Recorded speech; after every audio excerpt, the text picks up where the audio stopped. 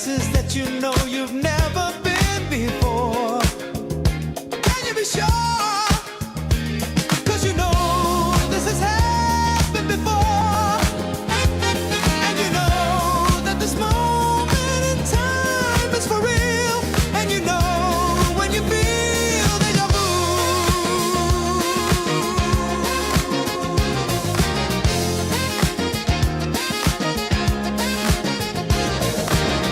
Feel like I've been here before. Feel like I've been here before. Feel like I've been here before. Feel like I've been here before.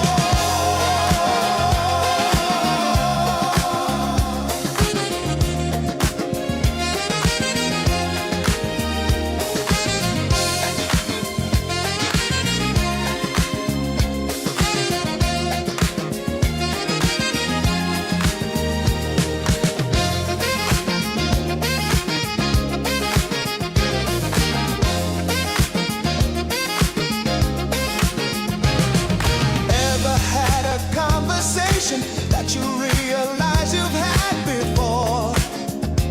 Isn't it strange? Have you ever talked to someone and you feel you know what's coming next? It feels prearranged, 'cause you know that you've heard it before.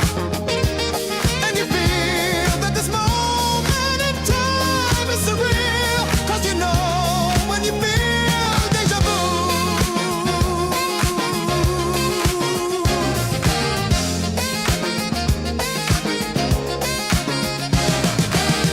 Feel like I've been here before.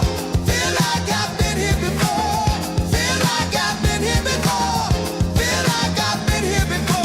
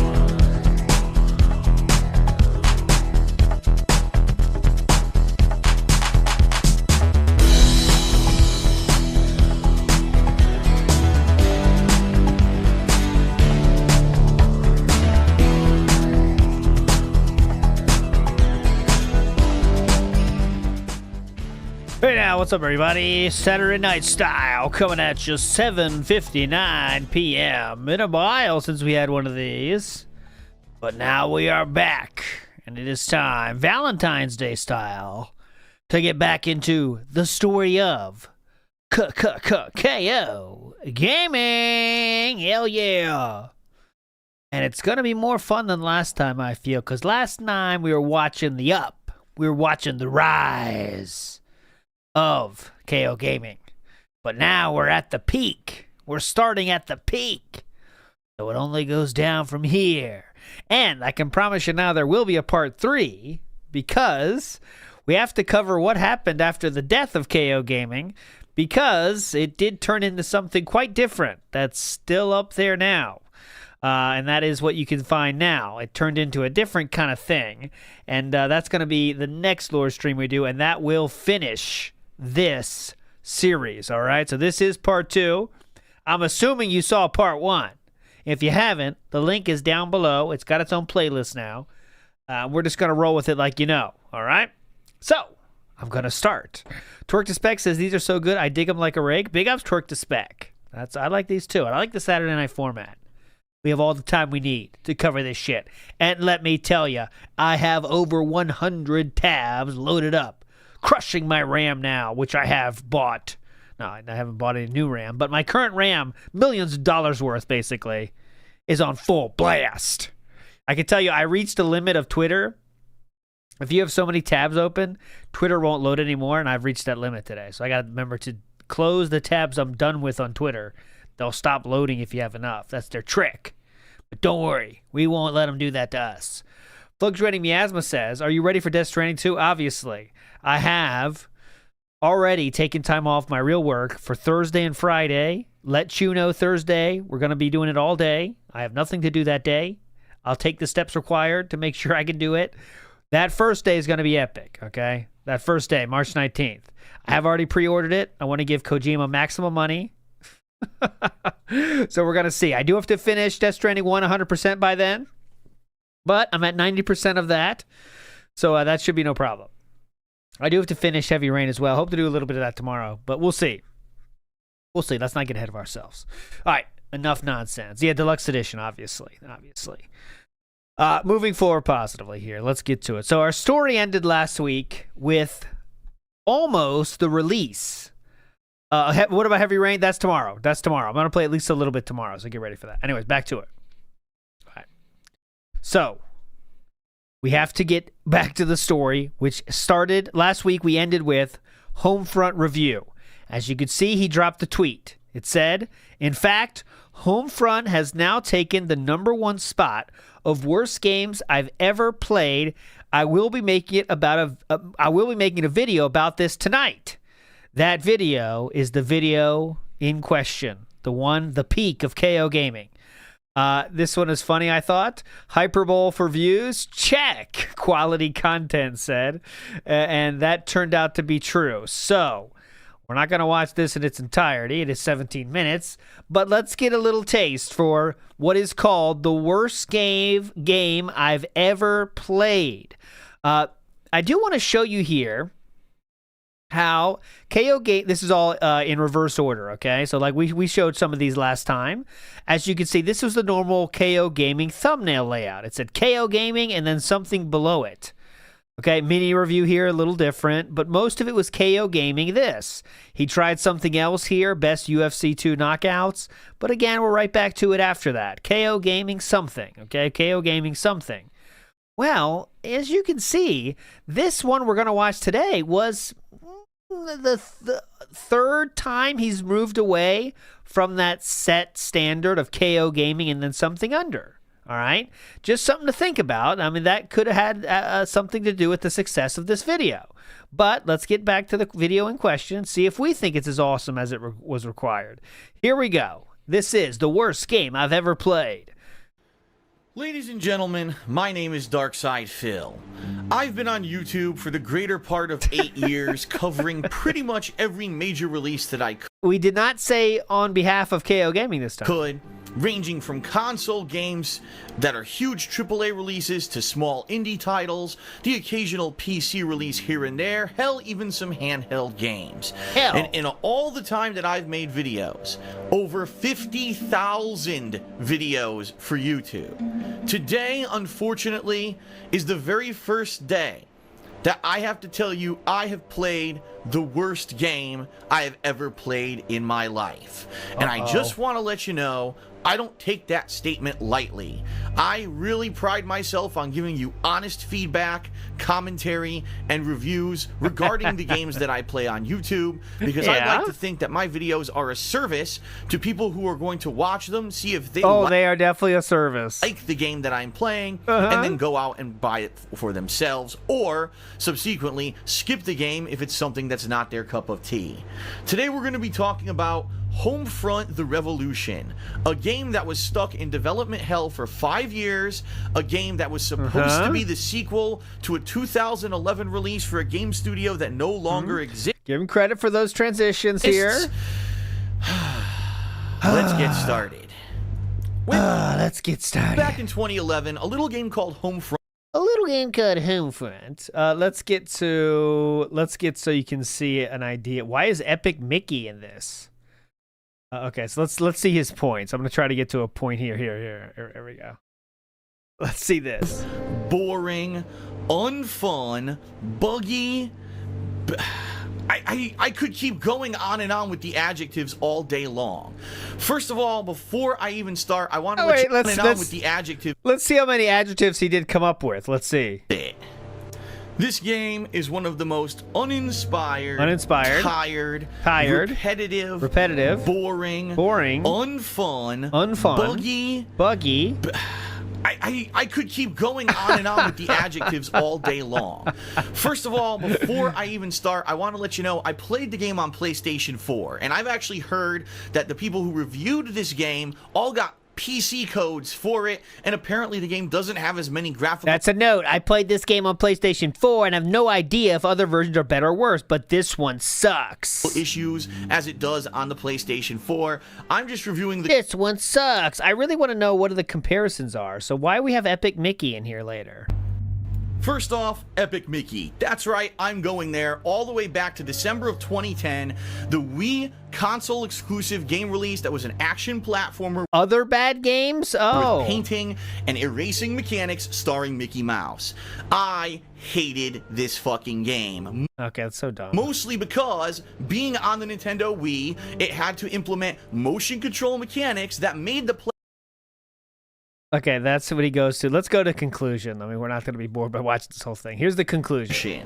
And that, simply put, is why I think HomeFront: The Revolution is the worst of the worst. Epic Mickey and Conduit 2 both had some creativity to them and probably would have been pretty good games if not console exclusives on the Nintendo Wii, which could just not handle the creativity that those directors wanted to put into their games. Tony Hawk Pro Skater 5 is a piece of shit, but at least... No, it's a weird thing. So he's like, this is the worst game I've ever played, and the main point of this was... The main point of this was that there's other games that are also bad, but this is worse than even those bad games, and those bad games were Epic Mickey, Conduit, and Tony Hawk Pro Skater 5. Okay, interesting. The first comment from 9 years ago, back when the video was released, by the way. This guy haven't played much games because this is far from the worst.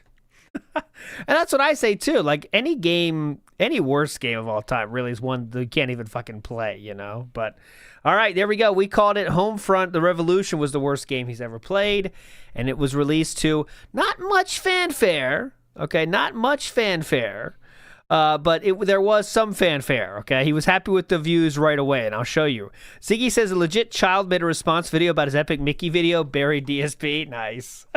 So as we speak now, this has 1.1 million views, but that was not always the case, okay? As you'll see here. Here's a lot of Twitter coming up at you because DSP was very happy. Reminder, tonight I'll be reviewing Doom over in KOGaming, so be sure to keep an eye out. He's already ready for his next review. He says, to the over 6,000 at this point, 6,000, not a million, 6,000, who watched my HomeFront video, we've kept at least this is so funny how he says this. We've kept at least $360,000 out of Deep Silver and DS Dambuster's pockets. He thinks that if you watched anyone that's watched his video, therefore would watch it, okay? Now listen, this is the logic. If you watched his video, right, that means you wouldn't buy the game, and all of you 6,000 definitely would have bought it. So he saved that much money because all of those people were going to buy it, but then after watching KOGaming, decided not to. So that's the 360,000. You get it? It makes sense if you don't think about it. Someone said correctly, Phil, may I ask, what are you talking about? Your tweet is pure assumption, nothing more? Yeah, that's what I think too. But okay, pretty cool to have high hopes, I guess. Then DSP now, because he thinks he has a hit video. It's only at 6,000 views right now, but for him, that's doing really well because most games on KOGaming at this point are getting 10,000 views. That's a hit, okay? This got 6,000 really quickly. This is the same day it was released right now. We're still in May 18th. He says, really fucking irks me that some mainstream reviewers don't get games like Doom because they don't have the proper experience or frame of reference. Reminder, this is for someone that years later would say, Doom Medieval looks bad. But yes, mainstream reviewers, they don't get Doom enough because they don't have the proper experience for it. That's why they suck at reviews. Okay? Yet no one else played Doom, the most played computer games when it came out. Anyways.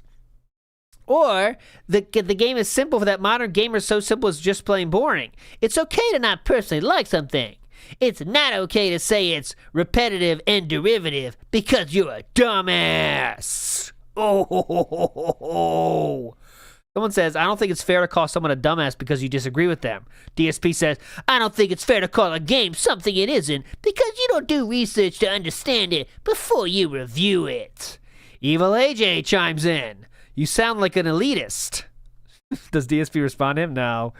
Phil, stop making people believe you know nothing what you're talking about. Don't give them false hope. Funny. There you go. Moving on. DSP did release a video on Doom. Okay, so this was, again, this is the next day. So he released a video on Doom the very next fucking day. And I'm going to make sure, I don't think I have that one. Okay, yeah, we're coming up on that one. But if you want to see it here, we'll just watch a second just to get the voice, okay? You love the voice, I know. So this was the day after he released the Homefront Revolution. And again, we're back to this kind of fucking thumbnail, which no one wants. KOGaming logo, Doom review. I'll just give you the first minute. What is going on, everybody? Phil here for KOGaming, and Phil here for KOGaming. welcome to the Hateful Truth Rebooted, my gaming reviews Hateful Truth Rebooted. series where I give you maximum truth and minimum bullshit regarding the latest video game releases. Today, So yeah, that's the question, King of W Champions, and I think that says a lot about why that one went viral, is because that thumbnail was a successful style thumbnail, asking a question or having some really significant statement on there. Those thumbnails still work to this day, as you know, right? Those big statements, and also the cliffhangers, right? So you'll see he tries to do both of these going forward. But here we go. This is still in this review. we're going to be talking about a reboot. And you know, when game developers reach back into the past and resurrect these series that have been gone for quite some time for the present day, sometimes it works and sometimes it doesn't. Doom is a classic, quintessential game series when it comes to first-person shooting. Those who've been around the block and are longtime gamers like myself know that this series has been known to be synonymous with greatness since the very beginning when Doom was launched in the 1990s. Doom had a reboot way back in 2004 with Doom 3. A lot of people were on the fence about. Okay, I don't care. I get so bored on these. Okay, so that was his review of that one. We got a lot to show. We'll move on. Please enjoy my review, or it's reviewing something with a proper education frame of reference. It's cool if you don't like Doom, but don't shit on it. So again, if you know Doom, you can't shit on this game, I guess, because that means you should know what they were trying to do. I don't know. Moving on.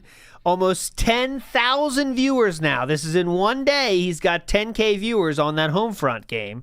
That's why I have a lot of tweets from this time because you could really see he was on it. He was like, holy shit, man. So once again, he has 10,000 viewers have checked out my Homefront Revolution. That's 600,000 gamer dollars saved. Sweet. So we are once again saying that every single viewer would have bought Homefront the Revolution if not for watching DSP's review of it.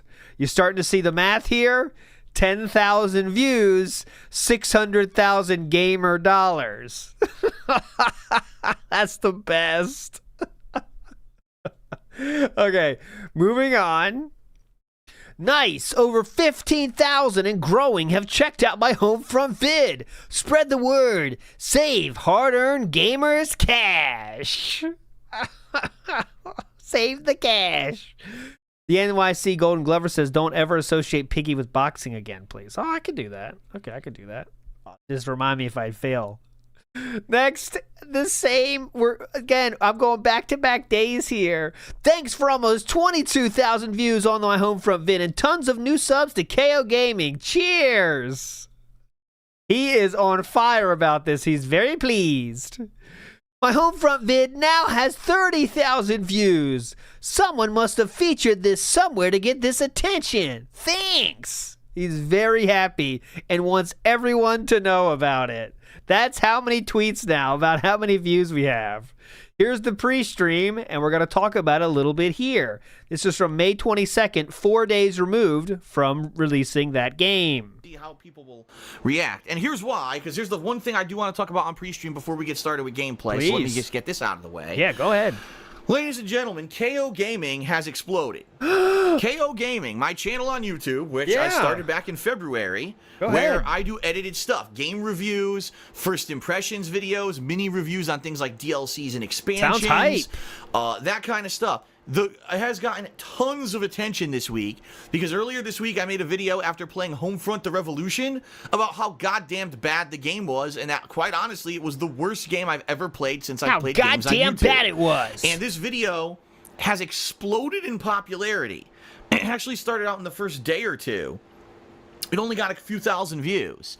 All of a sudden, in the past 2 days, this video has doubled in views every day exponentially. So it had around 10,000 views on Friday. Yesterday morning, it had 22,000 views. Oh my God. As of this morning, it had 44,000 views. And I just checked it before I started streaming. I think now it's up to 46 and growing. I actually just got, I think, like 1,500 new subscribers to KOGaming in the past 2 days. He's out of breath, man. He's so pumped. 1,500 new subscribers to KOGaming in the past 2 days. He's out of breath.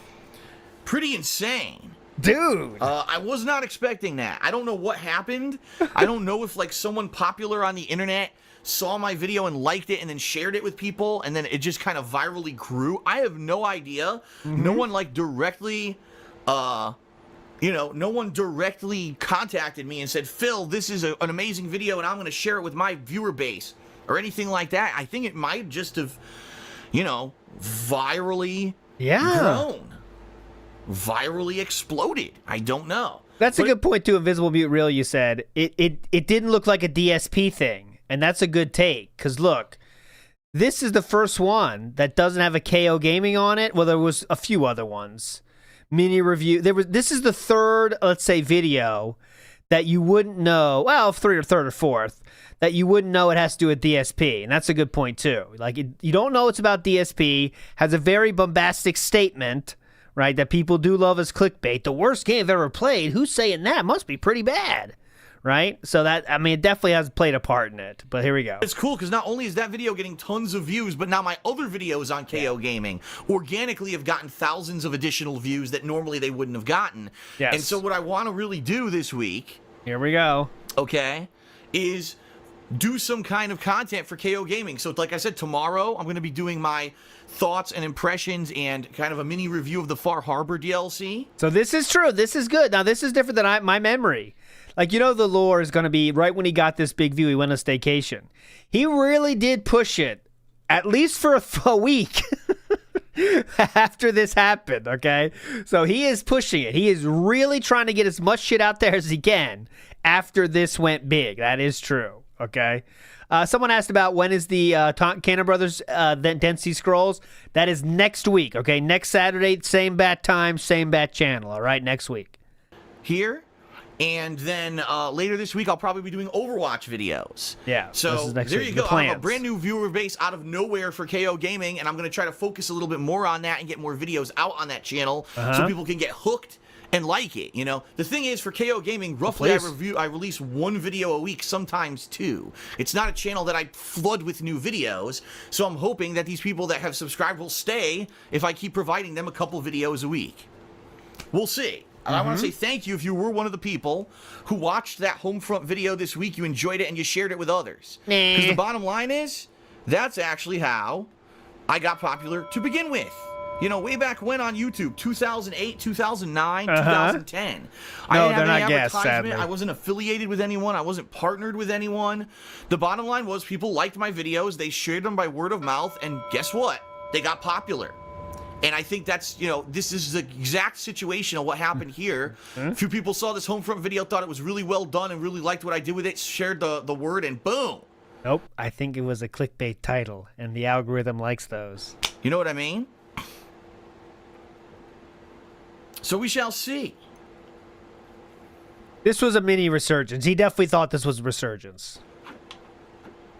We shall see how things go. But right now, ladies and gents, things are going great. I just want to tell you, business-wise, things are good. I mean, a really big boom this week, which I didn't expect.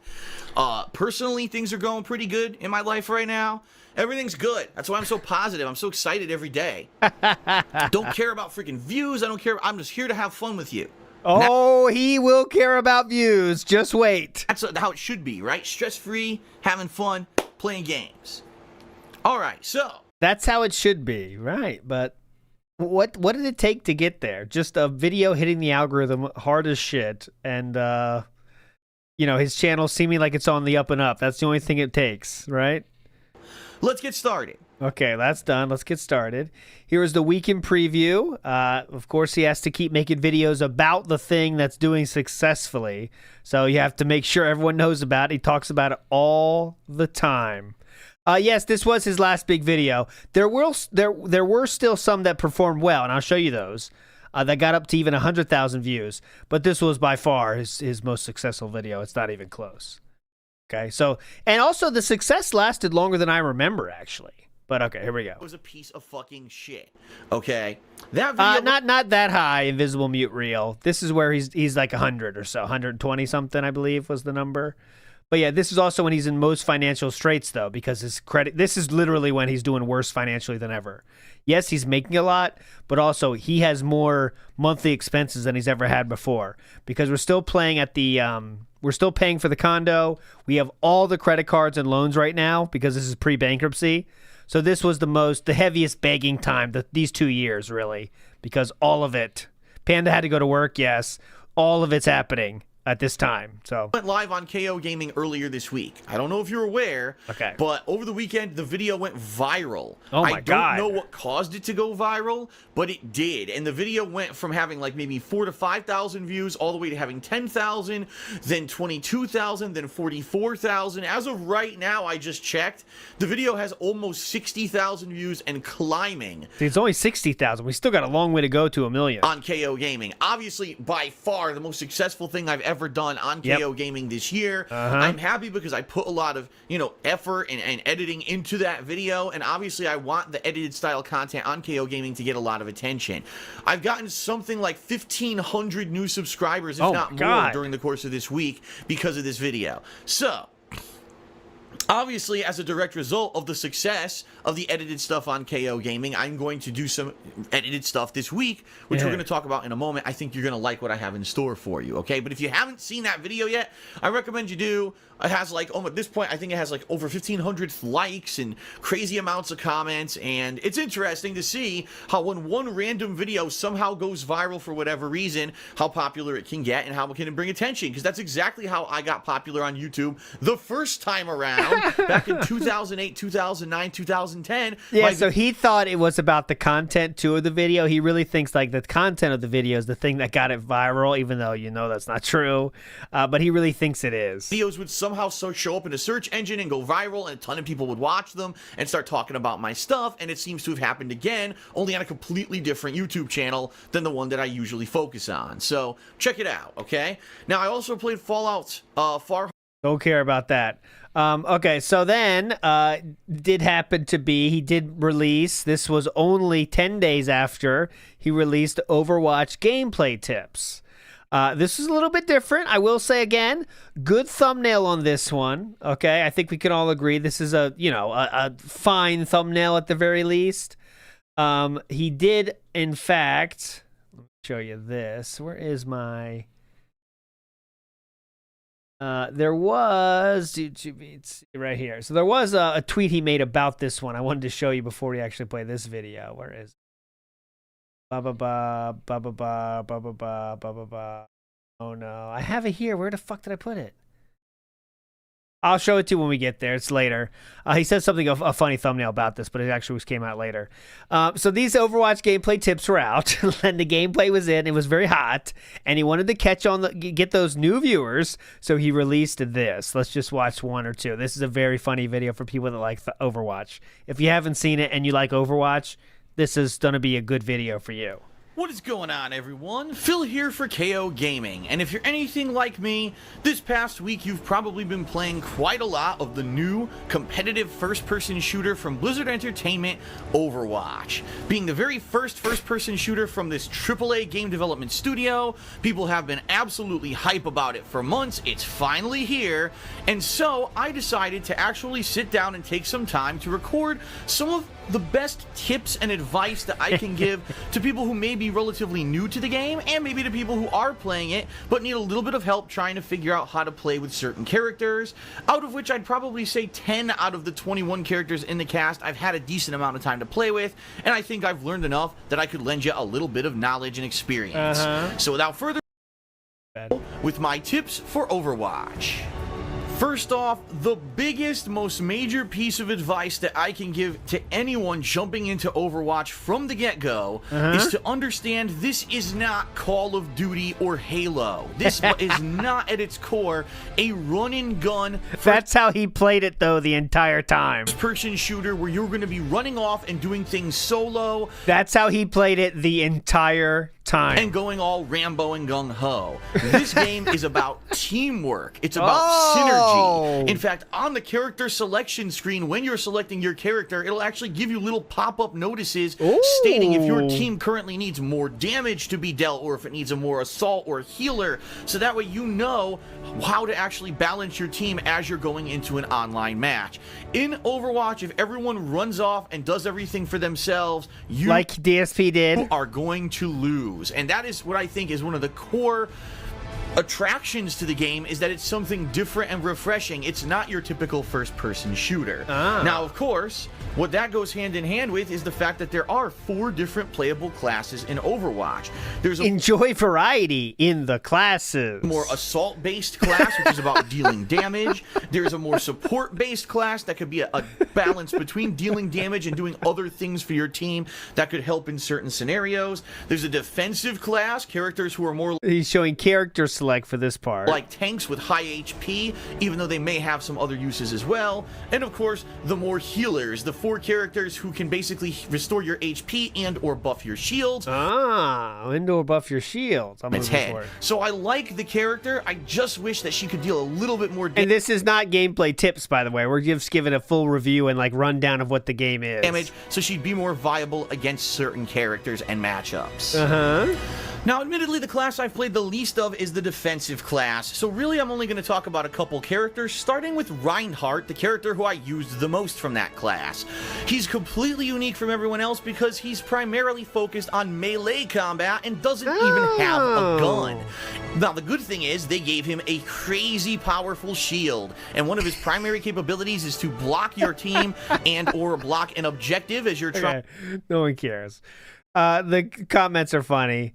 For this one, Overwatch, the most popular tweet comment to this very day, which is 9 years old. So it happened when this video was released. Someone made this comment.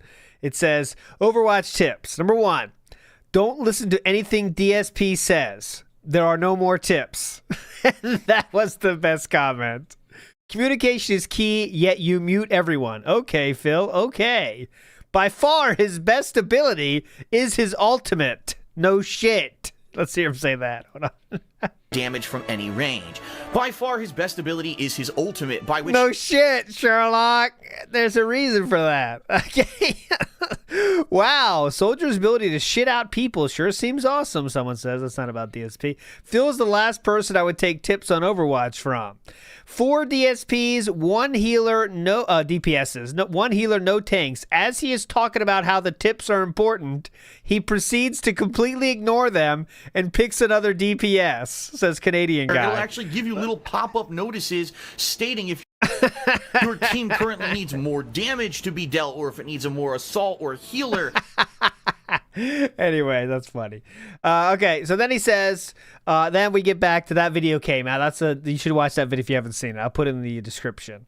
DSP then says, after that video came out, a few days after that one, with all this activity, new subs on KOGaming, it's a huge understatement to say I'm anticipating making my Far Harbor mini review today. All right. Hi, man. And someone said, I sound like a broken record, but my HomeFront vid has again doubled in views in 24 hours. God damn. Someone asked, holy shit, almost 90,000 views? How the hell? Don't know how that happened, but good job, man. DSP responds, it went viral. Dumb shit. People talking about it, sharing it, and it's showing up in YouTube search at the top. Perfect storm. Someone says 90,000 isn't viral, that's average. So there you go. A little blast from the past, what people were thinking about in 2016. He said people are talking about it. Yeah, everyone's talking about it. It's all the talk of the internet right now. DSP then releases a Fallout 4 Far Harbor review expansion. I'll show you that real quick just so you get a feel for it. This was, again, this kind of thumbnail. It didn't get 20,000 views. It looks exactly the same as his other shit, and no one cared. What's going on, everyone? Phil here for KOGaming. Yep.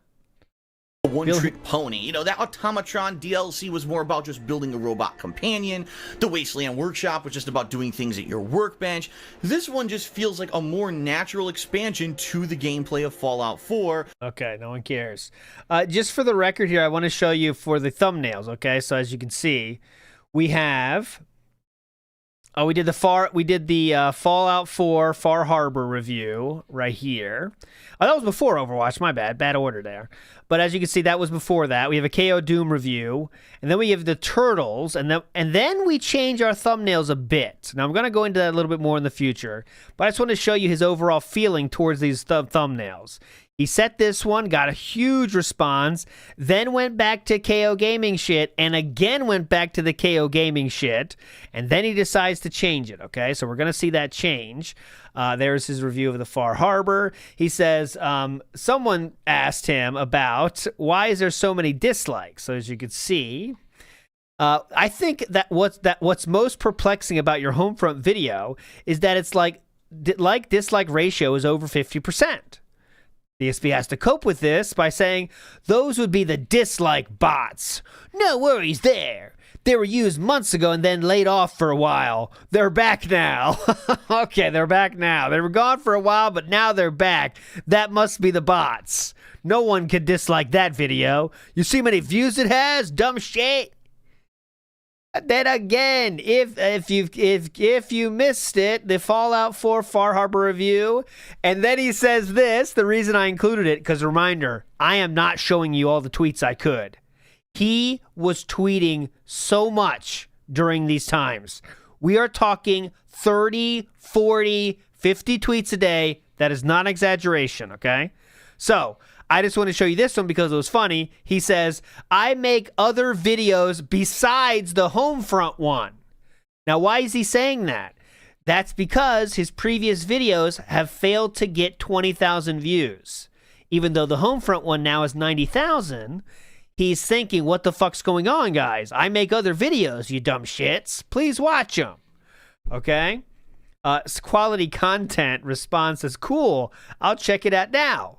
And then he hashtags stealing quality content and then hashtag adblock plus. So good troll there.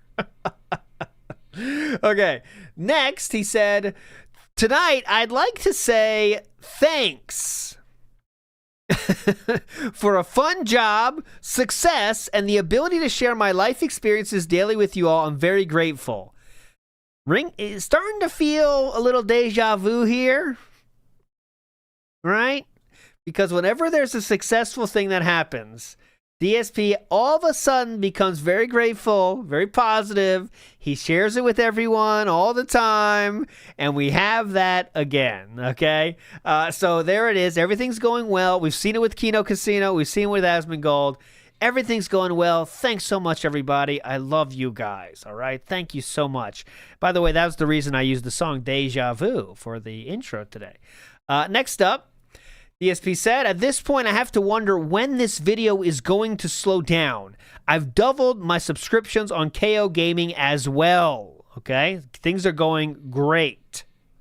He then says, my HomeFront vid has topped 300,000 views, but is finally showing some signs of slowing. This is still in the same month. It's within the same 2 weeks. He then says, it's pretty damned awesome. Okay? Forward. Been a long time since anything I've done went viral and got mass attention. Only one other vid on HomeFront even got more views than mine. So he's checking now for other videos to see if his video was the most watched HomeFront video. It wasn't, but it was close. Okay, just want you to make sure you guys understand that. Next, he said, wait until you see this thumbnail for the next review he's doing. He then says, after hours of work, the TMNT review is now encoding. Put tons of polish on this one. Hope it turns out well for ya. And I will show you that one so you can see the polish he put on it. He put polish on this one, guys.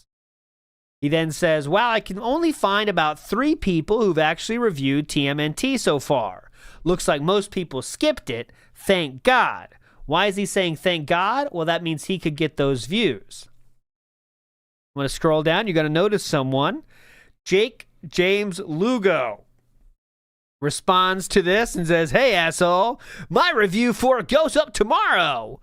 Most people got it on release day. For me, I just want to be sure I'm thorough with it. DSP then says, did you play a co-op or solo, though? Jake James says, mostly solo, did co-op after. DSP says, I wish I'd done co-op. After beating it once solo, couldn't stand to replay more than one mission co-op. Jake James Lugo says, which version did you play? I had PS4. A colleague of mine had a different experience than me on Xbox One. DSP ignored him after that. Okay. Now we get to the TMNT video. And remember, this one has lots of polish. So I'm going to challenge you all to find the first polish that you can find. Here we go. Ladies and gentlemen, Phil here, and welcome to a new playthrough. Holy crap. Did I ever think in the year 2016, nearly 30... This one. What is up, everyone? So this is the thumbnail that he said he made. Remember he said, can't wait for the thumbnail? So it's turtle soup, and he has Donatello inside the soup grabbing onto that thing. Phil here for KOGaming, and welcome to the Hateful Truth video game review series, where I give you maximum truth and minimum bullshit regarding the latest video game releases. I am a huge fan of Ninja Turtles. Growing up as a kid of the 1980s and early 1990s, Ninja Turtles were everywhere. Whether it was the insanely popular... I think that was the polish, the zoom in. ...cartoon television show, the original comic books, the rebooted comic books that kind of went along with the plot line of the television show, action figures, the early... Action figures! 1990s movie, I think this is the polish, these transitions, yeah. Turtles were freaking huge. And also being a fan of video games, it was awesome to firsthand be able to play some of those cool arcade-style beat-em-ups, kind of culminating with Turtles in Time, one of the best side-scrolling beat-em-ups in history, at least in my opinion. Yeah. But as the 90s got older, and I... Nice high-definition image here, King. Good job. What is this, 200 by 200? I got a little older, heading into my teens. I grew out of the Ninja... When I got a little older, heading into my teens...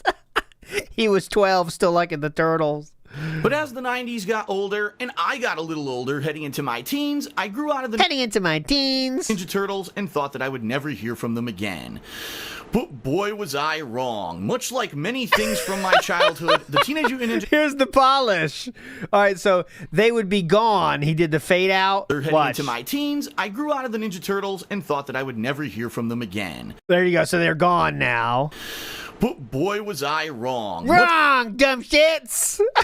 Yeah, that's what he wants you to think. Wrong. Much like many things from my childhood, the Teenage Mutant Ninja Turtles have been called upon again and again due to the overwhelming lack of originality in people. Whether it was their live concert series, the early 2000s... Don't shit on the live concert, by the way. They have some good songs in there. reboot, the crossover from the classic cartoon and the early 2000s reboot, the late 2000s reboot, and the recent Michael Bay abortion of a movie reboot, the Teenage Mutant Ninja Turtles seem to just Yeah, that movie didn't make any money, did it? No way, right? not ever go away. Well, you may not realize this, but the Ninja Turtles are also one of the most prolific video game series. In fact, just trying to type in the name of the subject of today's review into YouTube Gaming pops up with so many Ninja Turtles games, it's hard to even find the one that you... I agree, I'm not the biggest fan of those movies, but they made a fuck ton of money. Why? That's why they keep making them. The poor turtles have been beaten to death when it comes to video games, and more often than not, unfortunately, the games end up being pretty much cheap cash-ins or stinkers just trying to make a quick buck off of their name. The subject of today's review, Teenage Mutant Ninja Turtles Mutants in Manhattan, is kind of 50-50 on that. What I think happened here was the meeting of two completely different groups of developers kind of coming together to make this mishmash, and I want to talk a little bit about it. Imagine the possibilities if you had a group of people who absolutely were hardcore fans of the Teenage Mutant Ninja Turtles, understood the lore, the wide amount of characters that you could draw upon to make a really colorful and creative game featuring a lot of attention to detail and high production value. Hell, that sounds right, and that sounds like every possible thing you would want in a Teenage Mutant Ninja Turtles game, right? Right. Well, for the most part, if that's what you're looking for, then Mutants in Manhattan actually hits upon all of those levels. In fact, they even enlist the great voice talents of well-known voice actors Nolan North and Stephen Blum, who basically have done voice acting for every possible... Well-known Check, 1, 2. Check, 1, 2. Hold on, we're not ready yet, but here we go. Hey now! Hey now! Hey now! Hey now, hey now, hey now. Yep, we lost everything. Complete power outage. The fuck? The fuck happened here? Now we're back. Alright. I'll make sure I got all my stuff up. Hold on. It's annoying because you have 1,000 fucking times they gotta reload. Hold on. We'll get back. Hang on. Where were we? We were doing turtles. I can't remember my hilarious jokes, but there were so many. They were said, they would be shared. Okay, here we go. Big Chew comes in saying you're being extremely quiet right now. That'd be good. Okay. Big ups to Wood Knox says, tell Chew thanks for the obligatory chocolates. Can't believe she spent overnight rush mail. J or no J, who can say? Oh, I'll tell her that. I'll screenshot it for you. For her, excuse me. Yeah, I should have a UPS. I know. I don't have one up here. I really don't. I need one. Let's get my stream deck up, then we're ready to rock. Because now I'm locked in my Twitter view. Should be good to go, I think. My chat is still connecting. I'll cut all this out of the replay. You guys won't see any of this. Here we go. Refresh. YouTube chat, refresh. No, don't need that. Okay, looks like we're good. I think we're back. I think we're fully back, if you can believe it. All right, and here. Make sure that. Oh, I don't have StreamerBot up. That's the problem. Son of a bitch. I can't live without StreamerBot. Can't live without it. Look, you see Donatello in the soup. Okay, make sure this works. Let's do this.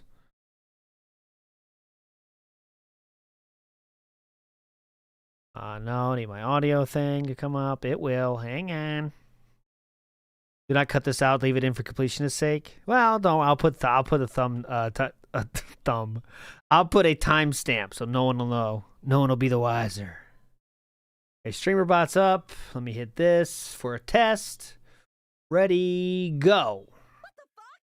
Oh, that's way too low. Jeez, I can't even hear it myself. Oh, where's my banana meter? It should start on.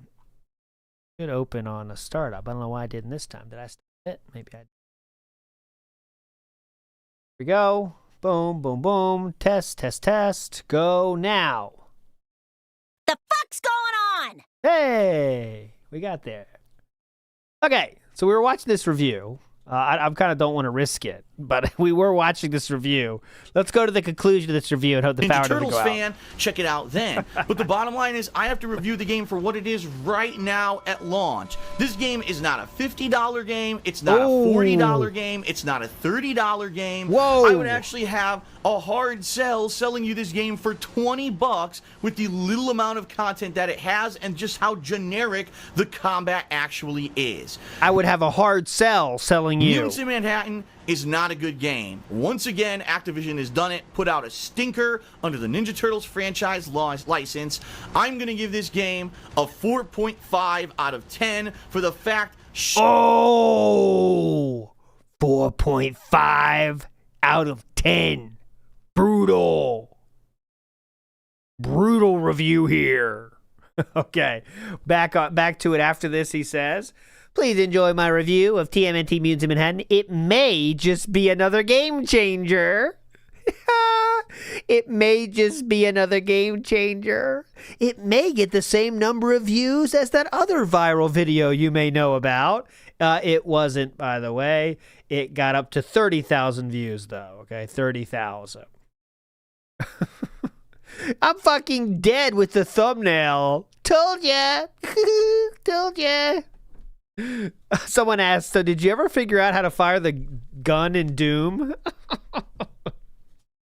Moving on.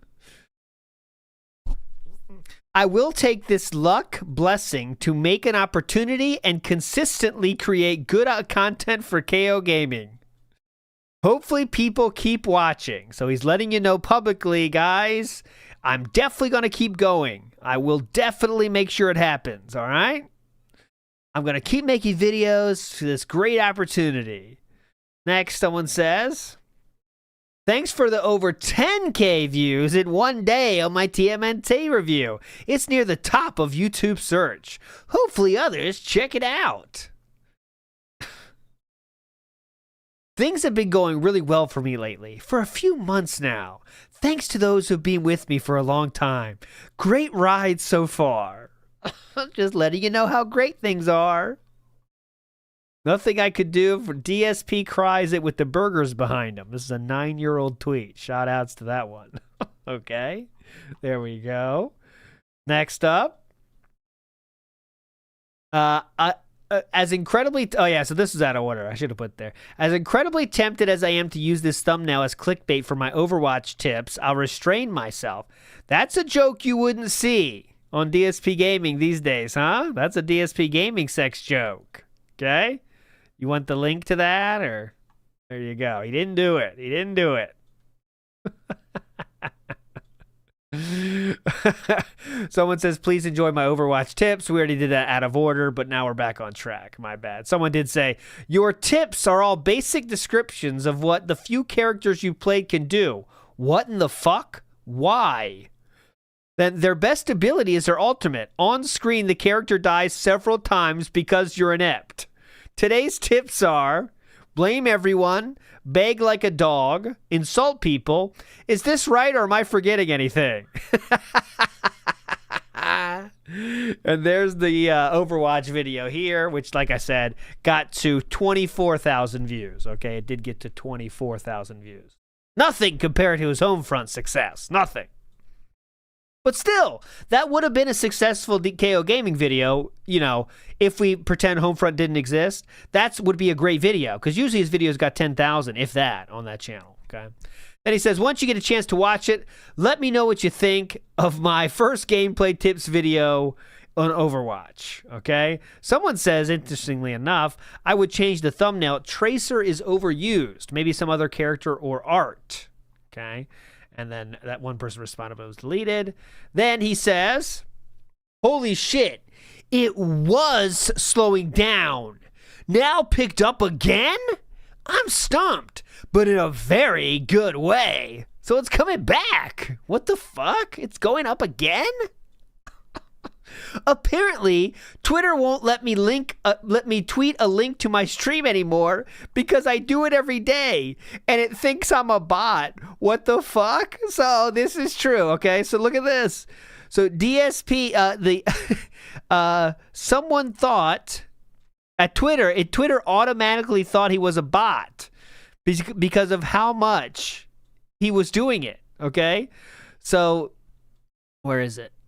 Where is it? So, because of how often he was tweeting the shit, right?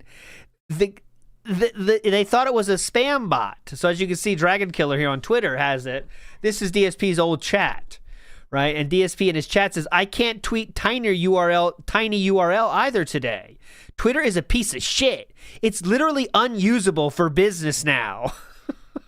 Apparently, I've been flagged as a spamming bot or something.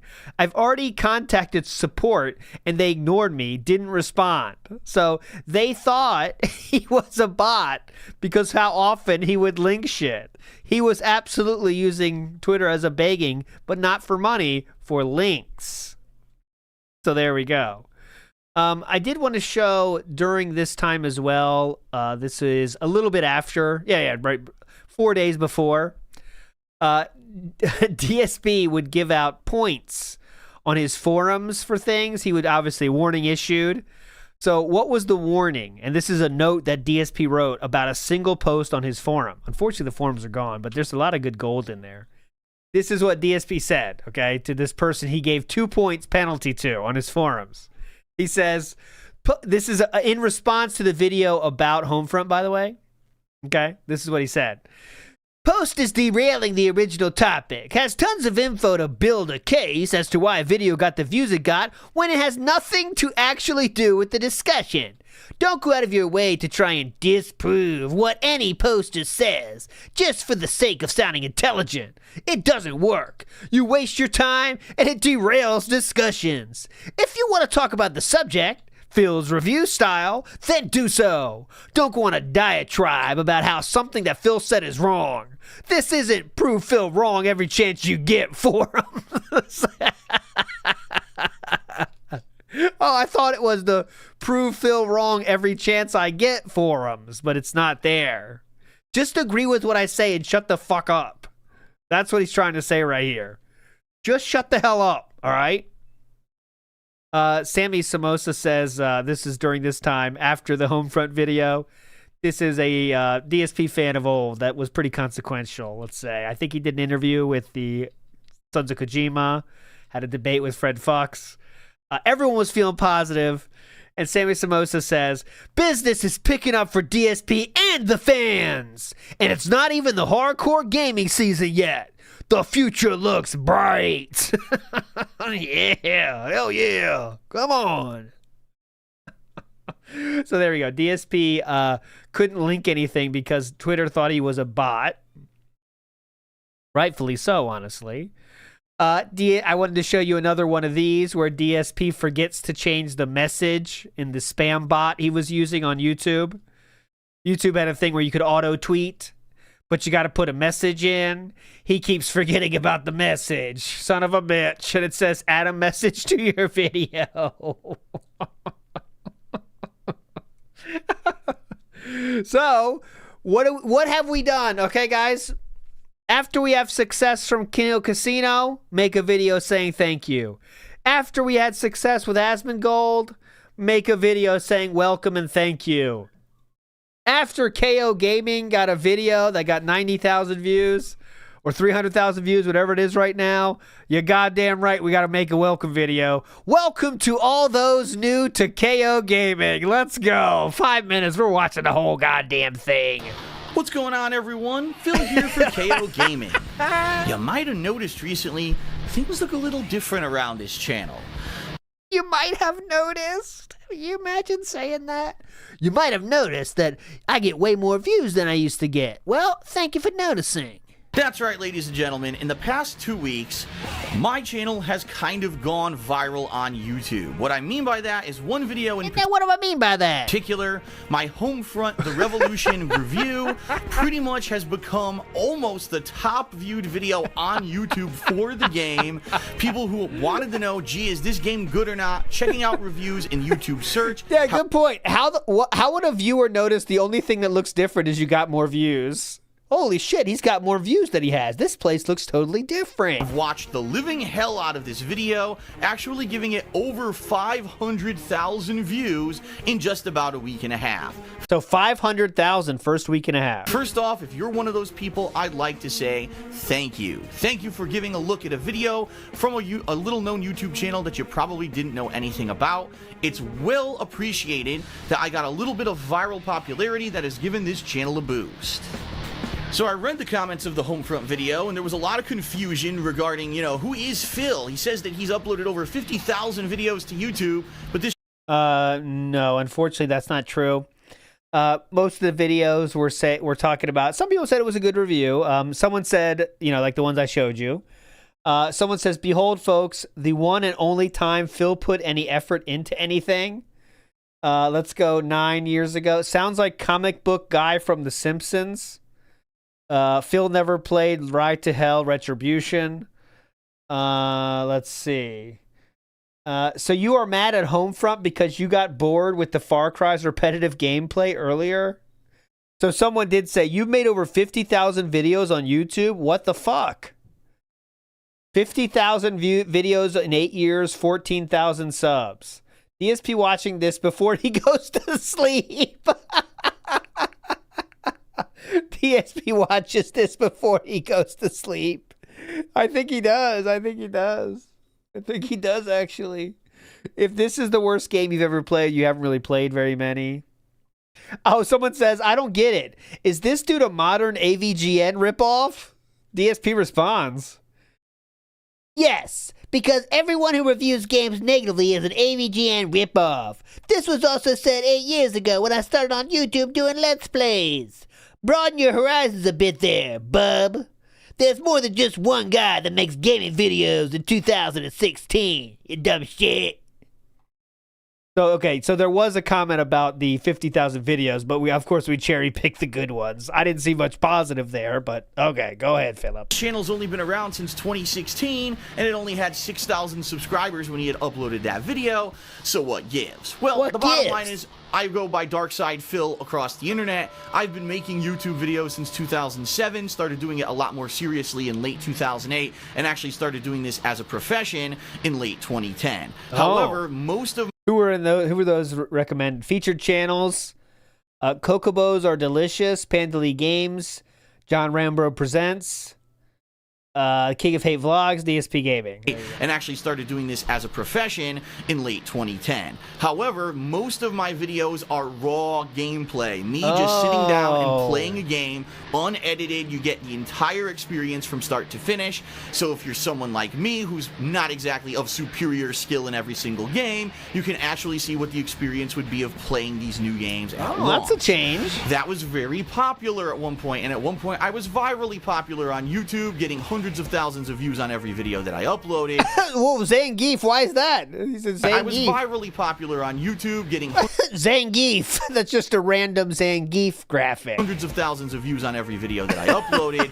Zangief. Any more? Those times have gone by the wayside. Oh, Even though I do still successfully have a channel called DSP Gaming, where I daily live stream and do raw gameplay videos, I realized earlier this year that if I was going to keep doing this for a job, that I had to evolve. And no, he got bullied into doing it after many years. one thing that people really like on YouTube these days are more edited style content. You like countdowns, you like montages, you like reviews that are in-depth and have gameplay footage of what you're referencing in the review. You like first impressions videos on He's literally telling the fans what you like. Style content. You like countdowns. You really like on YouTube these days are keep doing this for a job that I had to evolve. And one thing that people really like on YouTube these days are more edited style content. You like countdowns, you like montages, you like reviews that are in-depth and have gameplay footage of what you're referencing in the review. You like first impressions videos on a new series or a DLC. That's what I like. That kind of stuff. And that's my goal here with KOGaming. If you like raw gameplay,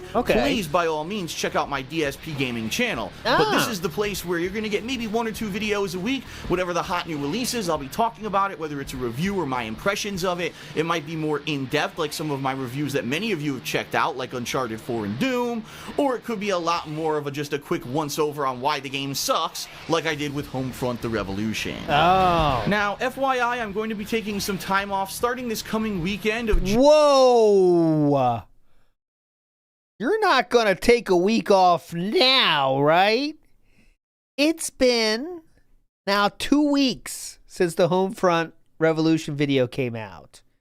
You wouldn't take off time now, right? Now, FYI, I'm going to be taking some time off starting this coming weekend of June 4th and 5th because my parents are actually going to be flying across the country to visit me for the first time in a year and a half. Not the staycation yet, guys. This is the parent visit. We're going to be doing lots of things together, and so you're not going to really see anything here on KOGaming for about a week and a half. However, to give you a little bit of a sneak preview, E3 week, things are going to pick up big time because what I'm planning to do is to cover each one of the major press conferences from all of these game developers over on my vlogging channel, The King of Hate Vlogs. But what I'm going to do is take the information. I like how he shows the whole page here. From those. And look, it has channel tips. Look at the right. It's his studio. This is studio back then. Look at the channel tips. Filming on your phone. What cards can do for you. 6 tips to build your community. Decode YouTube analytics. Wanna go global? Join Content Lab. Get local updates. Vlog like a boss. Cool, man. How do you do that? And basically make some videos for this channel, including the best and worst of E3 in my opinion, that kind of stuff. Oh. And so expect some fun E3 related content that week around the middle of June. That'll be fun. And of course, when new releases start coming out again in late June, you're going to see more things like reviews and impressions and the like. Okay. Starting this summer, when it's going to be... So this is a welcome video. He really did not have to introduce the time off because, guys, he took off like 3 days. Just let people figure it out, you know? Or in better case, make videos so they never know you're gone. You could just schedule them. But why would you have to say this in your welcome to new people video? Very slow because there aren't going to be many gameplay releases in months like July. I'm going to start working on things such as top 10 countdowns. What are my top 10 most hated bosses in games? What are my top 10 favorite games of the last console era? Stuff like that. I definitely want to do stuff like that, just have not had time or an opportunity, so you can expect that kind of content coming soon. Oh, great. In conclusion, I would just simply like to say... Look, by the way, this was just him not knowing what to do in Uncharted, by the way, this whole clip. Because there aren't going to be many gameplay releases in months like July, I'm going to start working on things such as top 10 countdowns. Okay, what do I do? This way? Bosses in games. What are my top 10 favorite games of the last console era? Stuff like that. I definitely want to do stuff Maybe it's the other way? that. I don't know. Just have not had time or an Yeah, let's go this way. so you can expect that kind of Yeah, content. cut it. That's good. Soon. Cut it. In conclusion, I would just simply like to say thank you. Thank you for giving... Thank you, new viewers who have no idea what I'm talking about. A look on a video from a channel you never heard of. Thank you if you're one of my around 9,000 new subscribers and growing, by the way, because the video is still viral and still daily. I'm getting thousands of additional views on my videos that aren't even related to Homefront. I'm still getting new subscribers. It's awesome to see this kind of reaction and this kind of activity around one of my YouTube channels, especially a brand new one. Let me tell you, I've been around the block and I know it's very difficult to get people to watch something that's brand new on YouTube because it's very hard to get your videos shown up in YouTube search and such. Yep. I could tell you right now I was a little discouraged earlier this year, but due to this Homefront video going viral like it did, it looks like me putting the time and effort into this kind of content is going to work out and be worth my time. Yeah. Oh, yeah. By the way, we did. This is May 30th, so the same month as the incident happened. 29. Oh no, the incident is 17. So we have wait. Look, now I'm confusing myself. No. Yeah, it happened 29 days ago. The incident. We're past the incident. We're not focusing on the incident. So thank you if you are a newcomer, or even if you're not. If you're a longtime viewer and you've been here since the start, thanks as well. I'm looking forward to new stuff. If you've only heard of me since I did something on stream a month ago. KOGaming later this year, and I hope that you are too. So that's it for the video, everyone. I hope you enjoyed this explanation. I hope to see you soon for all kinds of new stuff, especially starting with that E3 coverage. Peace out, and I'll see you then. Thanks again, by the way. So this only got 8,000 views, as most, channel update shit does. He then says, He then says on Twitter, very normally and human-like, "What's everyone up to? Quiet night tonight." Watched a terrible Raw and now watching an awfully cheesy movie named Kung Fu Zombie. All right. So very normal thing there, saying, "What's everyone up to? It's quiet." Does he mean on Twitter, or you know what I mean? Like, what the fuck is that? Where is it quiet? But okay, let's go to now. We finally reached the following month. Okay, that was all the same month. Now we go to the same month, and things are going to pick up a little bit from here because we don't have to go as in depth. He still talks about it a lot, though. But now the coping picks up. So here we go. This is the following month. KOGaming, okay? Speaking of, okay? Speaking of KOGaming. Please. I don't know what's going on with this channel, ladies and gentlemen. If you haven't checked recently, I'm now almost up to 18,000 subscribers. Keep in mind that when that viral video, the HomeFront the Revolution review that I did, when I made that video, I had 6,000 subscribers. I now have over almost 18,000 subscribers. Whoa. That video, the viral video, HomeFront, right? Yeah. Really slowed down in views between around 400,000 and 500,000 views. Yeah. So I thought that it was going to end. I thought, man, all right, the video got its crazy viral attention. It's over, right? It's going to slow down now. Things will go back to normal. Yeah. The video now has over 700 and I think it's around 15,000 views Whoa. and still climbing. 715,000 fucking views. And it's still going. What on earth? Like yesterday, I think it was in the low 600,000s yesterday. Oh my so how the God. hell did it get another 100,000 views? Yeah, what? I don't get it. I am just like, I mean, I'm certainly not complaining because listen, I'm going to be very frank with all of you. Oh, yeah, this please. is great for me because it's giving me some additional popularity. It's getting people interested in the stuff I'm doing on KOGaming. Anything and else? honestly, it's giving me some much needed income right now. Yeah. Because I know that in the next few months, June and July in particular, there's not going to be a lot going on with gaming. And it's going to be very hard to get attention on my channels. Just look this past week compared to the previous 3 months where every day I was playing a new game, right? This past week, it was all kind of expansions and DLCs, right? I was playing some Overwatch. I was playing Witcher 3 DLC. I was playing a Hitman episode. Today I'm doing mods in Fallout 4. And you're going to notice attendance isn't very high. And quite honestly, people aren't really watching the videos as much because they're not hyped. They're not hyped because it's not a big new release to see me play, right? They're not hyped. You They're guys not that are hyped. here are kind of the core audience, the people that are here all the time because you're interested in everything that I do because you're here for me and my take on stuff rather than just seeing the videos versus a lot of the people who come in when there's new games. They're here to see the new games and see a gamer experience the new game, not necessarily just because it's me. Oh. So this is something I need right now, this extra income, Yes. right? And he expects it to stay the same forever. Is something seriously needed, and I'm happy that it has blown up the way it has. But now I'm taking some time off. Starting on Saturday, that's it. I'm not doing any gameplay at all until the next Tuesday. What? And even then, I won't be anything on KOGaming unless I make some time to do it during the week. So, we'll see. This is the stupid one. Like, this is even dumber than the Staycation guys. Because, like, his parents are... wait till you hear. He'll tell you. His parents are there for, like, 3 days. Just make one video and put it... like, make it release when they're there.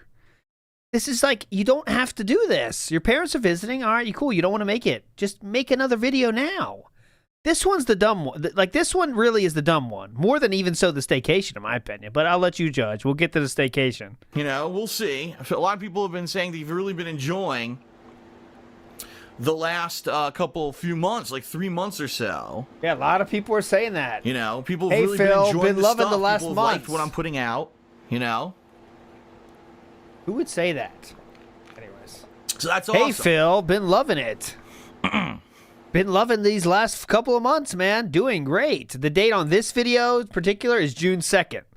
So we were just over what? It was released on the 18th of May or something around there, let's say.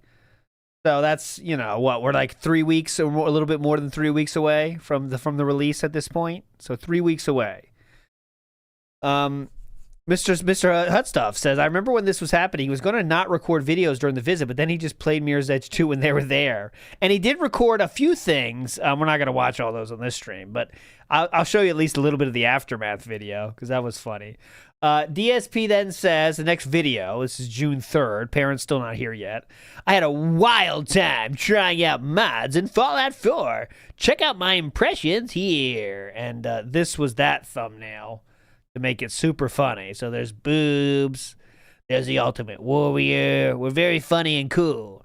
This video only got 12,000 views, which again was a successful video for KOGaming, but not based on, we're up to 500, 600,000 now. Okay, so let's see what's going on, everyone. Phil here for KOGaming. Phil here for KOGaming. And let's turn the clock back a bit to E3 of 2015. I don't care. Let's go to the conclusion, I guess, and see what he says. Entirely new towns and cities, maybe even some campaign-style missions. Who knows? Towns and cities.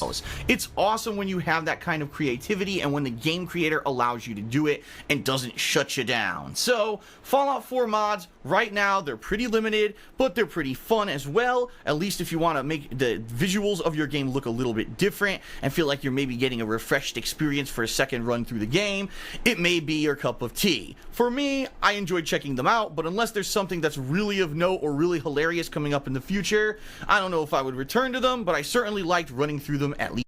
I didn't really use him because I had a giant mutated Macho Man at my side.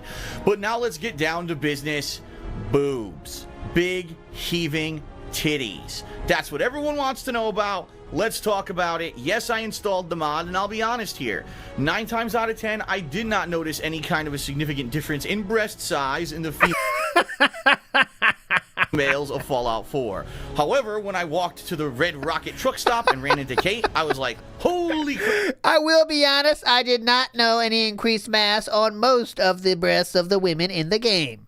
Now and I was very disappointed in that. I noticed the difference. So then I ran over to Good Neighbor to see our resident crooning woman over at the bar, and yes, hers were significantly larger as well. I like the side view. He came over for the side. Woman over at the bar. Let's see, hang on a minute, let me check this out. Yes, hers were significant. Hers was significantly bigger. Larger as well. So if you're that kind of person that absolutely needs to see big heaving gazongas in their video game, you can get them in Fallout 4. However, no nude mods on console. Sorry everyone, you're gonna have to go into the PC version if you want to see that naughty stuff. That naughty stuff. Okay, if you want to see that naughty stuff. Okay, so here's the schedule of the parents' visit, okay? So the parents' visit is, he's still going to be doing shit on Thursday, as you can see. But he's going to be returning on Sunday. What? Sunday. So, you know what? I'm as of now, I'm taking time off for the arrival and visit of my parents for the week. I'll be returning to live stream on Tuesday, June 7th. See below for details. Oh, I'm taking time off for the arrival of my visit. Okay, so this is leading up to that. This is June 6th. And he's going to upload... This is what we can see is coming out. Okay, these are the videos he's going to release. Okay, but no, look, what? Wait, hold on. Let me get this straight. This came out on June 6th. He says, as of now, I'm taking time off for the arrival and visit of my parents for the week. But he's doing like all these live streams. But he's going to be off for 10, 11, 2 days basically. And they went to a hotel. Yeah, they went to a hotel. All right, anyways. He then says in June 8th, is Mirror's Edge dead on arrival? Only 100 on stream. Okay, that's how many people are watching him. And no mods even showed up to stream chat. Is the game that bad? Jeez. Okay, is the game that bad? He's already bitching about, and this was one of the live streams he did while his parents were there. This was Mirror's Edge. Okay. This game came out on... This is on June 8th, all right? Next up, June 10th, again, his parents are supposedly there still. He says, I can't imagine anyone watching this Mirror's Edge Catalyst review and not bursting out laughing multiple times. The game is just that pathetic. Okay, so I want you to judge that. We're going to watch the review, not all of it, so we might miss it. But he says we're supposed to burst out laughing multiple times, all right, during this review. I guess we'll see. He then says on June 11th, again, parents are still there. Please enjoy my review of the sad game that is Mirror's Edge Catalyst. All right. Now, this is, I think, one of his best reviews. Best thumbnails ever. Of course, Faith is doing a lot of the work here. But that is a good thumbnail, objectively good, right? This is the best thumbnail I think I've seen DSP make ever. A sad, broken parkour board. Even that's not that bad, right? That, if I told you this was not DSP Gaming, you would believe me. You know what I'm saying? So, but let's see how this goes. Now, this one was surprisingly a huge hit. 100,000 views, okay? Now, that's just 10% of HomeFront, right? But this one this was a big hit. And I think a big part of this was the return to a different style of thumbnail, like we've shown, right? So this was not one of his douchebag thumbnails that has DSP Gaming all over it. This was one you don't know who it is. It's catchy. It has a good theming, let's say, and Faith is on it. There's a chick in it, right? So let's get to what timeline we're in there. The Overwatch came out, the new Welcome, there's the Fallout, and here is the parkour board, okay, this one. All right, so remember, we're supposed to laugh a lot during this. Let's see if we do. Go. What is going on, everyone? Phil here for KOGaming, and welcome to another edition of the Hateful Truth Review Series, where I give you maximum truth and minimum bullshit regarding the latest video game releases. And I've got a question. What is up with game developers reviving long-dead franchises? I mean, just recently, some of the games that I've reviewed were games that have pretty much been unheard of for some remember that one, guys, on the top left? You love that one. 5 or more years. And the subject of today's review is no different in Mirror's Edge Catalyst. But let's talk a little bit of history before we get started. Oh, please. Way back when, in late 2008, Mirror's Edge was released. A unique combination of first-person parkour platforming, as well as a little bit of hand-to-hand combat, and a unique artistic style, this game received kind of a mixed reaction from audiences. Some really enjoyed the things that it did uniquely, but others strongly criticized the short length of the game, as well as the abundance of game bugs and physics clipping issues that ran rampant within it. So, the game kind of was just out. Really the biggest sales hit. We'd like to see more of it. So fast forward to E3 2013, when EA actually did announce that DICE would be working on a semi-sequel, but really what it would be a franchise. This is DSP's gameplay of the game, by the way. You can definitely tell. Watch this. Would be working on a semi-sequel. Let me get through there. Really whoa, hang on. Would be a franchise reboot. Okay, I'm going. In the form of Mirror's Edge Catalyst. Well, this week Mirror's Edge Catalyst finally released. Faith had a tough time in this way through. After so long of a wait, almost Let me try that again. years since its predecessor, was it worth the wait? Well, let's talk about it. Although it is formally a reboot, the plot of Mirror's Edge Catalyst is very close to that of the original game.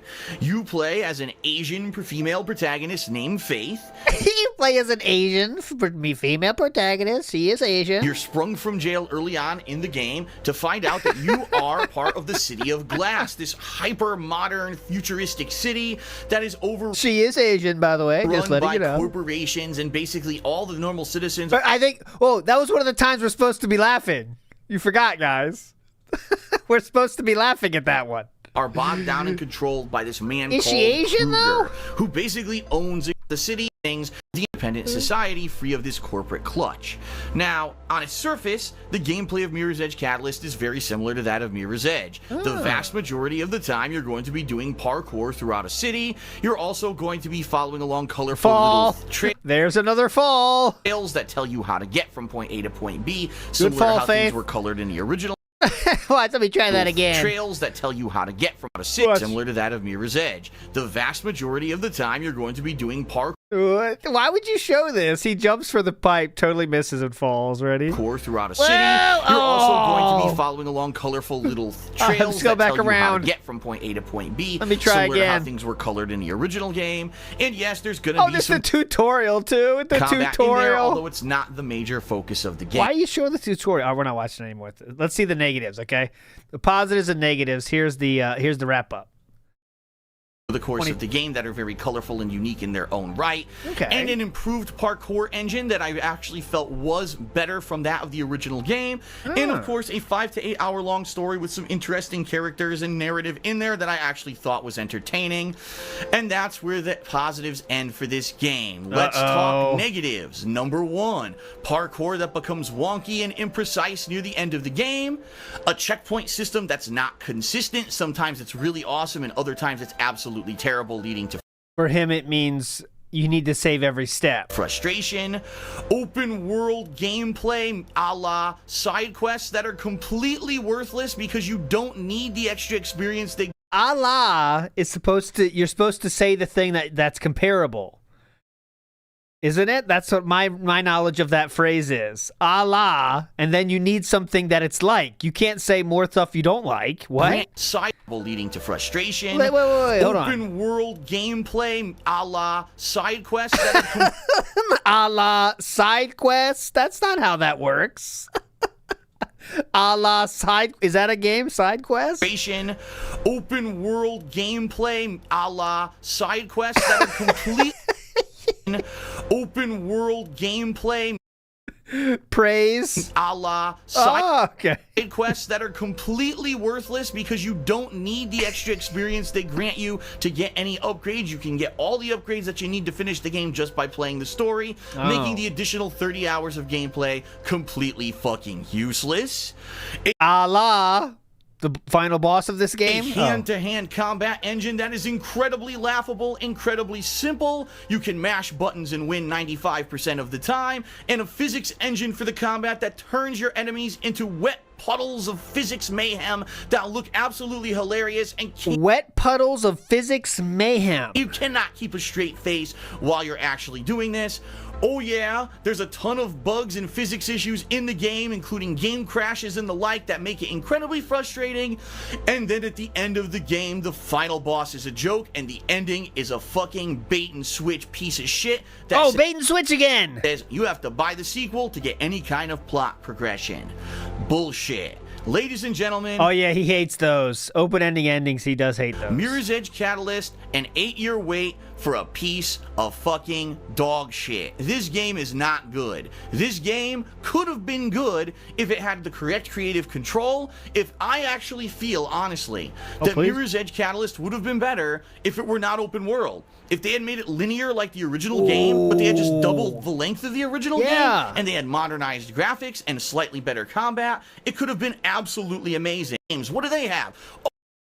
Here's the score. Listen, by the time you beat the game makes you feel like you wasted all of the time you invested in it with the shitty ending. Wow. Fuck you, DICE, for doing such a shitty end to this game. Seriously. No DICE. I give Mirror's Edge Catalyst a 6 out of 10. It's 6 out of 10.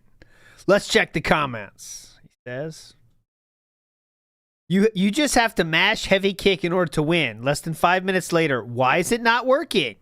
DSP responds, there are 2 moves, light attack and heavy attack, or jump slide kick, which I also utilize, but it's all the same button. Properly using combos isn't even a correct statement. Anyone who can mash light attack until the opponent reverses it, then press heavy attack. That's the entirety of combat. Okay, so he felt that guy. You know that what the sad thing is about that clip Phil showed where he fights the 12 guys at the end? The game does not expect you to fight them all. That's why Faith sounds so panicked, okay? Great vid. 5 years old isn't reviving a game or a reboot. You don't have to crank out a game every year. That's a good point. So many haters in just 30 minutes of upload is quite a sight.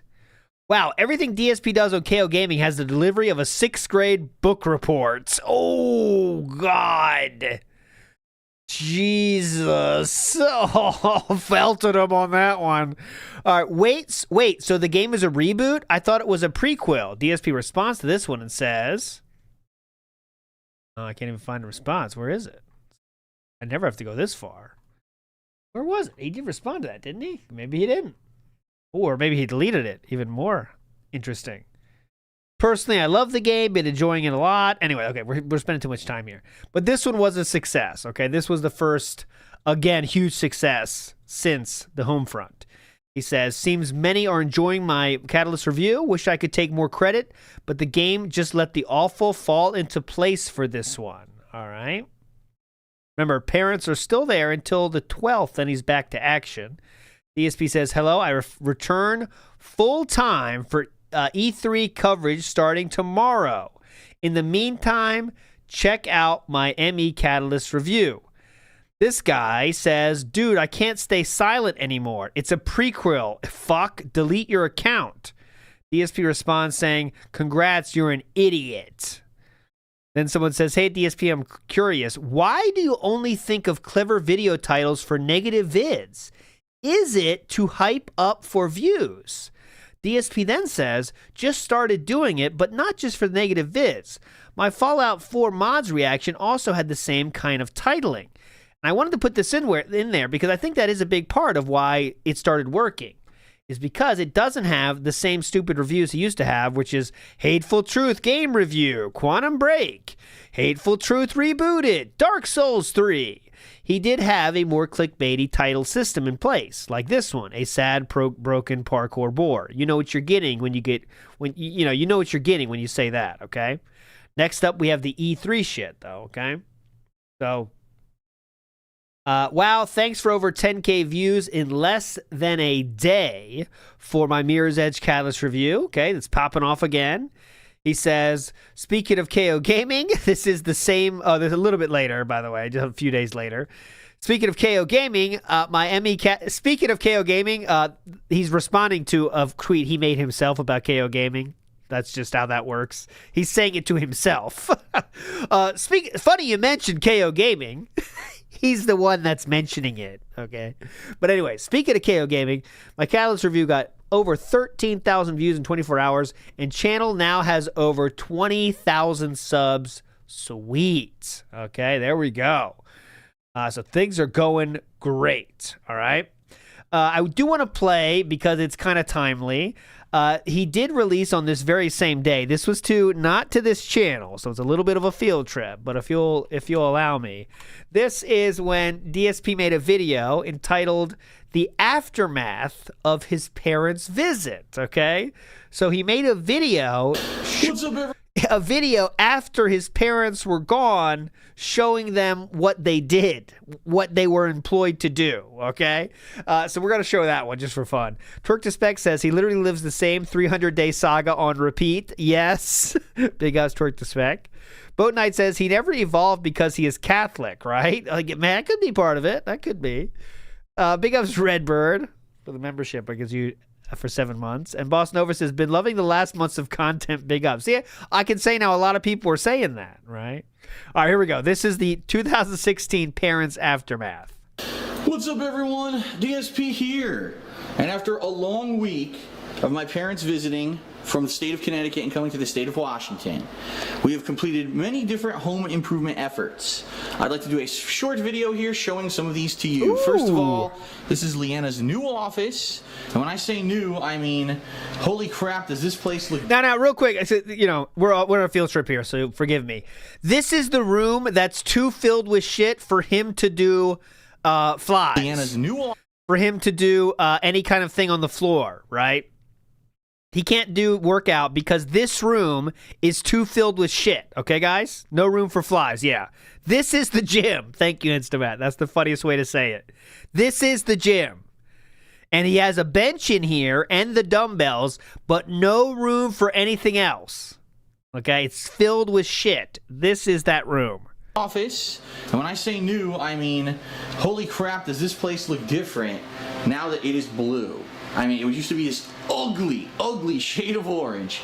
And we had a sectional piece of our couch downstairs that didn't fit in our living room that always kind of stayed in the corner of her office that took up way too much room.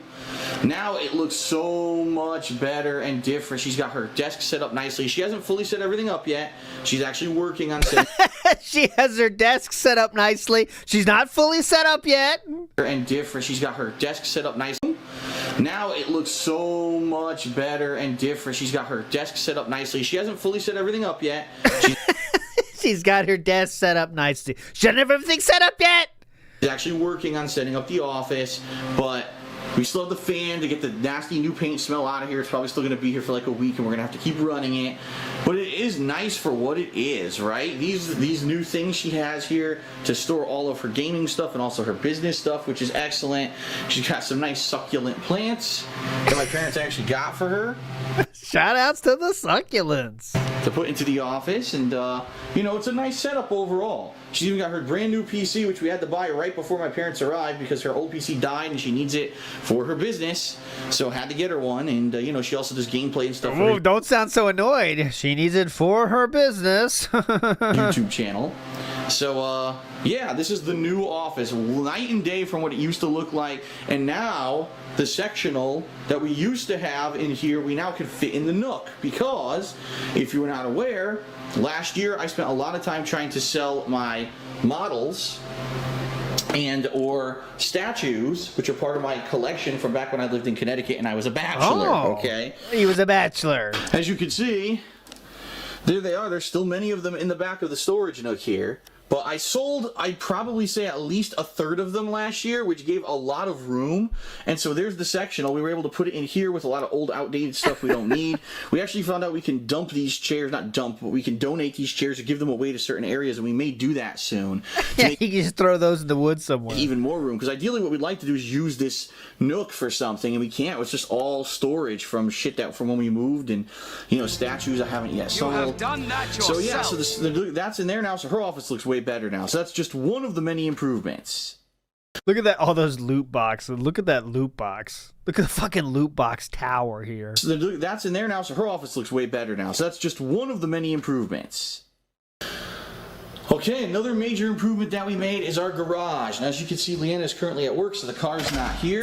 But it was always this right-hand side of the garage that was an absolute nightmare, all right? When we moved here, we had all these storage bins from moving all of our stuff here, and they were just sitting here in stacks to this high. You have done that yourself. He needed his parents to come over and put those up there. Blocking this whole area. In addition, Why couldn't you move tons them? of shit was left behind by the previous owners. Tools, they used to do car work and stuff in here. It was an absolute nightmare. This garage was unworkable. There was shit everywhere. So my dad and I went through here one day. We took a whole day and we basically threw out a ton of shit from the previous owners. We took the two of us to do it on a ladder, but we got all of the storage bins up in this upper That's level not a two-man job, sir. of storage. So now I can actually use stuff. And it's amazing because now we've got this workbench, right? This now is somewhere where Leanna can do some stuff with her soap making. We actually got some soap making ingredients and stuff up here. Down here we've got her gardening stuff now, all kind of set up in these drawers, or these drawer cool. in your cabinet. I've actually finally, for the first time ever, I've got somewhere to put tools and stuff. Look, he has space for his tools. As you can see, they're getting a lot of use. Two of them are still in the packaging. I got space for my tools. You know, tools such as hose nozzle, wrench, silicone glue, random bag, you know, the classics. For the house, so I can actually do my own kind of thing. Look, my own kind of stuff. Here we have, everyone has one of these drawers, hammer, eye protection, nose and mouth protection, and 2 cans of paint. And just the hammer. Maybe that's a protection hammer. I don't know. I can actually use the stuff in the garage. I've lived here for 2 years and never been able to do it, if you can believe it. But in addition to that, this is stuff we got to get rid of. This is stuff left behind by the previous owners. How about the paint in that last drawer you Cans opened? with only a little bit of paint in them. Oh. So I have to open them up and dry them out so I can throw them out. Old fire extinguishers that I have to do research on how to dispose of them. And these 2 wastebasket things, I'm going to probably have to chop up or something. I don't know. But the coolest thing is I can finally use these storage lockers. Finally, they're emptied of all the shit that these previous owners had in them. And now we go to Sam's Club. Look, we bought in bulk. We buy things like paper towels, things like paper plates and stuff. We put them at the bottom Holy there. fuck, We've man. got, you know, a yard hose, some Italian ices we just bought at Sam's Club last night. We're gonna use Where do you want to put those, Leanna? Put it next to the hose. Yeah, in front of the pumpkin. for the summer, some different, you know, holiday things. Where should I put the second pumpkin? Put it below the first pumpkin on its own shelf. Where should I put this Christmas stuff? Next to the second pumpkin, below the first pumpkin. I hope this is making sense. I have very specific directions for you.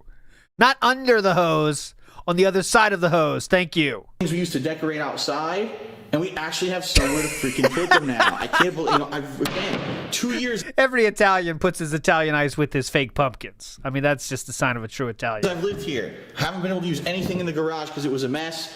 And my dad hooked me up. Well, didn't really hook me up. He helped me out to clean it out. This is all the leftovers from the home improvements we did up here anyway. That's our leftovers. This is leftovers from the previous owner. I thought you threw all that shit away? Left all kinds of paint rollers and shit, and we didn't know. But we found it after we finished painting Leanna's office. We're like, well, if we're going to paint again, we'll use it. Entire cans, unopened cans of white paint they left in here. So, whatever. But anyway, that's the kind of the paint/chemical lot.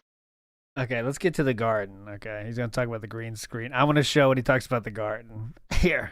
Oh yeah, I'm not going to make too much noise because sometimes our next door neighbor has a small dog that barks, and I don't want to get him barking and get all riled up here because I'm going out back. But my parents helped us with the backyard. Take a look out here. Look at this. Look at this. Check this out. So we actually had these plants already. They were already. This is inside. Well, funny enough, he's doing the inside voice, but now he's outside. It's his public voice. Set up and growing here, but the problem was we had a ton of. It's the Wings voice. Yeah, it's the Wings voice. Wings got this voice 2 nights ago. Yeah, Wings. I mean, what's been going on with you? Yeah, I'm just worried about what's going on. Yeah, you can't do that, Wings. Weeds that kept creeping through these stones that we have in the backyard here, and it was really annoying. Really annoying. And in addition, we had some stuff going on over here with weeding and all these plants. In fact, this, I didn't even know this because I didn't even come out here. It's more Leanna's thing. This shrub. It's more Leanna's thing, so he wants to blame her for the next thing that happens. Had overgrown into our exhaust. This is the exhaust for the fireplace. That's your responsibility, sir. Now, right now we're not using it, but if in the winter, if this thing was in there and we turned it on, the whole thing could have went on fire. My parents noticed that, thank God. So they came out here. Leanna's a dumb bitch, even though it's your responsibility, and sir. They weeded, and they also bought this really heavy-duty Roundup weed killer, which I didn't know what the good stuff was. They got it. They sprayed everything. They showed me how to use it. Okay. Check it out. It's I mean, how hard is it to... He didn't know how to use Roundup weed killer. I mean, there's not that many instructions, sir. You see a weed, you spray it. I mean, how deep is it? What? They had to tell me how to do it. I was all confused. The instructions are fucking crazy. It says spray it. Like, what? Spray it? What do you mean spray it? Do I spray myself, my eyes, my mouth? What do I do? And then I said, oh, spray the plant. And that cleared it up a lot. I learned something there. If you check out my Instagram, which is instagram.com/theycallmeDSP, you can actually see a lot of pictures that I put up there of the food and stuff that we ate. In fact, in my fridge right now, something we're going to eat later this week, we got leftover lasagna from my mom, if I can find it here. Oh, yeah. Come on. Leftover lasagna. Hell yeah, look at that. It's already a little science project. It's growing something. Giant chunks. We got 4 more chunks frozen in the refrigerator, or the freezer. That 4 we're more gonna thaw and chunks. eat later this month too. Oh man, it was a good visit. I love when my mom visits because she always cooks too. She cooks good stuff that I'm not good at cooking. So that's it. A quick recap of the stuff that we did during the week. All right, so this was during his week. His parents were there. Remember, again, we didn't. This wasn't that. He didn't have to have that much of a break, and really, in fact, he didn't have that much of a break. So this was not really slowing the momentum of KOGaming. He did have that video released during this, and right afterwards, he releases another video, which is Top 10 Worst of 2016. Now, I'll read some of these because we can just find the funniest ones.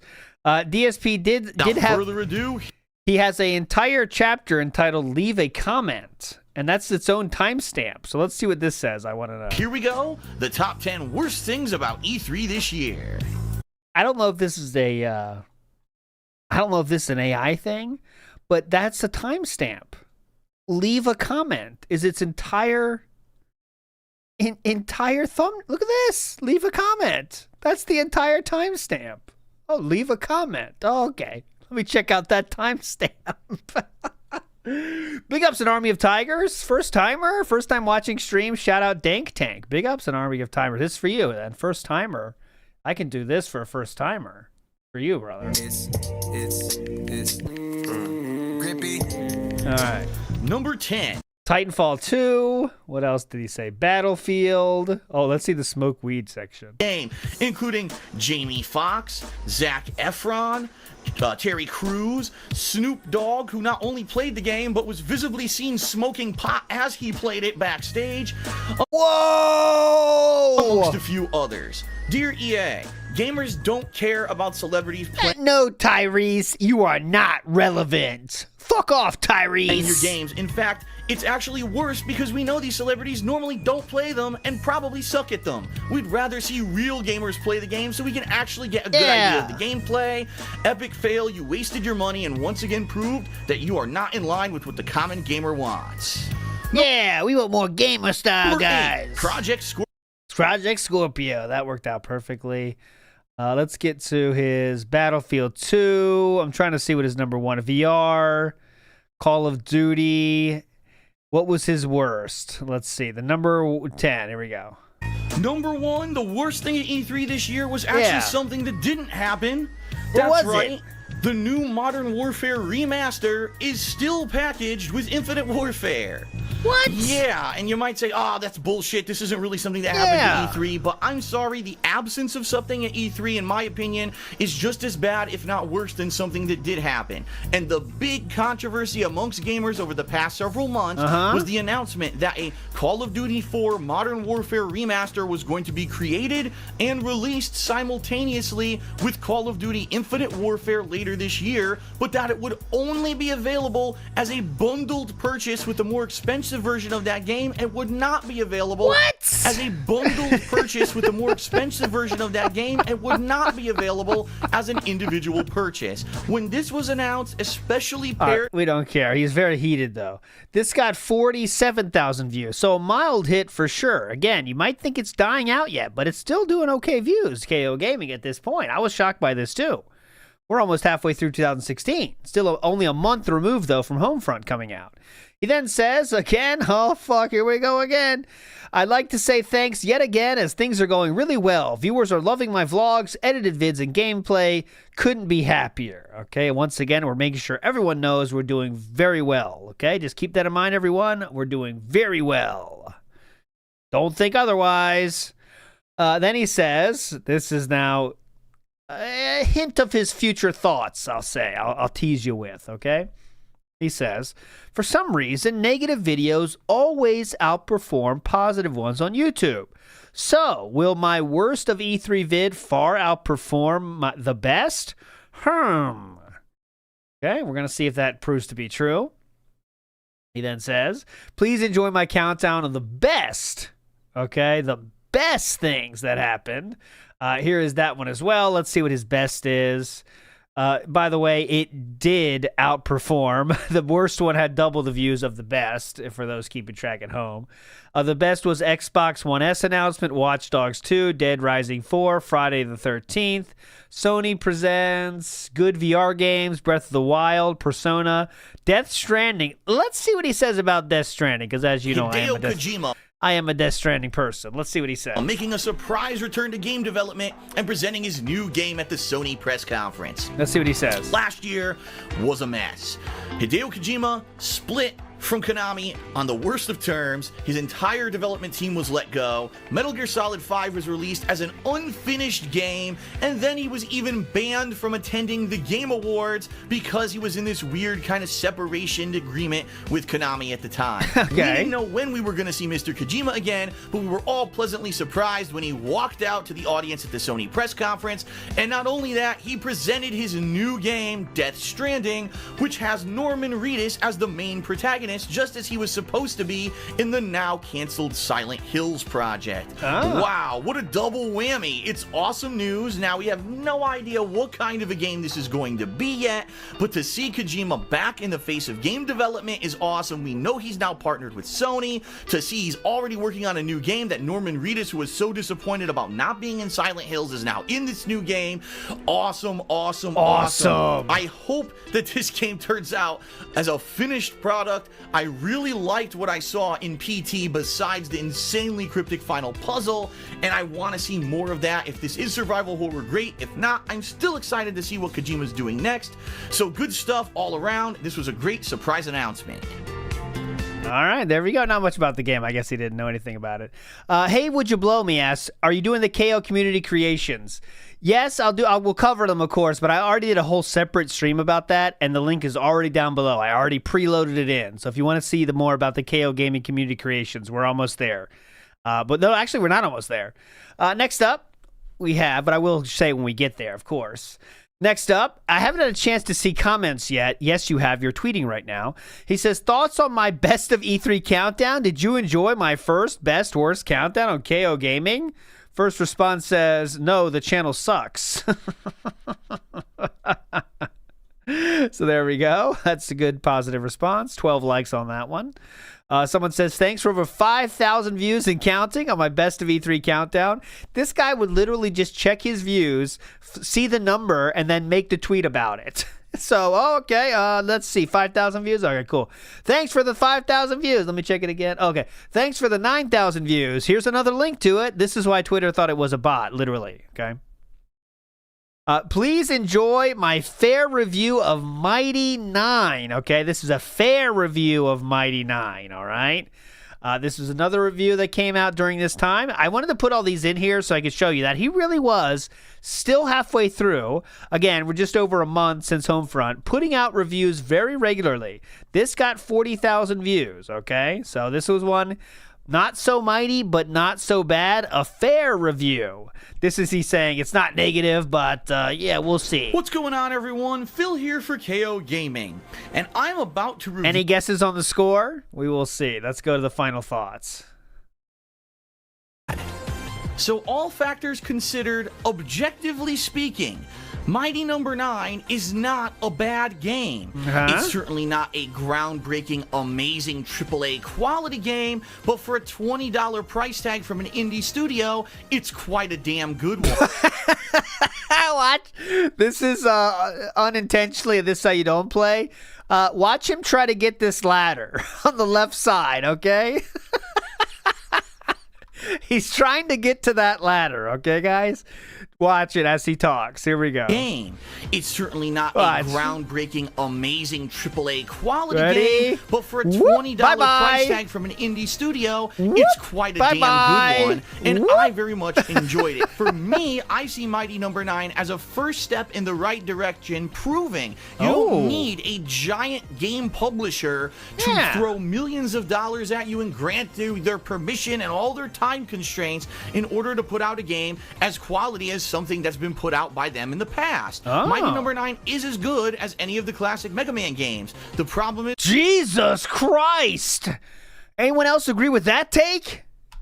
It's as good as any of the classic Mega Man games? in the past. Mighty Number 9 is as good as any of the classic Mega Man games. The problem... Holy shit! is people are being overly critical for unfair reasons. But for what I experienced, I actually rate Mighty Number 9 a 7.5 out of... Oh, fuck you haters. 7.5, dumb shits. Let's see the reviews. What score would it have gotten if Troy Baker was the voice for Beck? Troy Baker hate already installed. Great review, my man. I was wondering why there was so much hate on the game. Liked and subscribed. Love how he says people online are complaining that the game is too hard. Then he goes on about how hard the last few levels are.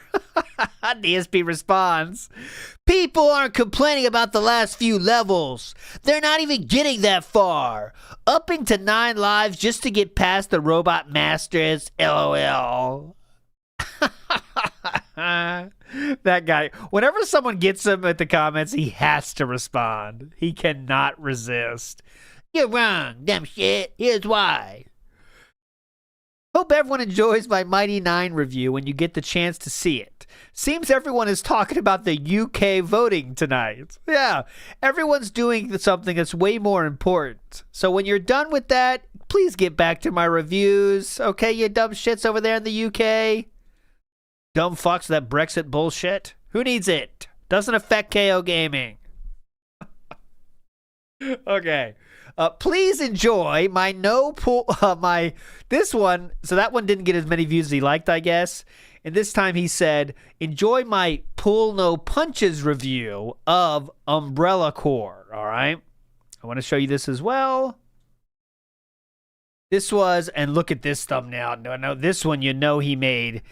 I think he just was lucky with the Faith one. Look at this shit. Operation Raccoon Shitty Umbrella Corps review with brown splashes on it.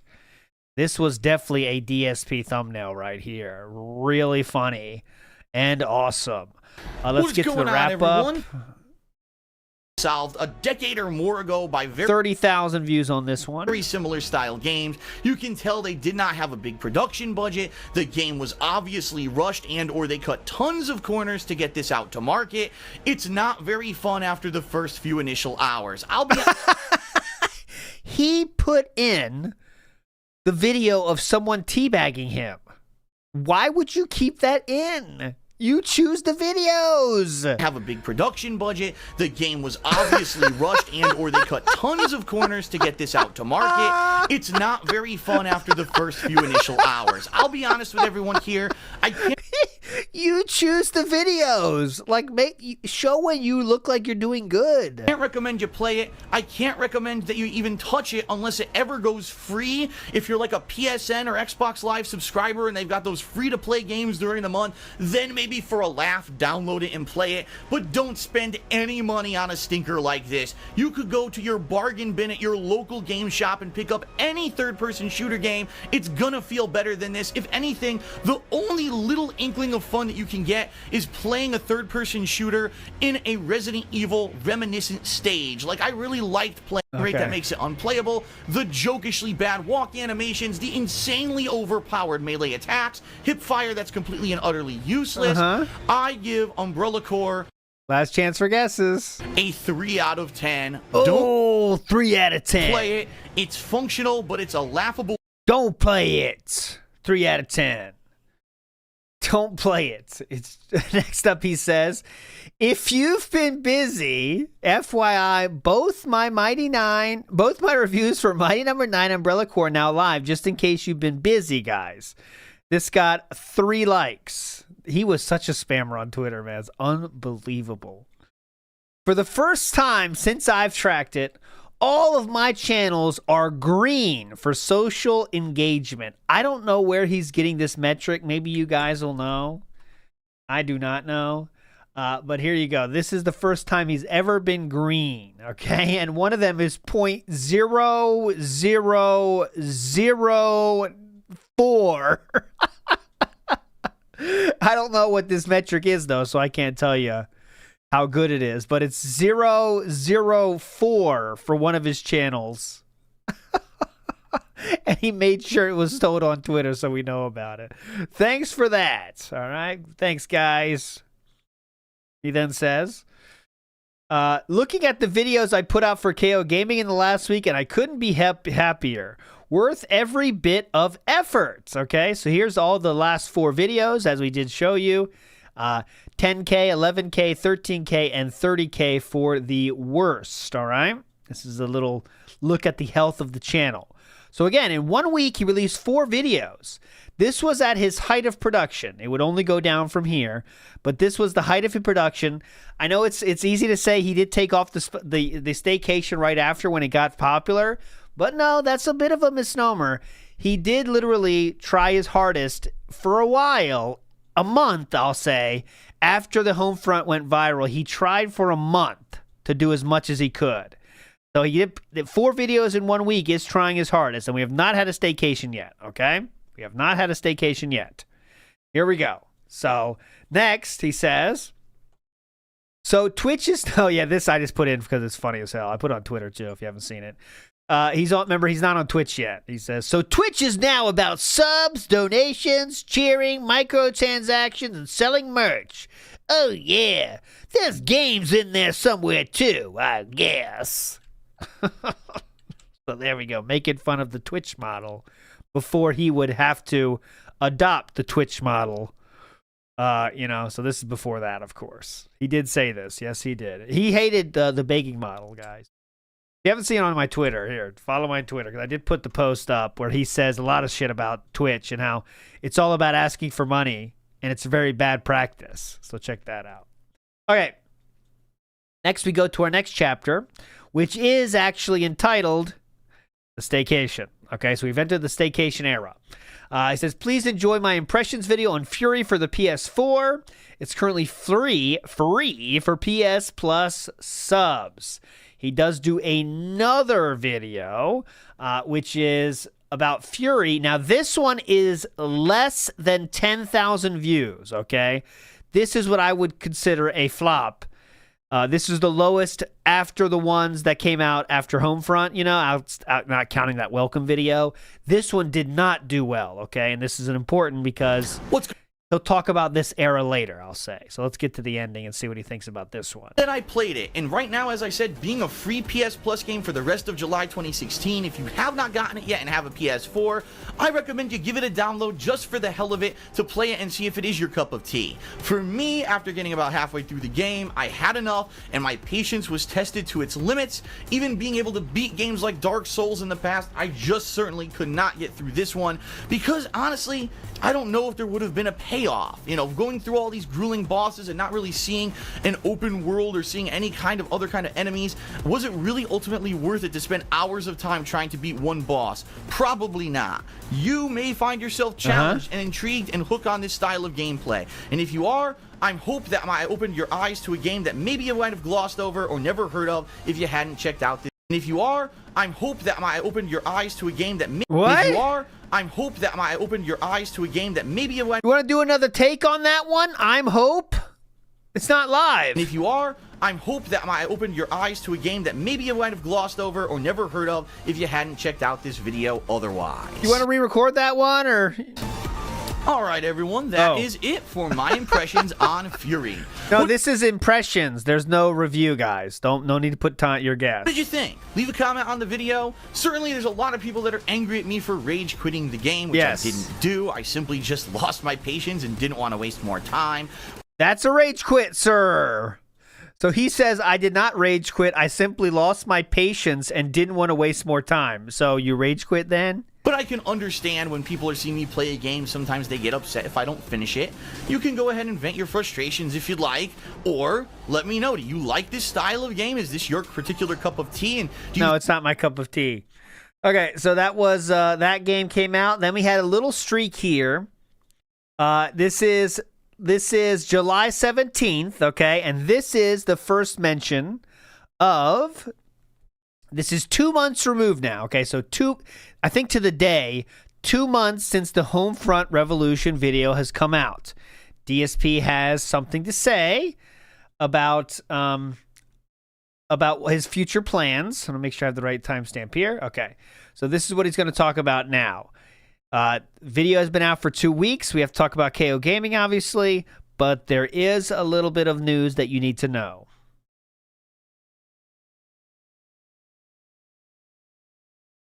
I'll wait for it. It'll start eventually. I'm not paused, by the way. I'm not paused. He'll talk eventually. Okay, he'll talk eventually. Okay. Okay. There you go.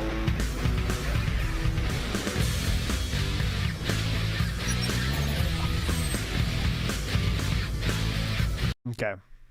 This year's been really great, so thank you for that so far, alright? I want to say that up front, because I know a lot of people are looking, oh my god, Phil's DSP Gaming, no one's turning up for the stuff this month. It's okay, like the summer, I was expecting this to happen. This isn't anything out of the ordinary. There was nothing really going on in particular that was going to draw people here. For the past 2 years, the summer ends up being my dead time of the year, okay? So don't let the low views shock you, okay? It's just, it's a normal thing, okay? It's a normal thing. Opening weekend, and it's might be some shot. Please check that out. Now, in addition, over on KOGaming, my YouTube channel where I do edited content, this week I reviewed the new piece of shit Ghostbusters game that was a movie tie-in game for this movie released this weekend, and I also did kind of an impressions video on this indie game called Fury that I played this week. Okay, so this one, the one he's talking about there, is I'd rather be dead than play. Again, this is a pretty good thumbnail. Has nothing to do with DSP. And it says, I'd rather be dead than play. Very negative. This got 55,000 views, okay? Also, I didn't show you, he did a review of the game Inside. Chew really likes that game Inside. I liked it too. I didn't know what it was about, but she said play it. That was good. And then he also talks about a Street Fighter V cinematic story review, and that got 30,000 views. So things are still doing okay on KOGaming. Here we go. That I was kind of torn between two feelings about the game. People seem to like those videos too, so I hope you'll check those out over on KOGaming. If you haven't had a chance to watch any of this stuff, this is a lot of kind of variety of content I've been putting out for you, and I hope that you enjoy it. Yeah. So that's it for up to now, okay? Tomorrow, starting tomorrow.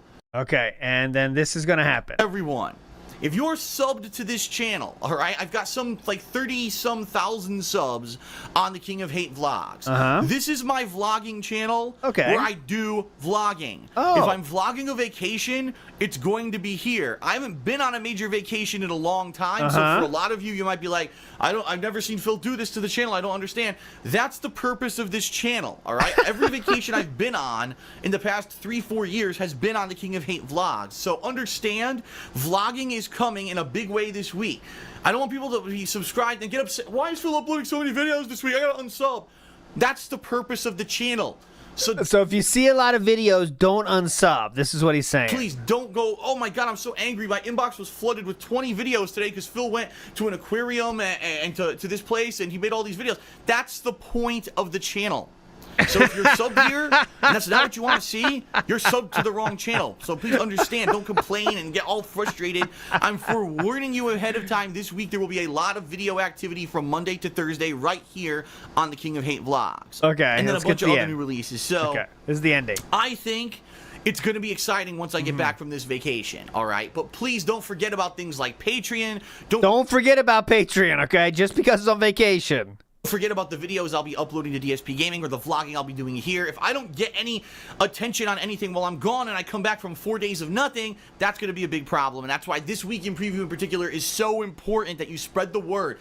If you see people saying, why is Phil not streaming? What's going on with Phil this week? Where the hell is he? Yeah, where the hell's Phil? Let them know what's happening, please. Everyone at school was talking about it, like, where's Phil? It was a big mystery. Where's Phil? Where's Phil? You say Phil? Spread the word. Direct them to this video. Where's Phil? So they know what the hell is going on, so that there's not mass confusion about what is Phil doing this week. Is he ever coming back or whatever? You know, a lot of people have been saying that Phil's stuff is really slow lately, and they're right because it's July. There's no new games. That's the nature of my business. When there's lots of new games, boop, there's a spike. When there's nothing going on, boop, there's a dip.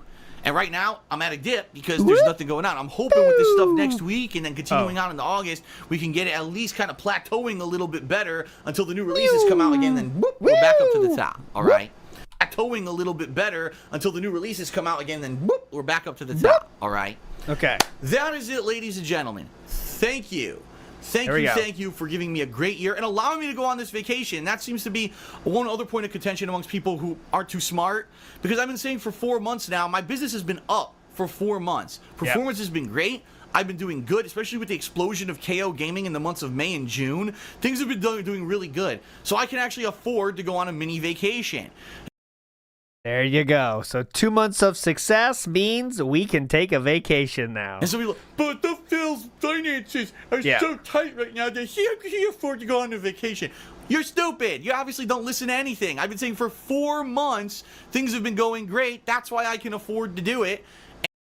However, he's leaving out a big part of this because he was bitching about Patreon, how important Patreon was for a long time before that.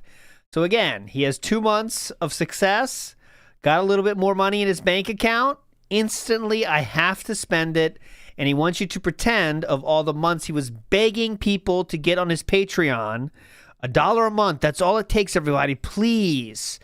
And, that's why people are calling him out for it, because that's what he did. And, these people who just want to criticize everything and call everything out and act like they know what they're talking about have no idea what the fuck they're talking about. Yeah. That's why I get to do this, and that's because of you, the viewers. Because you guys came out, you checked out all the new releases, you checked out my E3 coverage, you checked out KOGaming, you spread the word about the new channel when I was putting up videos on it. You did all this. It's your help that allows me now to get 4 freaking fun days off. Thank you. I need it. I really freaking need it. I've been so stir crazy in this house, working every day, that I need some time off. And hopefully, if we can keep this pattern up, all right, let's say I could keep this momentum going, and by the end of this year, we get like 3 or 4 more solid months by the end of the year because of all the new releases or whatever. Maybe next year I can actually go on a vacation that's not here. Like, I can actually go to California or something, right, for a week. California! So there we go. So he really is, again, if it has to keep up, right? He had one successful video. Now the channel's doing a little bit better. It has to keep up before we do a real vacation. And do like a normal vacation that people do like I used to do back when I lived in Connecticut, and I haven't been able to do since I moved here. Maybe I will get back on track to being normal again. You know, that would be pretty awesome. Still, he's cripplingly in debt right now, by the way. Okay, this is 14 credit cards deep, making sure that he furnished the entire house. I do understand that I get kind of stir crazy and I get annoyed, and I do kind of get worn out doing the same thing every day. Even when there's new games, sometimes just the grind of it every day can be tedious. Yeah. And I don't want that. I want to come back feeling refreshed and excited for you, so that when I come back and I play new games, you hear me excited about it again. And not that I sound tired or whatever in every video. I don't want to sound tired anymore. So that was it. He did take a staycation at this point, and I was going to Seattle. He said, in the realm of good news, my Ghostbusters game review has done well, so I may break even on the $50 ripoff game. Hilarious. He then says, please enjoy our Pokemon Go adventure in Seattle. Now, I was deciding, should we play some staycation videos? I decided no. I decided we'd do it this way, because this was how he came back from the channel on KOGaming, all right? And he shows clips from the staycation in this. So people are expecting to see Pokemon Go content. They actually get more of a review of his entire staycation. So that's why I kept it. What's going on, everyone? Phil here for KOGaming, and I'm back from a 4-day trip to the city of Seattle. Now, I actually live in Seattle, but I'm in the outskirts. I'm in a small suburb that isn't in the main city area. In fact, I live roughly around 45 minutes to an hour from where all the happening stuff is in Seattle. For example, the Space Needle or the Pike Place Market, or the stuff is with the game, and kind of outlining my day-to-day progress over the course of the week. Now, please be a little bit forgiving of me here, because I don't know how to take video on my iPhone 6s yet, and in addition to that, Pokemon Go eats so much of the battery in your house. Basically, wild Pokemon and a few different... Well, I'm not going to comment on the names. I've commented on the names so many times, but just trust me, these names are a 4-year-old's names. Some of them aren't even funny. I'll just read this first batch so you get an idea, and then we'll stop. We have Leaf Eater for Caterpie. We have Cheese Thief for Rattata. For Pidgeotto, we have Sky Rat. You get the idea. Weedle, excuse me. You want Caterpie. What am I saying? Weedle. Leaf Eater is Weedle. Different ones where I actually were able to transfer them to the professor, so he gave me extra candy for each of those Pokemons so that I could level up. Fearow is Crap Factory. And Charizard is T-Lizard. Listing ones that I had, and this is a screenshot of what I actually had by the end of that very Spearow. You know, it's been a while for me. Spearow goes to Fearow, you know. First night before I actually set out for the city. And so after a quick breakfast at IHOP, my girlfriend and I... Charmander, Charizard, same, you know, come on, please. I set out on the road to Seattle. Now, if you want to see any of our actual vlogging of our trip, you can see that over on my other channel, The King... This is the full omelet with the side stack. King of Hate Vlogs. Water with the OJ, of course. Where I uploaded over 60 separate vlogs of all kinds of different stuff that we ran into, including showing off our hotel room and the like. Right here, you can see this is our setup. I actually had my laptop set up next to our big screen TV. Look at that. But it was pretty much a non-stop, low-level ones. This was his setup. Hold on, we got to see the setup. Hold on, my bad. DVDs all week on the big TV, which was pretty awesome. We got caught up on a lot of anime and stuff that we've been watching lately. So they went to a hotel, which is hundreds of dollars a night, to watch anime. As well as having some pretty awesome views from walking around the city and seeing some cool stuff. Our first night, we decided to check out an Italian restaurant called the Pink Door. It's actually a restaurant that doesn't have its name on the front. It's a little bit of a swanky hipster Hello, Pokemon Go fans. This is the restaurant we went to first. style joint, and I ended up having some pretty awesome food, including grilled octopus, which I never had before, as well as this really awesome Alaskan halibut chef special, and this amazing berry turnover for dessert. Now, as we were eating all of this, a crazy show was going on with some girl who was swinging from the rafters doing acrobatic acts. I really didn't know what the Great picture. heck was happening. Oh, this is okay. Great pick. You could really see what's going on here. But while we were there, we opened up our Pokemon Go. Sad to say, it just didn't work. It was having server too much. It was a totally different story. We actually Staycation watching WWE. Look at this gin in hand. Come on. realized there were 3 Pokestops sitting directly next to our hotel, which at least at one of which we were in radius of at any time, so we could continuously activate a Pokestop. I decided to put a lure on that Pokestop. Yeah, this is how you can play Pokemon. This is how the developers planned on you playing Pokemon Go, by the way. Set up a lure, get some alcohol, put wrestling on the TV, and just play Pokemon Go. Let the Pokemon come to you. This is Pokemon Come, not Pokemon Go, dumb shits. Which attracted wild Pokemon. And then the chaos began. While we were watching Monday Night Raw and I was having a drink, the Pokemon started coming to us non-stop. Of course, it started off with low-level ones like Weedle, who Weedle's on the knee. in our bed while I was sitting there, but it was pretty much a non-stop onslaught of Pokemon I'd never even seen in the game before because the game hadn't worked for me previously. It was so awesome. Okay, so this is the whole video. I kind of want to see his food outtakes. Oh, here we go. Let's get the food. Up to that point. So then we sat down at If you haven't seen this video, you should watch it, though. Rocco's. If you're not aware, Rocco's is a really awesome pizzeria that makes New York-style pizza. Oh, and let New me York tell you, style. being from the East Coast and only moving to the West Coast 2 years ago, I crave East Coast style pizza because no one out there makes it. This is the only place we've actually found that makes a New York style pie. It's absolutely amazing. It's very expensive, but it's New York style pie. worth every single dollar. So as we sat down, we had some pretty awesome news to realize there were 3 other Pokestops right next to the restaurant. So Oh, yeah! I got to the stops. This video only has 13,000 views, by the way, so this would be a failure in his mind. Let's go to the next food. We have Donald Chuck. This is Drape Slicer. That's Meowth with the Drape Slicer. Staryu is named Staryu. Okay, hilarious stuff here, as you can see. pretty formidable repertoire of Tentacruel is Slimy Touch. Pokemon under my wing.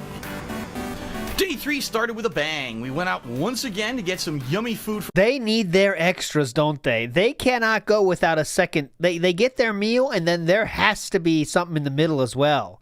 That's some side... Look at that. Side omelet on the side there. Breakfast. Tentacool, not Tentacruel. You know, just... Whenever I say a Pokemon, just accept it for any in that line, okay? Any in that line is fine. So that was totally valid. A cool local eatery. I believe it was called like CJ's or something like that. And it was pretty good. I got Eggs Benedict. As we were sitting there, we played a little bit of Pokemon Go, although admittedly there wasn't too much going on in that area. And then we walked down to the waterfront. Now there's a lot of stuff. Went down to the waterfront. Oh, another meal. of Pokemon while waiting for our food. Oh, any side here? No, they just got burgers, the fucking huge burger and some fries. Oh, they did get a drink, though.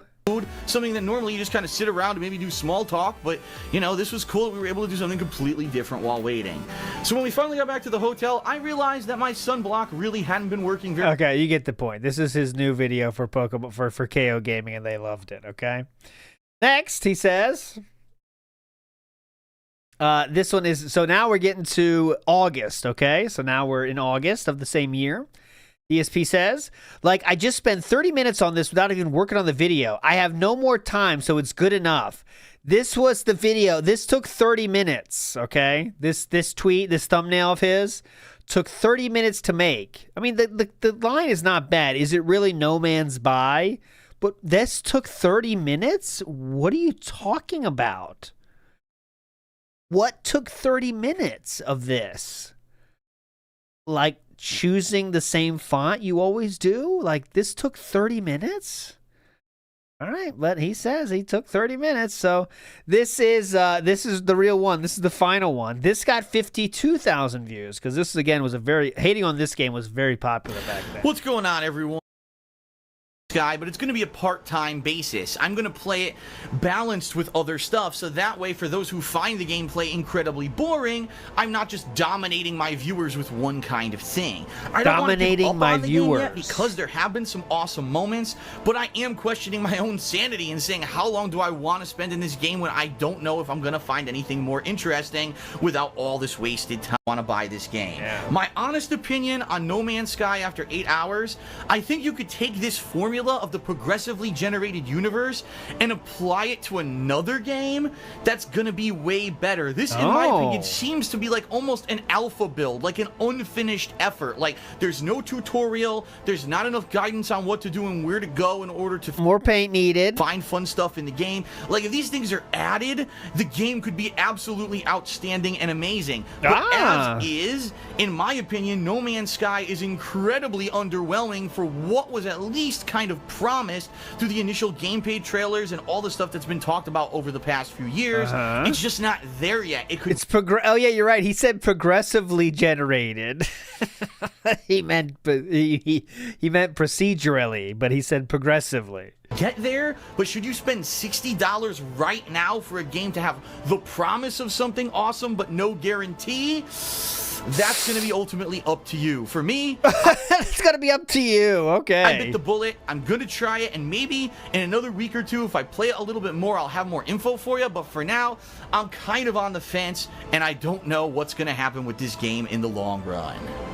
Well, that is it for my initial impressions. That is it. Thank everybody. Thank everybody for the review. He then says, thanks for nearly... How many of these tweets have I showed? They're not the same, I promise. Thank you for the nearly 10K views and growing on my No Man's Sky review. Check it out. Check it here if you haven't already. Great stuff. Okay. Now I wanted to show you some videos back to back. He then does a review of this game. A buggy, boring, unfinished ripoff. No Man's Sky review. As you can see, he did the same style as the Faith one. As you can see, the same font and everything. And this is a fine thumbnail, right? This did get 122,000 views again. I really thought it went down faster than that, but no, Staycation over. Things are still doing well. Someone says, to be fair, it's accurate because most planets in real life are rocky and boring without life. DSP responds and says, but how exactly does that translate to an entertaining game? I think that people have lost sight of what gaming is supposed to be. Entertainment. Not just blatant time occupation. Just because a game takes up time with repetitive tasks and is addicting doesn't mean it's good. If a game doesn't entertain you, it failed. Maybe making a hyper-realistic space exploration game knowing that real-life space exploration would be boring as hell wasn't a great idea. Got him. Felted him on that one. Velvet says, his voiceovers sound like he's being held at gunpoint and forced to review games for his life. Well, fair enough. And Spooky Lunch says, look at his eyes, he is manic. And yes, he is. Okay, yes, he is. Now we truly start the downfall. Okay, the downfall. So what I wrote here is that No Man's Buy video that we just showed, the 100 videos, that was the last of 3 hits. And when I say hit, I mean, let's say more than 50,000 views. That was one of the last 3 hits he made, okay? Now, we have to do this video, which is the state of DSP address. This is where he explains how things are doing, okay? Here we go. One freaking video, it's not business-wise, it's not making sense for me to continue that. So, in fact, one of the things I started out on KOGaming was called the Hits of the Week. Yes. I discontinued it because it was the most time-consuming thing, I was doing on that channel. And that's true. Pretty much after 3 or 4 videos, no one cared anymore. That is true. It was actually going down. There was a downward trend of views. I said, then why am I going to bother? It's not going to be lucrative, and it's not going to be worth my time. I have to keep the business afloat, so I have to do other stuff. So I did start So he did. That is true. We showed those in the last episode of the series. There was a hits of the week. No one cared about it. He gave up on that very quickly. Working on other stuff. I started trying to review games a little bit more often and stuff like that. But the important note here is I didn't give up. Even though the rocky start of KOGaming, I'd say anywhere from, February, March, and even into April, I didn't give up. I stuck at it. I kept reviewing. And even though the videos weren't getting like great views, I said, I got to keep at it because maybe this will be an organic thing where if I really do dedicate myself and I keep taking the time away from the DSP gaming stuff and I work on this edited stuff, it'll pay off. Now, he really did that. To his credit, this is the most work this is one of those times in his career where he really did do work. I mean, you know what I mean. There's got to be caveats to that. For him, it's working. He's not really putting a lot of work into these reviews, but to him, this is a Herculean task, okay? He is putting out at least one video a week for that whole time, okay? Until he got a hit, and he got a hit with Homefront. Boy, am I fucking glad that I listened. Boy, am I glad that I listened to myself and took that advice because, honestly... Boy, did I give great advice to myself. I could see things being in a very different situation right now if I hadn't done what I did. Because let me explain what happened for those who don't know.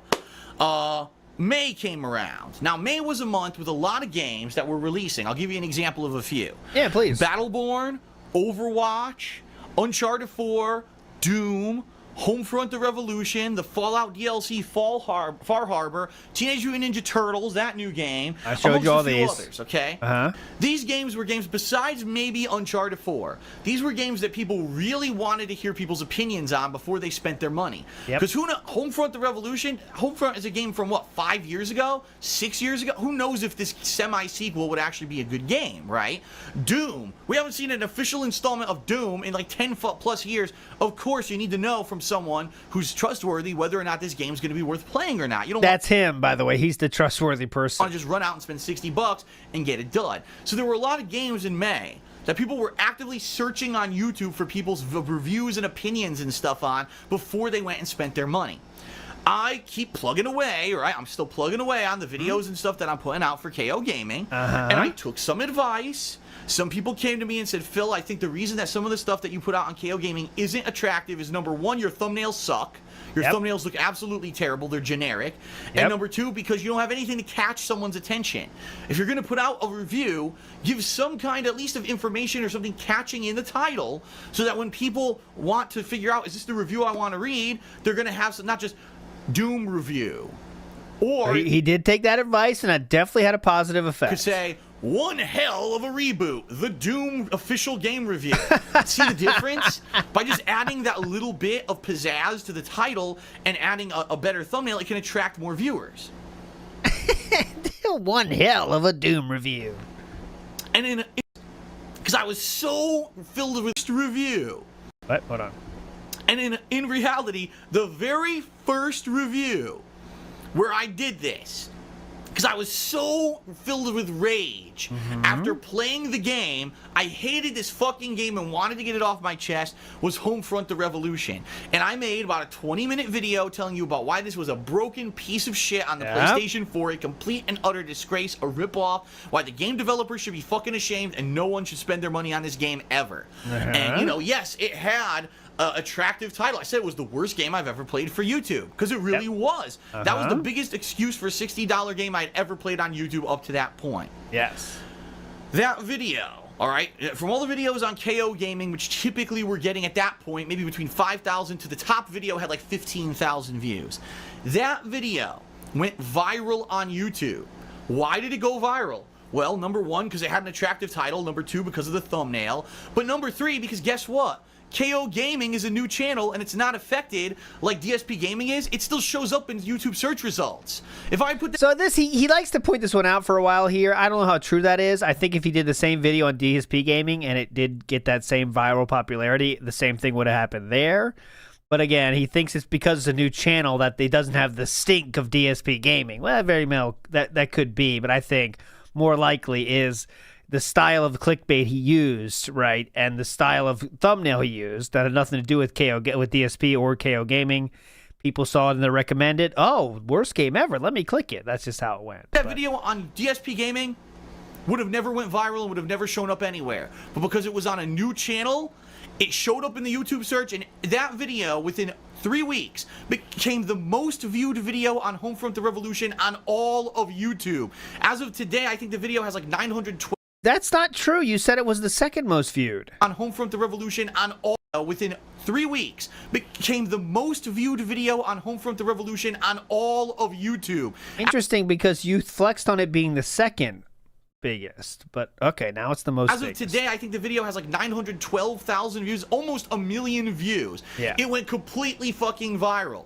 Now, what happened was, when a video goes viral on YouTube, you get a bunch of different audiences. You get people who watch it and they're like, I don't know what this is. They click on it just because it's popular.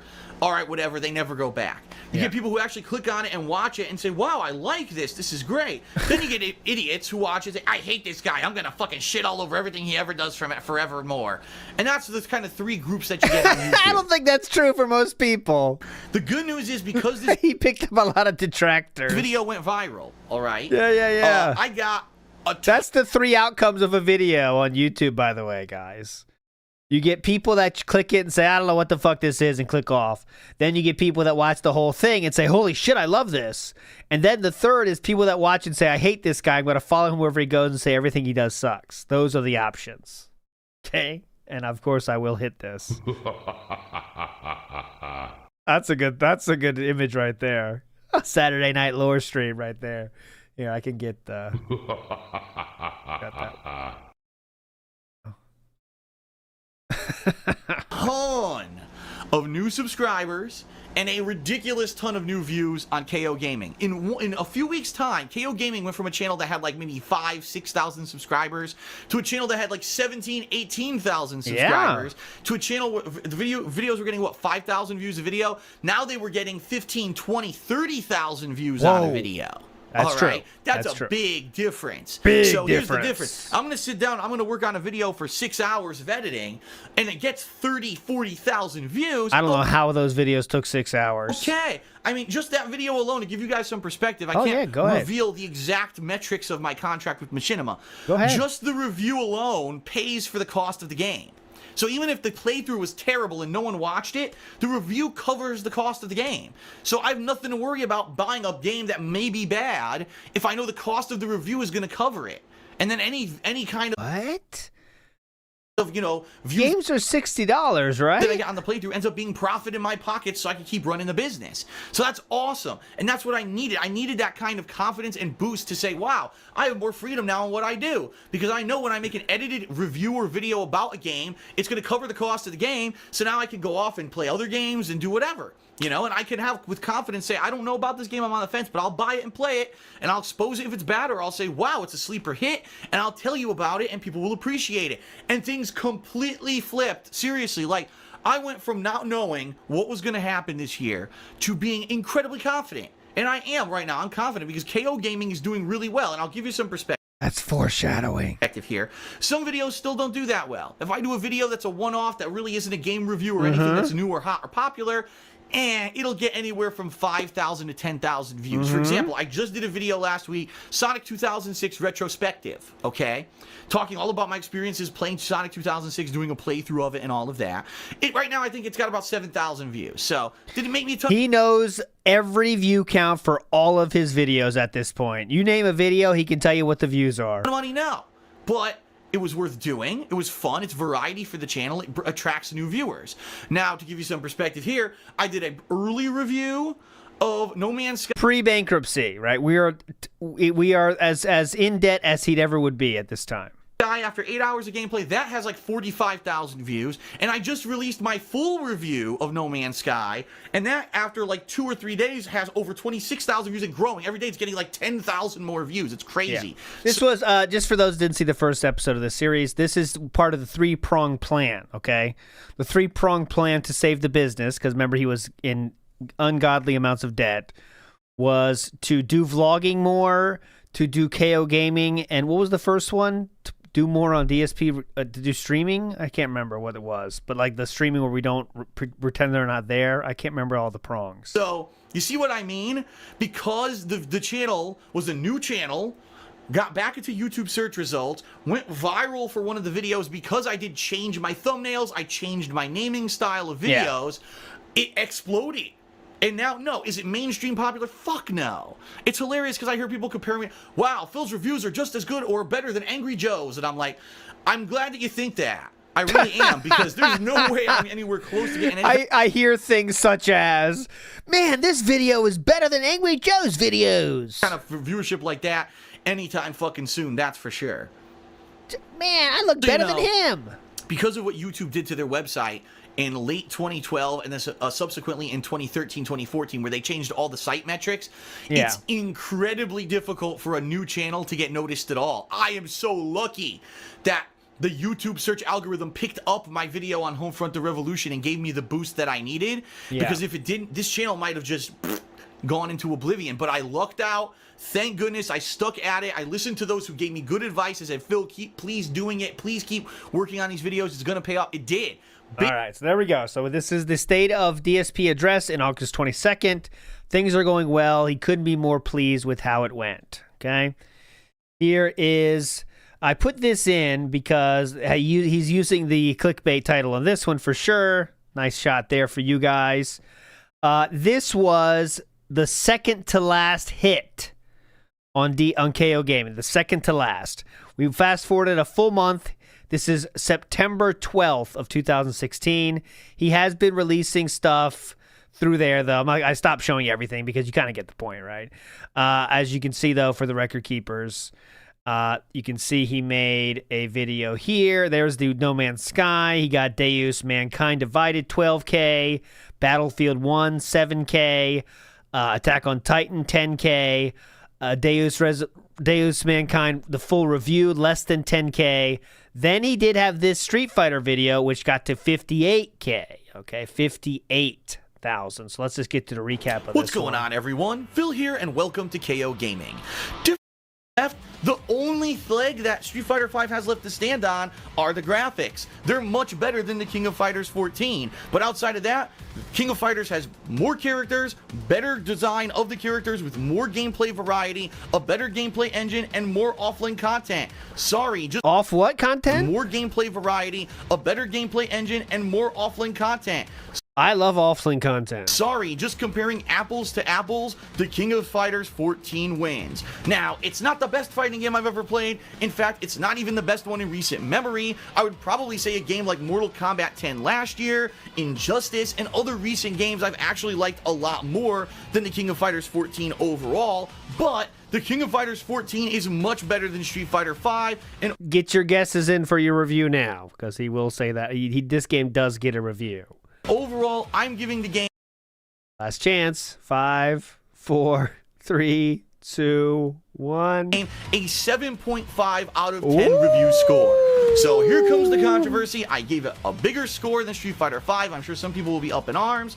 Too bad. Being a longtime fighting game player, I gotta tell it like it is. King of Fighters 14 overall is a better game on paper, factually, than Street Fighter V. You may have a lot of hardcore players who disagree and say, oh, but Street Fighter V's hype and Street Fighter V is this and that. And that's the bottom line. The reason that people love Street Fighter V is because the game is hype. DSP is a sliver of health left in this match. Because you can get a lot of people watching it on a stream, because you can do a tournament and get 1,000 attendees, despite the fact that the game is subpar when it comes to a competitive fighting game. Oh my god, like, why would you put this one on here? The King of Fighters 14 is a much better... Okay, so look at this. Okay, look, watch. Just ignore what he's saying. Okay, so DSP put this video in here, okay? And this player right here, they get Philip down to about, a pixel of health. And then the person just starts toying with him, purposely not trying to hit him. Watch it. Street Fighter V, I'm sure some people will be up in arms.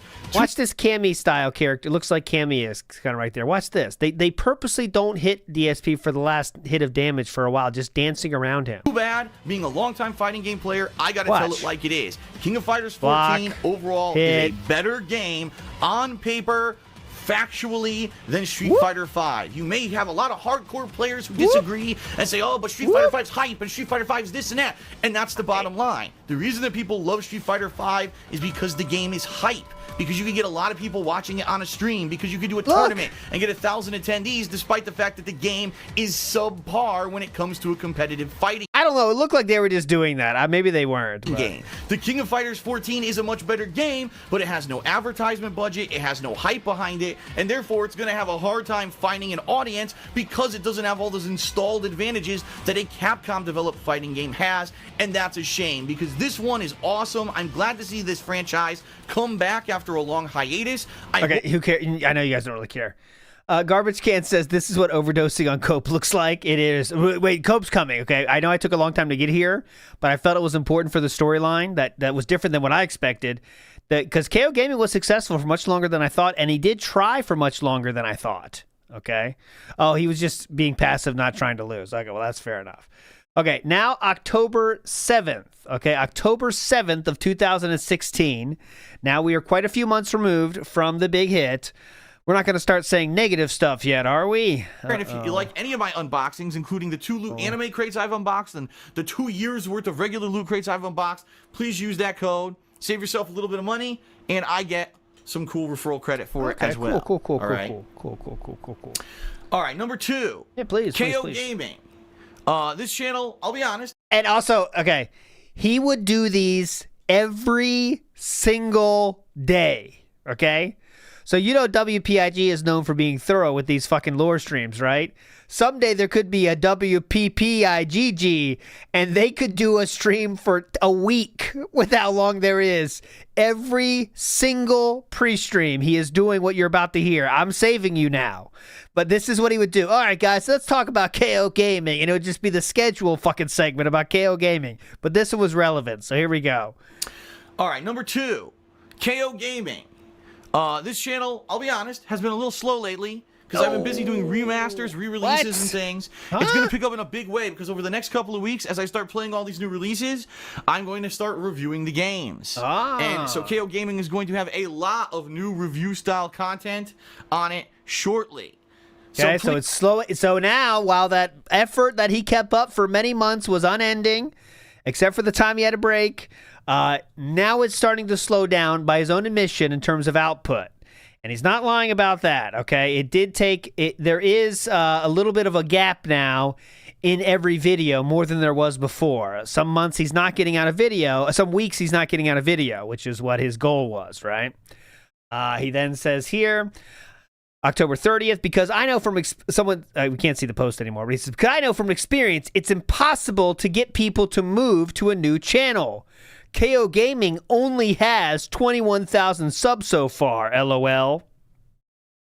No longer happy with his 20,000 subs, he is pissed about that now. He expects all his subs from dspgaming to be there on KOGaming, but they're not yet as of October 30th, 2016.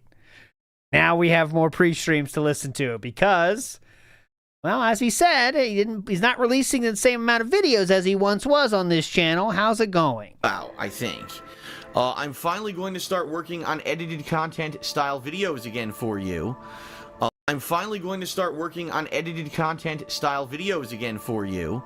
Edited content style videos? I know, it's been a while. KOGaming, I feel bad. Poor KOGaming has been kind of growing a layer of dust on it. Yes. Because this past month, I've been busy with re-releases, remaster collections, and stuff like that.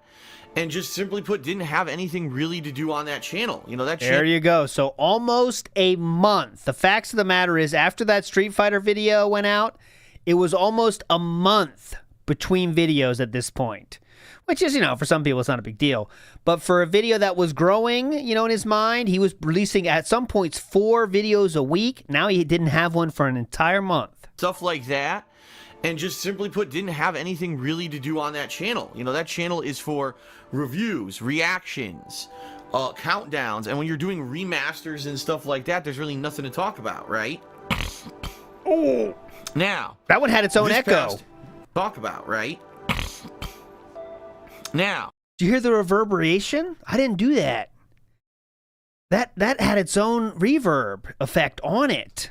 I didn't do that. Watch, listen. And stuff like that, there's really nothing to talk about, right? See?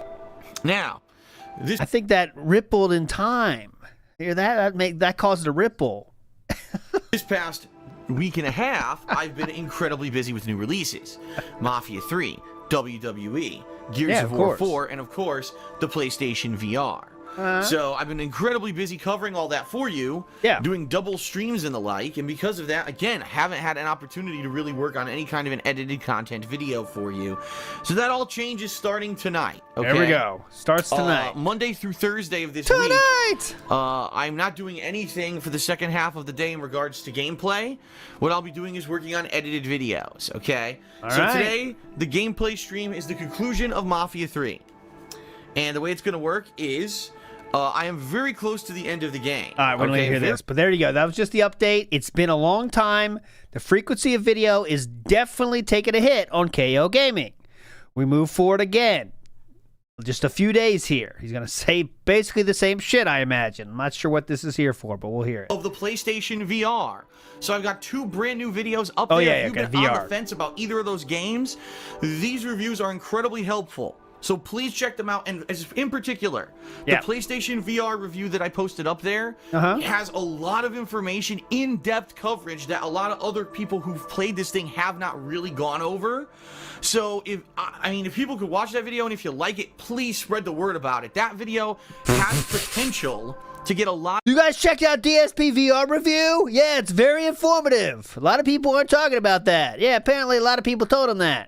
Of traction on YouTube amongst people who are interested in adopting the PSVR, but I don't know if I'm going to be able to get that kind of exposure simply because I don't have that kind of reach, you know what I mean? And it's not a video slamming the PSVR, by the way, which a lot of people... that's the problem. It's a negative video, it'll get traction, right? It's not an overwhelmingly negative video. It's kind of a mixed bag of positives and negatives that I had with the PSVR. So please check that out when you get a chance and spread the word about it.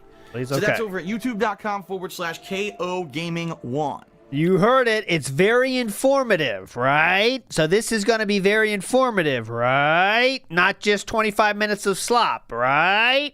Here we go. Let's watch a second of this. Again, give him credit. This thumbnail would be fine on anyone's YouTube channel, right? It'd be totally fine. Is the future here? PlayStation VR. Here we go. What is up, everyone? Phil here, and welcome to KOGaming. You know, some of the most fun experiences that I've had doing YouTube for the past 8 years is covering new hardware releases. Whether it was movement peripherals such as the Nintendo Wii, the PS Move, the Microsoft... Oh my god, look at the image he chose for the Wii. Whether it was movement peripherals such as the Nintendo Wii... Oh my god, look at that! That's the image he chose to use? You can get cut on those pixels. Look at that. That's what he chose. Ow. Don't touch your screen. It's sharp. The PS Move, the Microsoft Kinect, or console launches like the Wii U, Xbox One, and PlayStation 4.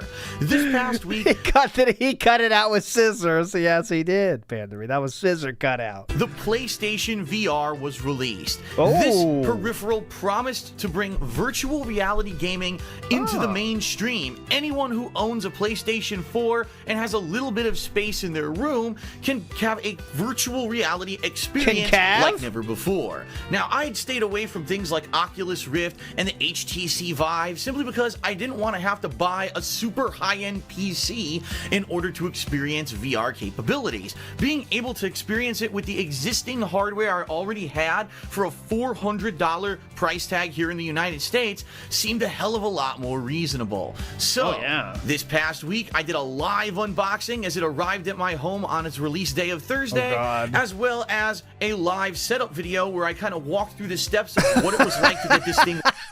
That's a great unboxing, by the way. That's one of the best Tevin streams ever, is Piggy with electronics or something. And he goes through these. It's so good. As well as a live setup video where I've already copied Tevin's cross country with the Piggy stream. I think I need to copy his Piggy with electronics series as well at some point. He gave me the permission to do that though, so it's fine. But I might steal that stream as well. Kind of walk through the steps at some point. But it's Tevin approved. Don't worry. Of what it was like to get this thing working in my office, and then over the next 4 days, I played a ton of PlayStation VR games. which quite honestly, in a lot of cases, I have a hard time justifying that title. They are more like, honestly, in a Hatsune Miku and DSP. That's a rare sight. Look at this. Look at this guy. What a weeb. He loves Hatsune Miku concerts. Look at him. He's having a great time. lot of cases, Look I at him, have look a at hard him. time justifying that title. He's loving it. They are more like little kind of tech demos or experiences He loved that, I think. Okay, let's get to the end here. I'm not watching all this. thing again, and therefore $20 for only an hour of gameplay could be a pretty tall order in this day and age. But overall, I did enjoy Batman Arkham VR. My overall impressions of the Yeah, go ahead. PlayStation Overall, VR please. after my first gameplay experiences are as follows. Please, please, I please. actually think that the device is revolutionary. I think that VR does have a place in gameplay's future. Oh. But is it necessarily now?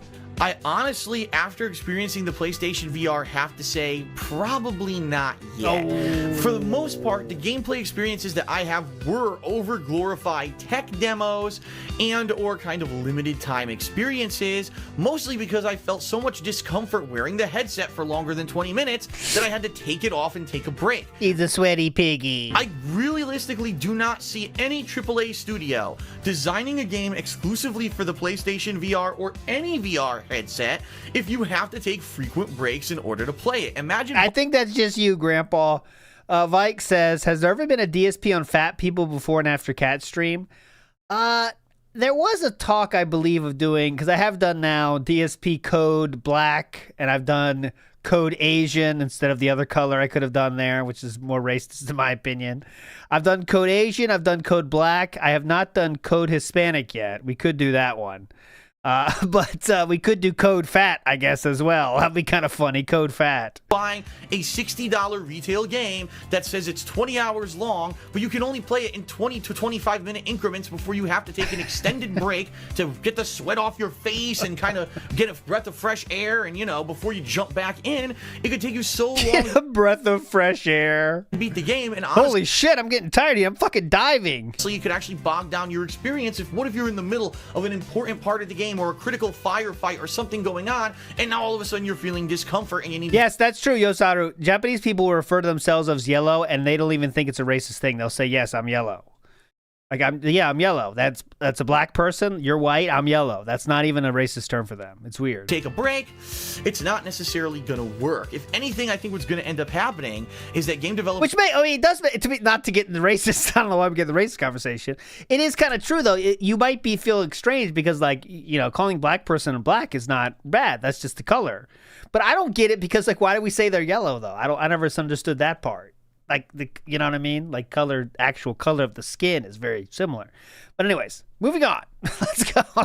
it's not necessarily going to work. If anything, I think what's going to end up happening is that game developers are going to start making unique style games for virtual reality that are not similar to those of the ones that we've seen in the past. Okay, got it. I got bored, so I boredom quit.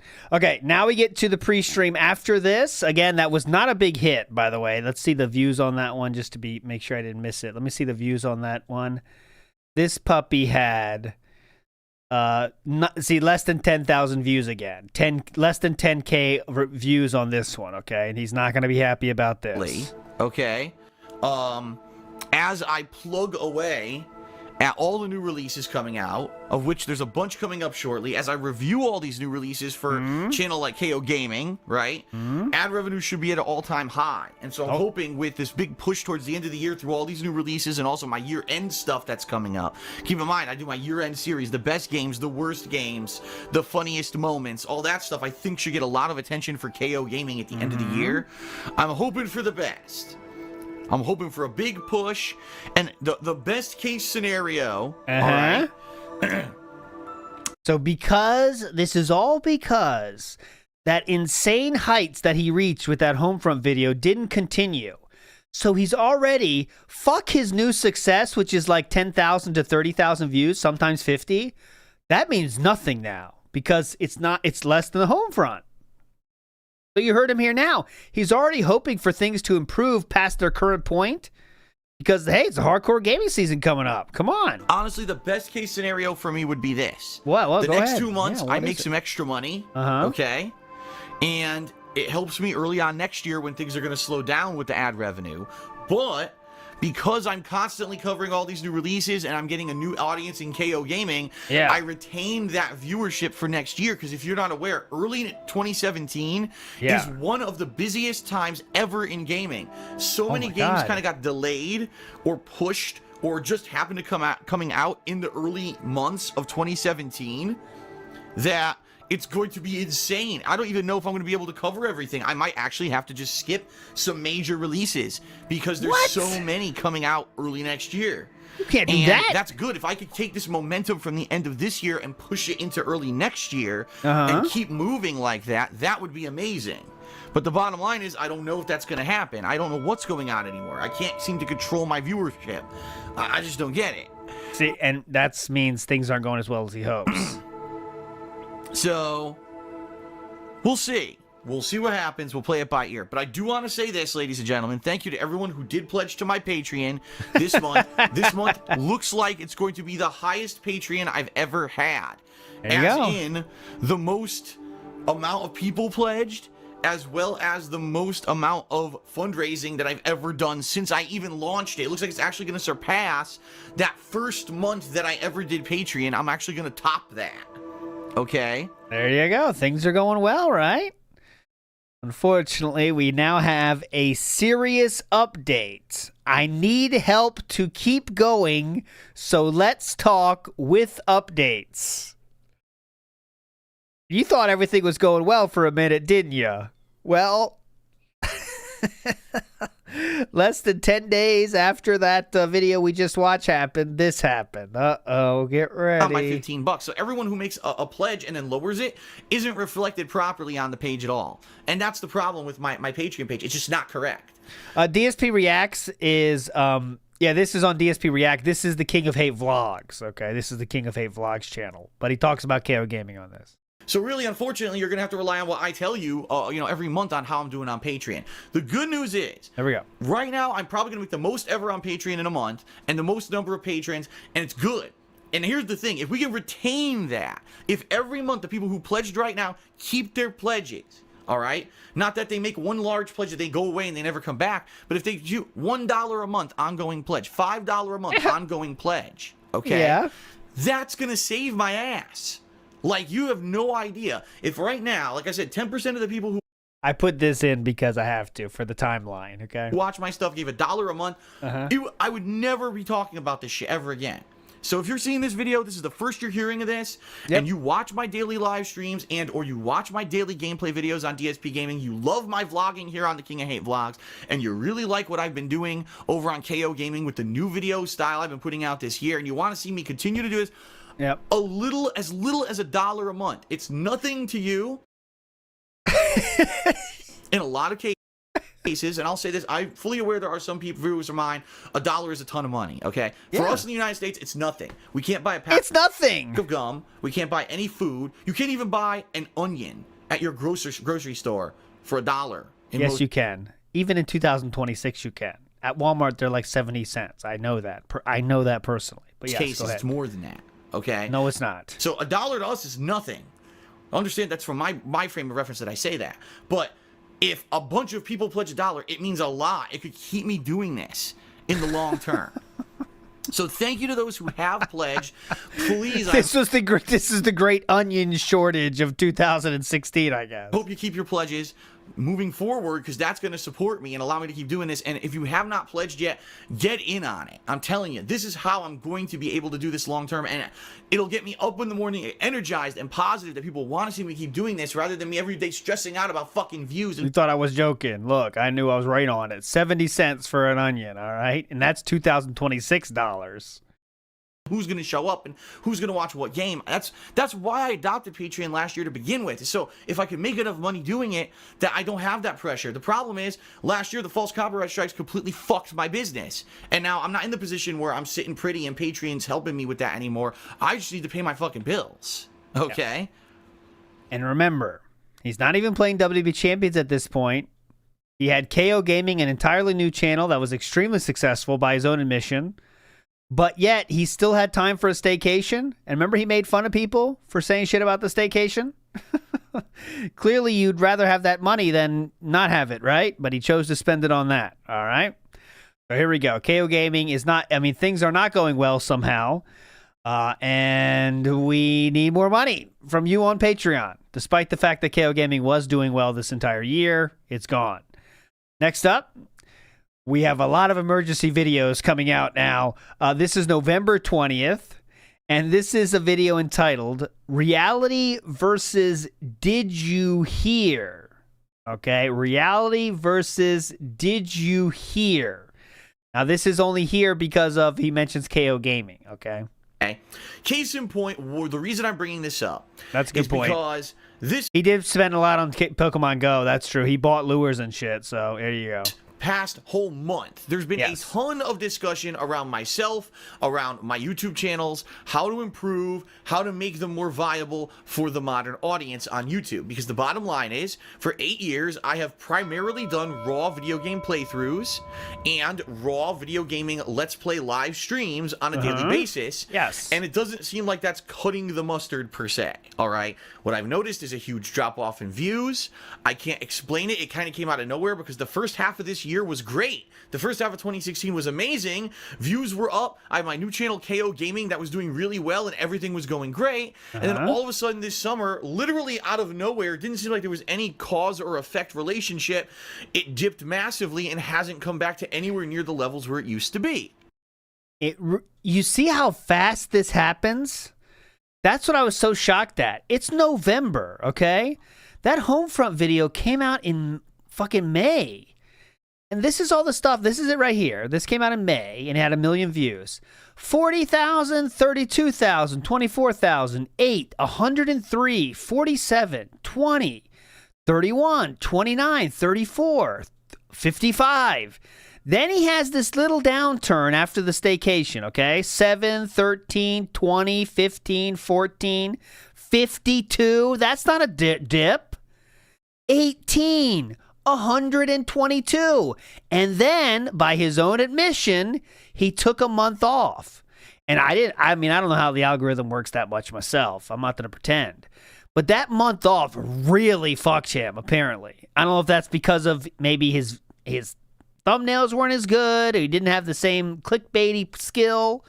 But look at this shit.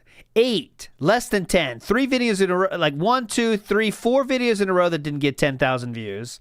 Then he had a 13K, less than 10, 14, 10. Now we're making the video we're making here. So, I mean, it's pretty clear to me why this happened. He took a month off and never recovered, right? So that's what seemed to happen. And now, this little spoiler, the end of KOGaming is coming. It's still going to last for a few more months because of the a certain program he starts. But really, him trying is now almost officially at an end. Just because he hit that little downturn, that little hiccup after that massive success. The first look at failure. It's over, Johnny. I'm not trying anymore. And that's what he's talking about right here. But we'll let DSP speak for himself, as always, as we do in the full context. Oh, so God, when sorry. I'm seeing something like that, I obviously have to appeal to my viewing audience and say, what's going on? Can you give me feedback? Can you give me suggestions for improvement? What exactly is happening? And you know what? The bottom line is the majority of YouTubers wouldn't do that. The majority of YouTubers out there hide the business aspect of stuff. No, they don't bitch about it to their fans. They just try to figure out what works. What? I'm not saying that's wrong or that's right. I don't know. I can tell you that's not my style. As you guys and gals know, especially those who follow me in the long term, I'm the kind of person that... When I need money, I make sure my audience knows about it. You might have seen my video asking for your Patreon pledges last month. It's completely transparent. I let you know about all the stuff kind of going on behind the scenes. I shared that with you because I really do feel that you, the viewer, are responsible for paying my bills. Person who's here on a daily basis, not only to watch my content and enjoy it, but also that's almost like an experience. This whole YouTube thing has been an organic experience between myself and my viewership that I really feel that being transparent has allowed you to feel like behind the scenes and be a part of it. You know what I mean? Yeah, it's especially good when I need to beg you guys for money. I don't feel like I'm better than anyone else. I don't feel like what I'm doing puts me on as an e-celebrity pedestal. And, you know, a lot of people may say, but Phil, you say all the time that your videos are better than everyone else who does Let's Plays. Yeah. You know what? again, that's just me not expressing myself well. Oh. All right, I don't necessarily think that the way that I do videos is better or necessarily the only way to do it. I personally feel that doing a raw let's play is the best way to do it. That's my personal belief. Oh, okay. So he's rocking back all those statements about how it's the way better way to do, YouTube. Top comment. You are the king of missing the point. Never change, Phil. Even as the rats climb over your body to flee the sinking ship. Never change. Someone says streaming is pointless if you don't talk to chat at all. That's what DSP did, by the way. No streamer that has under 1,000 viewers and never talks to their chat will ever be successful. The point of live streaming is so you can talk to your audience while you play. Again, DSP did not want to do that, by the way. He did not want to be a streamer. He had to be, dragged kicking and screaming into that. But there you go. KOGaming is slowing down. It's official now, and he knows it. All right. Next up, someone says, maybe I should just edit together the multiple times I admit fault, apologize into a 3-minute montage. Seems that's all simpletons can digest. Someone said, I also edited those earlier this year on KOGaming. Look for the best of the week. After a month, nobody watched them anymore. Again, he is making fun of his people questioning his uploading, questioning his videos. He's saying he needs to have a 3-minute montage to show everyone the times when he does admit fault. Okay, next up, Ask the King. This is one that me and Atlas have already seen. I think this is 62. I'm not sure if we got this far yet, but here we go. This question is about KOGaming. And so the question here about KOGaming. Will I ever do any kind of collaboration with KOGaming or whatever? When? When would I have time to do that? You know what I mean? Like right now, all of my time is made up making videos to pay my bills. Yeah. So when will I have this mysterious time to not make videos so that I can make a big-ass brainstormed plan for KOGaming and bring in other people to collaborate and stuff? There have been people who've said, why don't you have people put videos on KOGaming? Oh, that sounds like a good idea. Why don't you have people put videos on KOGaming? That sounds good. And it highlights them, so therefore they can get some views that they wouldn't have gotten on their channel, but then maybe there's an ad revenue agreement. When would that happen? That's my thing. Yeah, People that's impossible. That's never happening. Realize my lifestyle. Like dumb they think shits. that they literally think that I come here and I play games for 3 hours. All right. And then I put down the controller and I go and I sit on my couch like this all day. That's what you do. Yes. That's what he shows on his Instagram. This is so good. This is the life, man. I just fucking sit here all day relaxing like this, doing nothing. And you also have the phone in your hand for the polls on Supercard at this point. This is no. Most of my day is taken up with either YouTube stuff or outside of YouTube, personal stuff here in the house, making dinner, cleaning up after dinner, doing errands, doing chores, keeping the house clean, paying the bills, all these things that go on behind the scenes. As you guys know, paying the bills takes hours every day. A household, all this stuff that I really didn't have to worry too much about when I was a bachelor back in Connecticut. This is the life that I signed up for when I moved across the country. It's a lot different now, and people have to realize that. Still to this day, I moved here 2.5 years ago. There's fucking kids that don't get that because they don't have that lifestyle. They don't even have their own place. They're living at their parents' house and they sit there all day. Well, I don't understand. When I'm not playing games, I have all this free time. Why doesn't Phil have free time? It's not how life is. He has lots of free time, especially, still to this day, he has tons of free time. He has enough time to talk to Wings for 40 minutes, 5 hours after his night stream ends at 10 p.m. Okay? Anyways, moving forward positively here. We do have a thanks to those who watch my videos on KOGaming. They take a ton of time and effort to make. Happy to see that people continue to like them. I think this is begging for KOGaming views, but he's pretending he's happy for them because the views are going down at this point. He then says, so haven't uploaded to KOGaming in a month. Now this is, again, in the last 3 months now. 2 of those months have not included a KOGaming video. That's not good. DSP says, so I haven't uploaded to KOGaming in a month. I finally do so, and I lose 40 subs. Sorry, YouTube. Your help team are incompetent. Hire help. So, can you imagine? I put this on Twitter, if you haven't seen this. He didn't upload a video for a month, right? And then he uploaded one. And some people say, oh shit, I'm still subbed to DSP. Let me fix that and unsub. And he blames YouTube for it. He goes to YouTube help for that. He lost 40 subs and went to YouTube help. Yeah, excuse me, YouTube help. I got a big problem. Yeah, and I'm expecting answers. I lost 40 subs. Yeah, I lost 40 subs. And how you gonna fix this? What's your response, YouTube? Can you imagine? He lost 40 subs and literally went to help. And you think it's done? No, it's not. Team YouTube says, we'd like to understand what happened, Phil. It can't really be that you just lost 40 subs, can it? Can you submit details using the send feedback button? DSP says, as in, rather than just sending you one-off data reports, I'd love to start an ongoing dialogue to track the issues and help. Thanks, Phil. The reports are the best way to have a structured dialogue with us, as submissions will go straight to our team. DSP then responds, understood, but a one-way dialogue will not build trust with creators. We need direct responses to our issues, not generalities.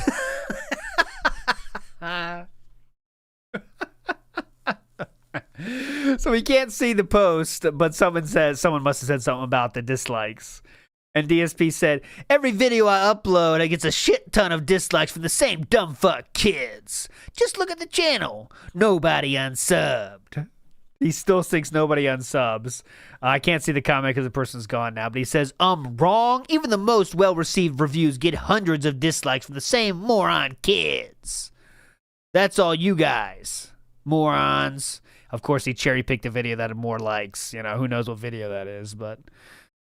he really is blaming YouTube for this. He really is blaming YouTube for his views going down. Sonic says, don't even help this guy. It's not like he's bringing in any revenue for you. He probably costs Google money. Oh, with all the terabytes of storage? Yeah, I agree. Okay, next. Now we're in December of this month. And Philip started a new series.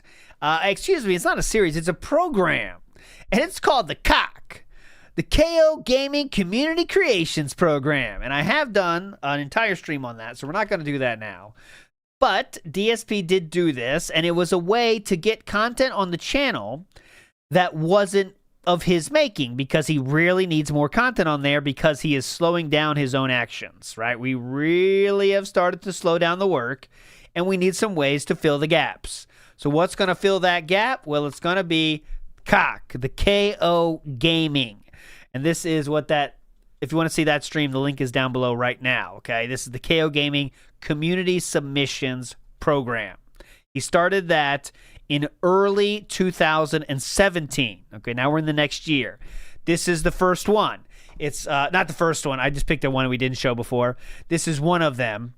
This was on May 30th, 2017. The uploads have massively slowed down on this channel. I could show you one here. Let's just do, this one got 23,000 views. Let's just see how he's doing over here with this one here. So this is not the Frank you remember review of Dead Rising 4. 23,000 views, okay? What is going on, everyone? Start the video with a smack in this case. Ready? What is going on, one more time?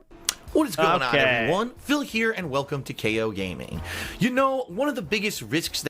December 23rd, by the way, for the record. Let's see the final score. And so, all things considered, all these factors thrown in, the fact that the game's been dumbed down, it's more casualized now, the fact that pieces of the game were removed to be sold as DLC, and all of these things considered, I give Dead Rising 4 a 6 out of 10. The bottom 6 out of 10 line is this. If you're looking for a casualized... You're looking for a casualized. Big ups, Dusendo. You're a legend, sir. Here we go. Random DSP into the random Mew. What can we get? Go. I'm making big money here. Fucking virgin. Perfect. Perfect. Okay, so just to show you the difference between the time between videos, this video was released on December 23rd. This one is entitled The Toughest Review I've Ever Made. Okay, this one was released on December 28th. 5 days between releases here. He is not doing the worst. Now he has the most disappointing games countdown. This is a 4-part series, okay? This one was released on, let's see, January 3rd. So we are trying to do our best to keep things going here. Let's see the final. What was his most disappointing game real quick? Was it really Welcome Fury? back to because it is an inferior game. What's going to happen to their community that got built up from this hardcore fan base originating from the Street Fighter resurgence of V. interest in fighting games back with the release of Street Fighter 4? They're so terrified that their little piece of subculture is going to disappear if Street Fighter V fails that they'd be more willing to hide the problems with the game and continuously support it and throw more money at Capcom constantly than say, no, we're going to boycott it because we know it's a piece of shit. I think you sent the most money towards Capcom in your life than everyone else, but That okay. is sad and pathetic. And the bottom line is, what is to stop Capcom from releasing Street Fighter 6 with even more frames of input delay because they realized that people just bought the fucking game anyway and ignored it with Street Fighter 5. It really is a sad state. Yeah, add the input frames of delay back in.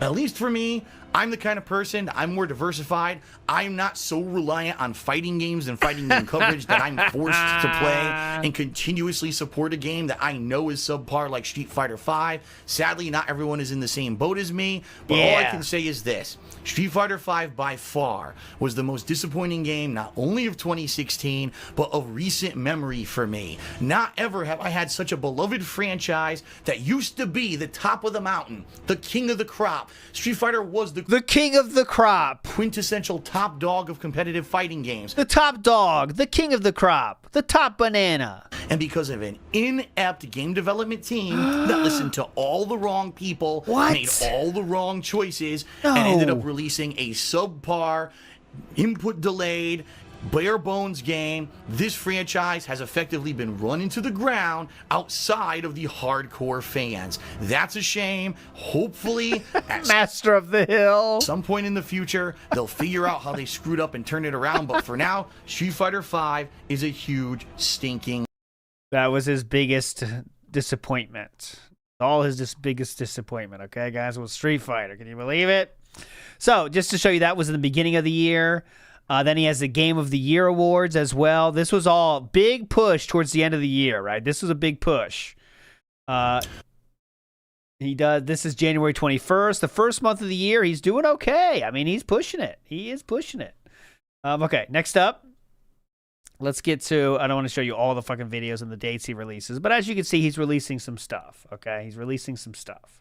He's having fun. The trailer, he did release the best moments of Twitch and Chill, which is always fun. He did do the KOGaming trailer for 2017, so let's watch that real quick. What's going on, everyone? Phil here, and welcome to KOGaming, a channel that I've sought to make your source for highly edited gameplay content here on YouTube since 2016. It's here that you can find things like highly edited and detailed gameplay reviews. They are not highly edited. He loves saying highly edited, but they aren't highly edited. They are just edited. I think it's safe to say. Countdowns, montages, and first impressions on hot new releases. In addition, it's also the home for my year-end series, including things like my most disappointing games of the year countdown, funniest moments countdown, and my Game of the Year awards. Those just got released like within the last week, so that's very cutting it close with those. And I've also launched the KOGaming Community Creation Submission Project, There you go. by which you can take my raw gameplay from my other YouTube channel, dspgaming, and make it into your own creative montages and entertaining works for submission here on KOGaming, where I'll upload them and highlight them and give you free promotion. So it's a I'll quite literally pay you in promotion. pretty awesome project. I certainly hope that you have enjoyed everything that I've put up here since its inception in early 2016. Now, if you're looking for more raw but gameplay content, such as I'm looking for raw but in early gameplay. 2016. Listen to this. Now, if you're looking for more raw but gameplay content, I'm looking for more raw but gameplay here content. since its inception in early 2016. Now, if you're looking for more raw but gameplay content, such as ongoing That's what I'm looking for. Let's Plays and playthroughs, you're probably going to want to head over to my DSP Gaming YouTube channel. Okay, thank and if God. you're looking for the more personal side of things like daily vlogs and the like, Yeah, what's you're the gonna wanna personal? head over I'm looking for the personal. I'm looking for the personal side of things. Yeah, definitely. Okay, so this was VCMP. This was oh, that's way too late. Hold on, let me go back here. This one January 3rd. Now, okay, I'm way too late on that one. This was January 3rd. In 2017, DSP released a video on dspgaming reminding people to go to KOGaming. Okay, so this was that video. It's, hey guys, I want you to know KOGaming's not doing well, but it still exists. Go check it out. This was one of those in case of emergency break glass situations. So here we go. What is going on, everyone? DSP here with a quick video. I know I haven't done anything like this on DSP Gaming in quite some time because, as you know, in early 2016, this channel just became a place for raw gameplay. Yeah, that's what I thought. Yeah, I just wanted to let all of you know that my annual year-end series are happening and are beginning right now. Like, literally right now as I'm recording this. The video is uploading and wow, it looks like it actually will be live in about 7 seconds, but it's not on DSP Gaming. It's going to be over here on my edited content channel, KOGaming. If you haven't subscribed to this channel yet, I strongly recommend you do. I strongly recommend you do. Spam your inbox with a bunch of videos like DSP Gaming might, and you can subscribe by going right over here to youtube.com/KOGaming1. Tonight, it's the most disappointing games of 2016 countdown starting. Yeah. There's also going to be the fan-voted funniest moments of the year, as well as my annual Game of the Year awards, so do not miss it. Now, also, in addition to that, there's a change to my year-end series. This year, I'm not doing separate videos for every single entry in a countdown like I used to. Instead, I'm consolidating them. So, for example, my most disappointing games of 2016 countdown has 20 games in it. That's right, 20 games in the countdown. But part 1 has 5 of them. So you're not going to get, again, spammed in your inbox if you sub to this channel. It's very different from DSP. Despite what you may have heard, this channel will not spam you. All right, please head over, please subscribe. I know that annually I always put them on DSP Gaming. This is the first year where it's different, and I don't want people to miss out, so please check it out. And by the way, the video is live, so you can go check it out right now. Let me see his tags. So please check it out. And by the way, the video is live. This is most disappointing games of 2016. His tags are 1080p, Darkside Phil, DSP Gaming, DSP, HD, 2K Games, Telltale Games, Namco Bandai, The Walking Dead, Dragon Ball Xenoverse, Worst, WWE, Year-End, Countdown, KO,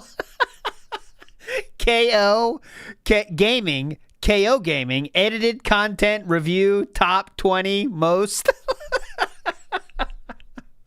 It's just funny. So you can go check it out right now. Thanks, everyone, and see you later. See you later. Yeah, 1080p? Holy shit.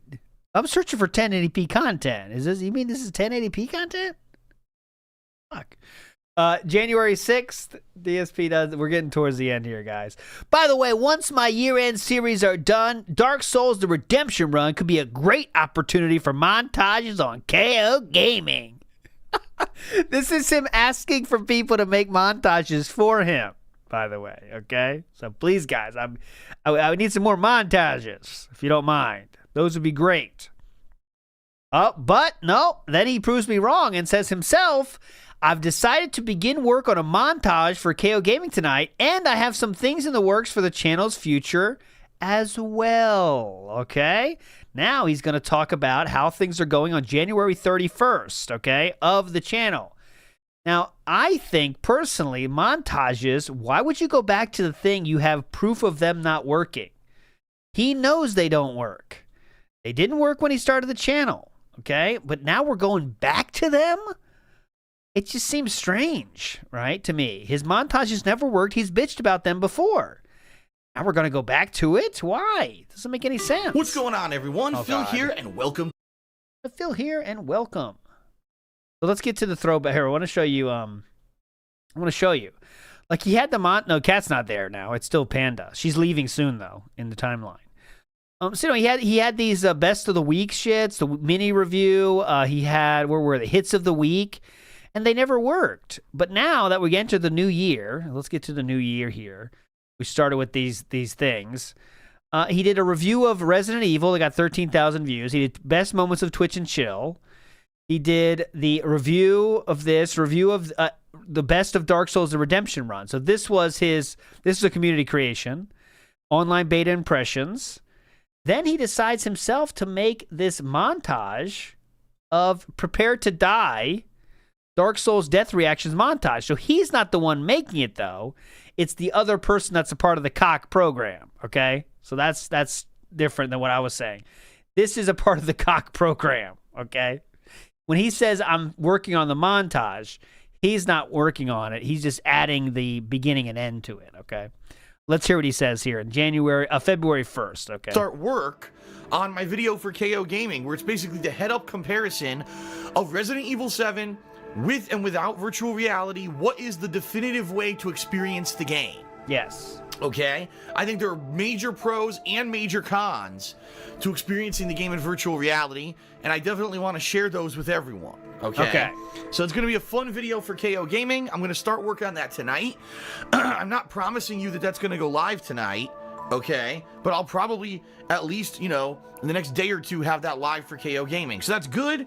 Keep the content going on KOGaming. That's kind of one of my major goals for this year. Yes. Is to have content constantly flowing on that channel so that people get engaged and stay with it rather than say, oh no, for 3 or 4 weeks, there's not going to be anything here and then never come back, which sadly is what happened to a lot of people last year. Yes. I had a lot of people who were engaged with KOGaming about halfway through last year when I did my videos on HomeFront, The Revolution, and Mirror's Edge Catalyst. Yep. And then later on in the summer with No Man's Sky. But then nothing really was going on for about a month there. It was all downtime stuff, so I didn't put out any videos. That was your big mistake. And then by the time the end of the year came, a lot of the viewership completely dropped off. Because you did 2 months out of the last 4 months of the year, 2 of those months did not include a single video. So I'm trying to do my best to build it back up, okay? I think that, it's going to be an interesting thing. I think you'll like the video, so I'm going to start work on that tonight, all right? And the KO Community Creations program led to the shittiest videos of all time. We're not even there yet. But there you go. That's his plans going forward there. Okay, now we enter the final chapter of this era of KOGaming, okay? We still have to talk about a little bit more what's going on. This is tons of stuff on KOGaming February 5th, 2017. Okay.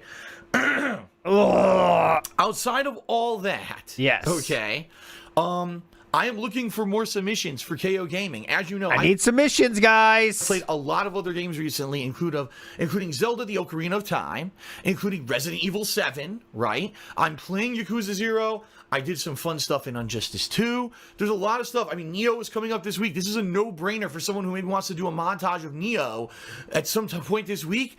I'm very open to submissions, okay? Oh, really? You love people to make free videos for you?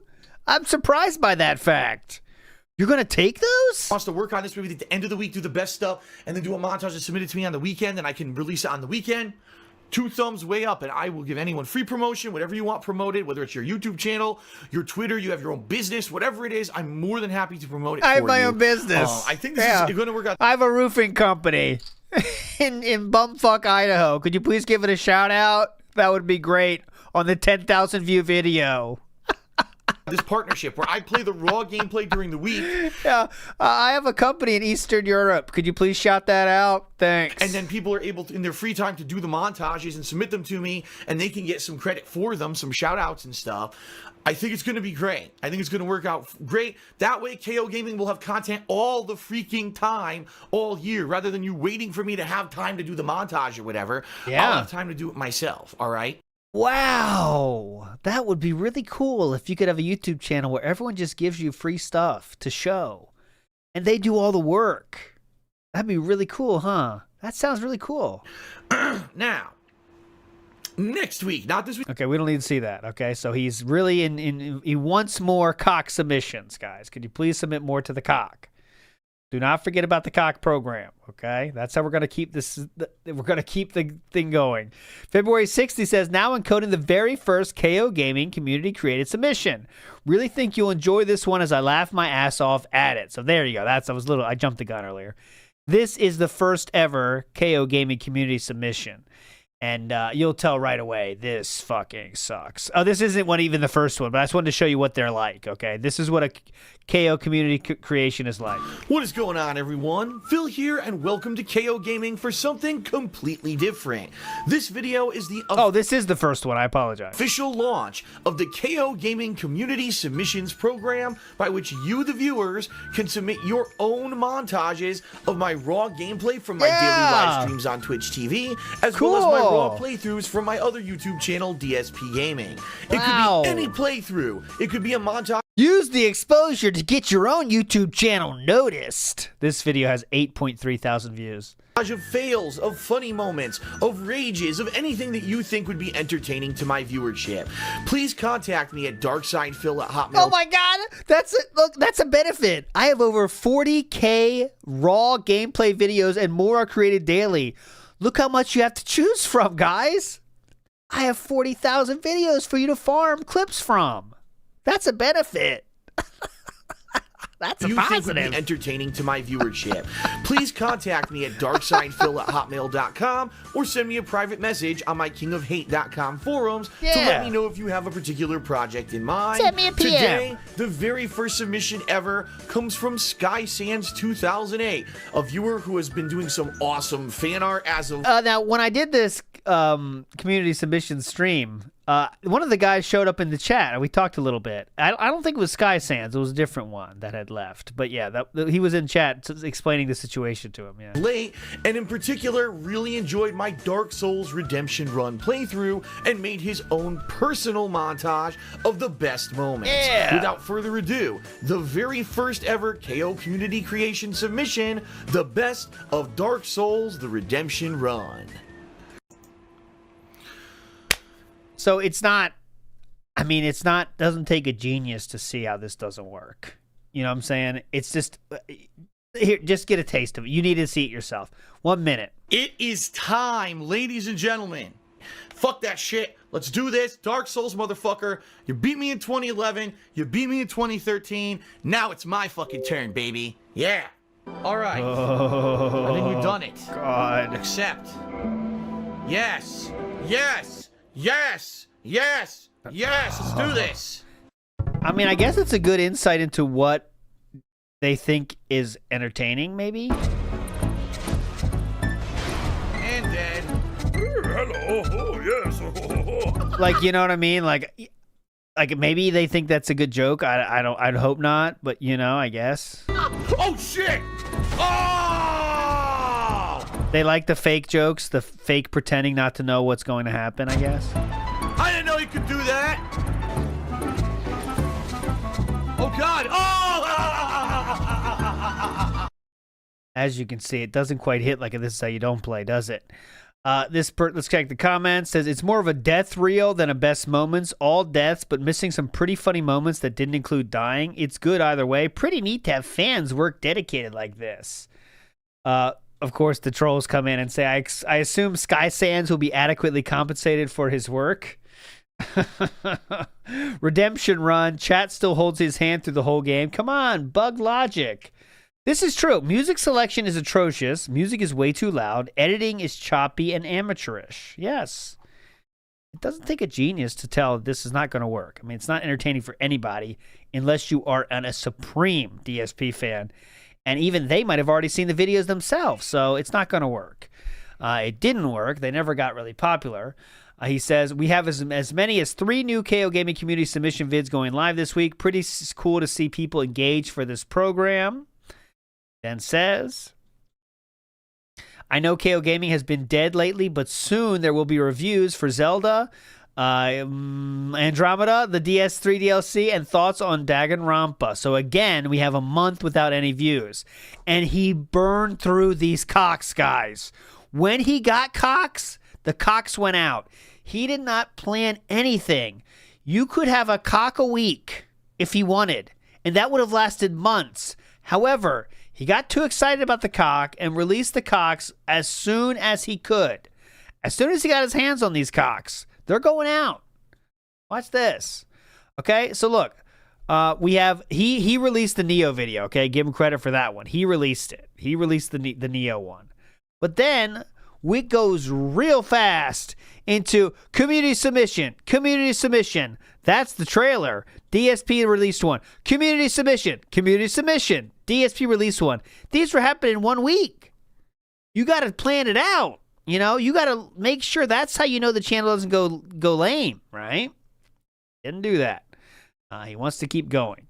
So he wants to keep them coming out all the time, all right? So next up, we have those two tweets I showed.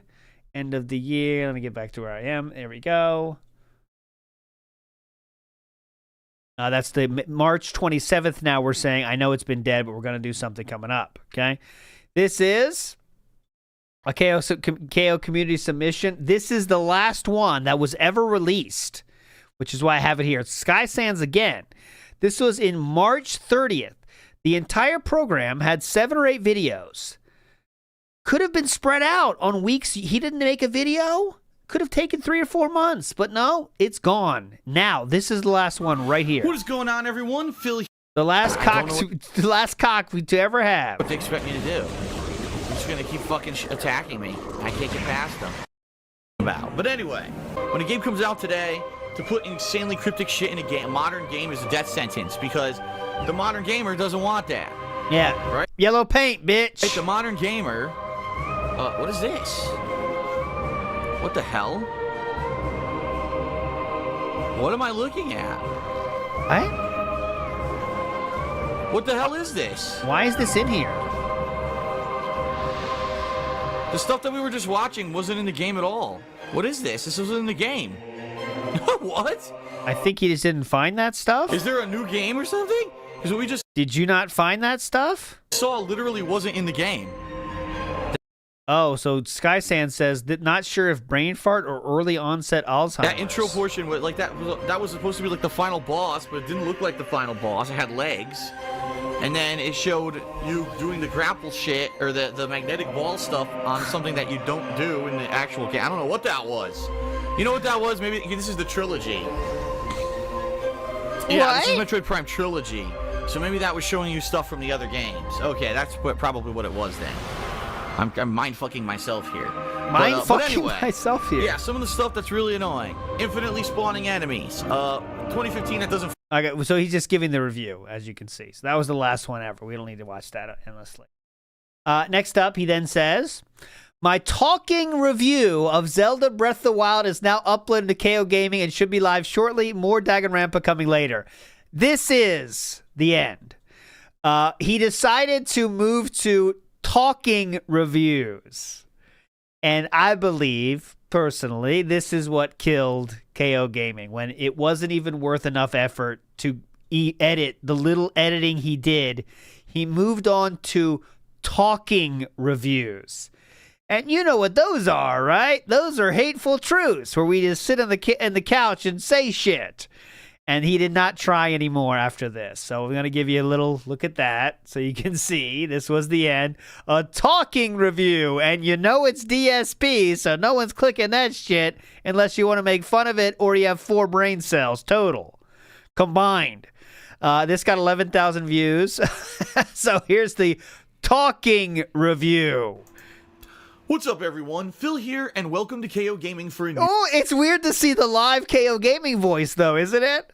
What's everyone here? What's up? This is Phil with KOGaming, and I'm in front of the camera this week because I'm even lazier than normal, and the cock program has ran out of steam since I bukkakied all those videos out as fast as I could. I gotta do a parody of KOGaming voice with shit like that. I think it'd be funny. If I had a script, I could make it funny. What's up, everyone? Phil here, and welcome to KOGaming for a new game review. Now, I haven't been putting a lot of videos up on this channel recently, and That's because I'm incredibly lazy, and the early returns of this channel are gone, and I'd rather not work to get them back. Anything else? the reason for that primarily is because I'm in the midst of a partnership switch. I am leaving What? the old partnership that this channel used to be with on YouTube, and I'm joining a new one. This is going to change a few things, and because of that, I didn't want to post up a whole bunch of videos and then have them all stuck in limbo with no ads or anything on them. But rest assured that new video footage on KOGaming is coming shortly. In fact, Now, this is the let me get my timeline up here. So I want to make sure we get the right thing here. So the timeline for this is, where's my timeline? Where's my beautiful timeline? Right here. Okay. So, not even my pointer, of course. Hold on.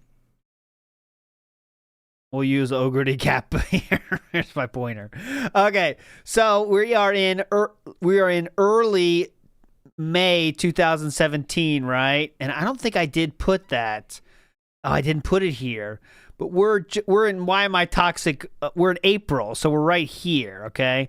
And this is when he was having difficulty with his, I believe this is Honey Dick situation, right, guys? So he wasn't sure exactly if he was going to be monetized or not with that new channel, okay? And what happened then was he wouldn't upload videos because he wasn't sure if he would get monetization. So that was the wait for this one.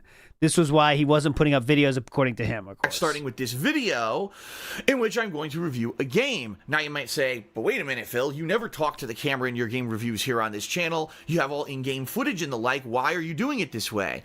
Well, it has to do with the partnership change. Because, ladies and gentlemen, oh, if you want to link to that timeline, I always never give it out. Here you go. I need to add, I still haven't added 2025 yet, because I can't, to be honest, the reason I haven't is I can't find my file where I can edit it, bitch. So I gotta extend it myself, but I'll do it. The game that I am reviewing today is The Legend of Zelda Breath of the Wild for the Wii U. This is a game that I spent over 60 hours of gameplay in over the course of the month of March 2017.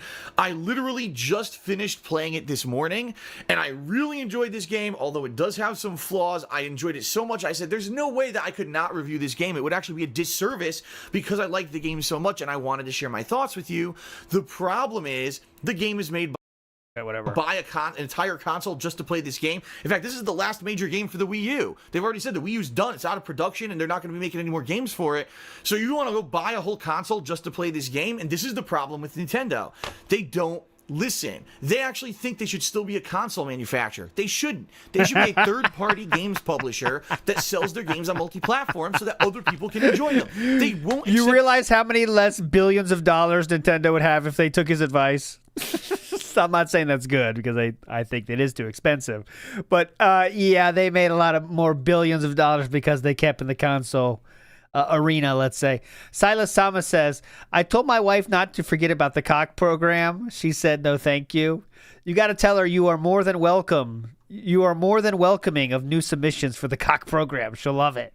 And Silas Sama then said, now I said she could have a KOCC a week. She's annoyed now. Thanks, yeah. Tell her you want to release the KOCCs at least a KOCC a week. Yeah, once a week KOCCs. The fact that they are archaic. The Switch just sold, and it doesn't add anything. The graphics are outdated on the damn thing. Nintendo really needs to stop that shit. And they need to start making great games like this for the consoles that are the leaders in the industry so they can turn themselves around as a game company instead of a stupid figure-making empty soda can company? Turn themselves around as a game company instead of a stupid empty beer can company? Figure-making company, because this literally is what saved Nintendo's ass for the past 2 to 3 years. If they didn't have this idea, Nintendo would have been losing money hand over fist for the past 3 years because the Wii U was a flop. So, yeah, Nintendo... Yeah, is the Switch going to be a flop? So, stop with this. Stop with this bullshit. And just do this. Make great freaking games. Make them multi-platform, because I want so many people to experience... Make them multi-platform. Nintendo's got to be very close to bankruptcy to consider doing that, sir. Make it multi-platform. Yeah, Nintendo, make it multi-platform. That would be good. Definitely a good business move. Okay, moving on. By an amazing fluke or mistake of YouTube's, it looks like KOGaming may be approved for monetization, but dspgaming cannot. Okay, this is a little bit of drama. Because he lost, Machinima cut ties with him. He was looking for another managed partnership. There was one on the table, but they didn't fulfill their promises. Again, I've already done a stream on that as well. But so he had to go through his own AdSense. That was a little bit of a source of a lot of drama, okay, at the time. But it looked like KOGaming was going to be approved for monetization before DSP Gaming, okay? This is a classic video here. Many of you have definitely seen. It's entitled Alert, I'm Stuck in Limbo Because of YouTube and Need Your Help. We're not going to watch all this, but I want to show you the part about KOGaming because it's important. We are the guinea pigs, all right? So, folks, it's not looking good. It's just not looking good in regards to DSP Gaming, and I don't know what to do. I'm in panic mode. The good news is we just had a very good March and a very good April, where it looks like the money that I raised in those months, I'm going to be getting paid for that come May and June here, okay? But I've already got 1 day in May. I've made no revenue on YouTube because of this. How many more days is it going to be? Is it, you know what I mean? If I get KO Gaming... Could it be 1 day? Maybe. Could it be 2 days? You never know. Could it be 3 days? There's a good chance of that. Could it be 4 days? Maybe so. I don't even know. Could it be 5? Could be. Can't say. Let's say KO Gaming, it gets approved, and then I can put it into this new, partnership and managed partnership.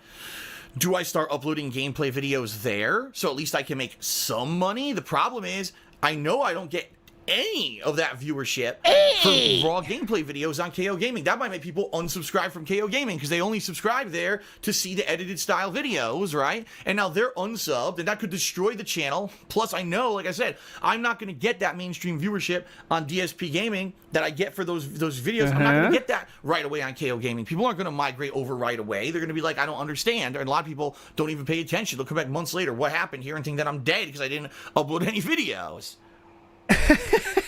So his bright idea is if he has to, he'll switch to KO Gaming for his main gameplay. Okay, that was one idea he had. All right, just showing you the timeline here. Very important. He then says, I also now in May 14th, he says, I also now have several viewer submissions built up for KO Gaming, which I'm planning on releasing soon to get the channel moving again. That was in May 14th. All right, guys, he still has a lot. Ask the King, KO Gaming comes up again, okay? And this is in June 29th now. We're halfway through the year, and KO Gaming has been in a shithole, all right? He's not doing anything ananymore. Let's get to the question. So first Here we go. patron questions. So the first one is from Vera, and Vera, I believe, had maybe 2 questions. Let's see. So first of all, Vera's first question. Do you think that KO Gaming has been worth it so far? I understand the videos tend to bring in some more views than maybe a standard playthrough video, but do you think it's been more profitable than just streaming during the time you would be editing? Sorry if that's too personal. I'm just interested in the background stuff that goes into the job. Here we go. Interesting question because Vera actually asked this question a couple months ago, like right after the last Ask the King had happened, and now things are a little different. So let me explain. KO Gaming. This is a channel I set up in early 2016 because I wanted to diversify myself. I wanted to still do gameplay and live streaming, but I still wanted to do vlogging, but I also wanted to break out and do more edited style videos. And for the most part, I would say in 2016, KO Gaming worked, but didn't work the way that I really wanted it to or expected, all right? So can you try to get a prediction in your mind of what he's going to say here? Because I can't. In 5 short months, you built up a channel that could get a 1 million view video. I think that's pretty fucking successful. What the fuck is he going to say here? How could it not go more beautifully? That is the best, like, that is the one time almost you could say, outside of DSP getting lucky and uploading to YouTube in the first place, how lucky was he? You know how many people could pull that off? Very few. And he somehow had the magic to make it happen. And now he's going to say it wasn't a success? What did he want? 10 million video? $10 million every year? Like, that's insane. If he kept going at it and didn't take months off, who knows? allow me to explain. What I was hoping was... Oh, Meth Bear says, now Nintendo gives Tokyo Scramble super wow. That Tokyo Scramble looks pretty cool. That if I did constant edited style reviews that put a lot more effort into them than my old reviews where I would just talk to a camera like this, editing gameplay and stuff like that, that people would appreciate it, and maybe it would get more views, get more attention on YouTube because it's more in line with what people expect for a video review on YouTube. But I also wanted to branch out and do things like countdowns and montages and special events and all kinds of stuff over on KO Gaming. Yes. Well, here's what happened. KOGaming took off virally, meaning there were a few videos on there that got hundreds of thousands. One video got 1 million views, but it was only when I did a negative review. In fact, I hate to say it, but it seems to me that YouTube in general has become a website that's for negativity and drama. And I hate to say that because I've been on YouTube for some, 10 years, and I've done this for, a job for over 7. Yeah. But the bottom line is that the common viewer now is only in it for negativity and drama. That's not true. There's a lot of different ways to do clickbait. Negativity is one of them, but there's also being a kind of leaving a cliffhanger, giving them a question maybe, that kind of thing that you want to click on. He just immediately reduces it down to negative is better. If I do a review that says, oh, this game sucked, it would get tons of views. But if it was a great game and I reviewed it, it would barely get any attention. Because people don't want to hear the good stuff. They just want to hear the negative because the common viewer on YouTube has become this, immature person who just wants negativity.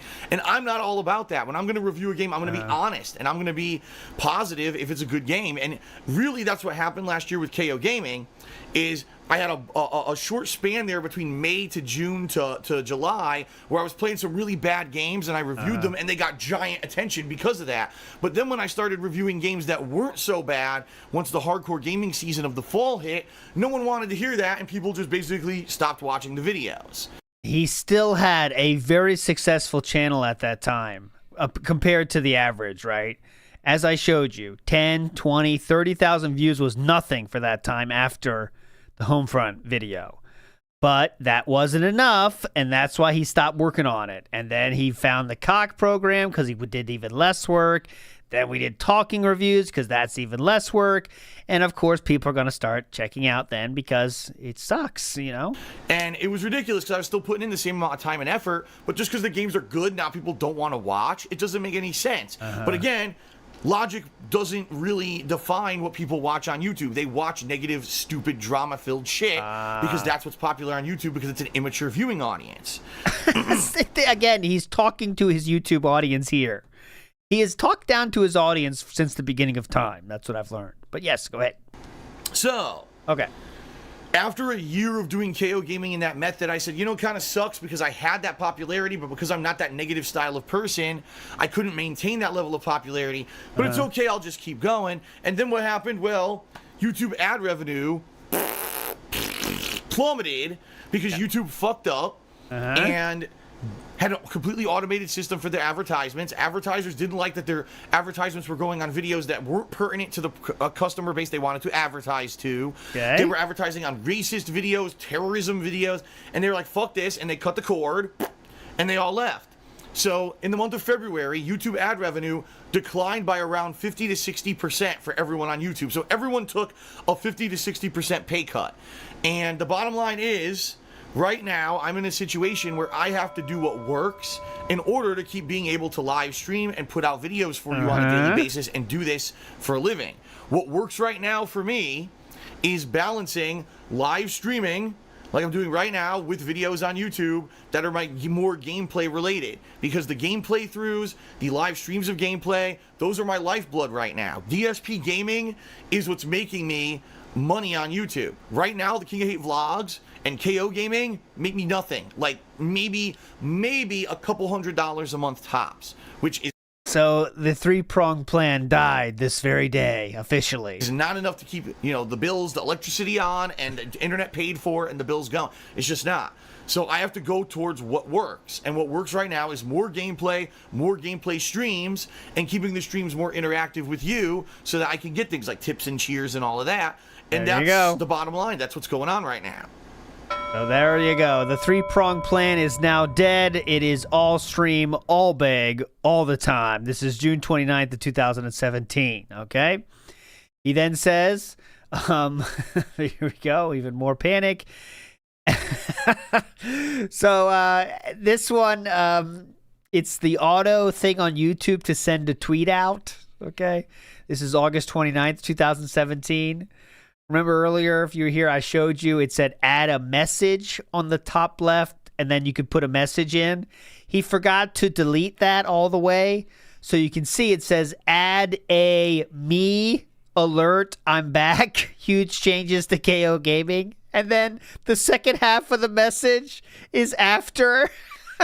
So look, it says add AME. Alert, I'm back. Huge changes to KOGaming. Watch for full details. And then it says Sudge to your video. So it's add a message interrupted by the title of his video. It's a great tweet. It's an all-timer right here. That's an all-timer. Classic. Then he says, guess what, folks? 2 new vids on KOGaming. Again, these were talking reviews, or one of them is a Hateful Truth review, and one of them is an alert, I'm back, huge changes. They're already flagged as unsuitable for ads, okay? This is when it was auto system to, as it still is, by the way, but this is the beginning of it. And he says he can't be reviewed until they get 1,000 views each, okay? He then says, Sonic Mania review is set to private, but he just got demonetized with this data. Preposterous. This isn't an algorithm. KOGaming is blacklisted. So he came up with the theory that he was blacklisted all the time because it doesn't matter what happens, he's getting blacklisted. Here's where he wanted to share his tags. So I'll share them with you since he did on YouTube. This was his tags here. And I'll show it to you in a second. Where is it? Right here. So this is, I don't know why he thought he was blacklisted. Is this something that can happen? I don't know. But he had considered himself blacklisted. This was his tags, very Sonic, Classic, 16-bit, Master System, Knuckles, Rating, Rated, Critic, Critique, all this normal fucking tags. He apparently thought he was blacklisted already on the site. Now, I think, personally, this was just, I think he kind of hoped to be blacklisted, if that makes sense, because then he could just say bye to KOGaming. Fuck effort, right? Who needs it? I'm done. It's over. And I think he just jumped to that conclusion because if you go by the DSP, the Occam's razor, DSP will take the laziest path to any goal that it allows him to keep the job he has, right? And in this case, it's easy to say that, wow, I'm blacklisted. I can't make shit on this channel because I don't make money on it. And then he doesn't have to do it anymore. He just cut the cord on KOGaming. I think that is really it, personally. He did make a video, alert, bad things are happening. Another alert video, I'm back, huge change to KOGaming. 17 video, we're not watching the whole thing. Here's the most important part. Game reviews again for you because all the new releases are coming out and people want game reviews. However, sadly, if I am going to continue to make game reviews at all, I have to change the format which I make them. Sadly, the format of me doing highly edited game reviews with the gameplay and me with the voiceover over the gameplay that's displaying what I'm talking about and having, you know, text and titles and everything in the videos is going to have to go away.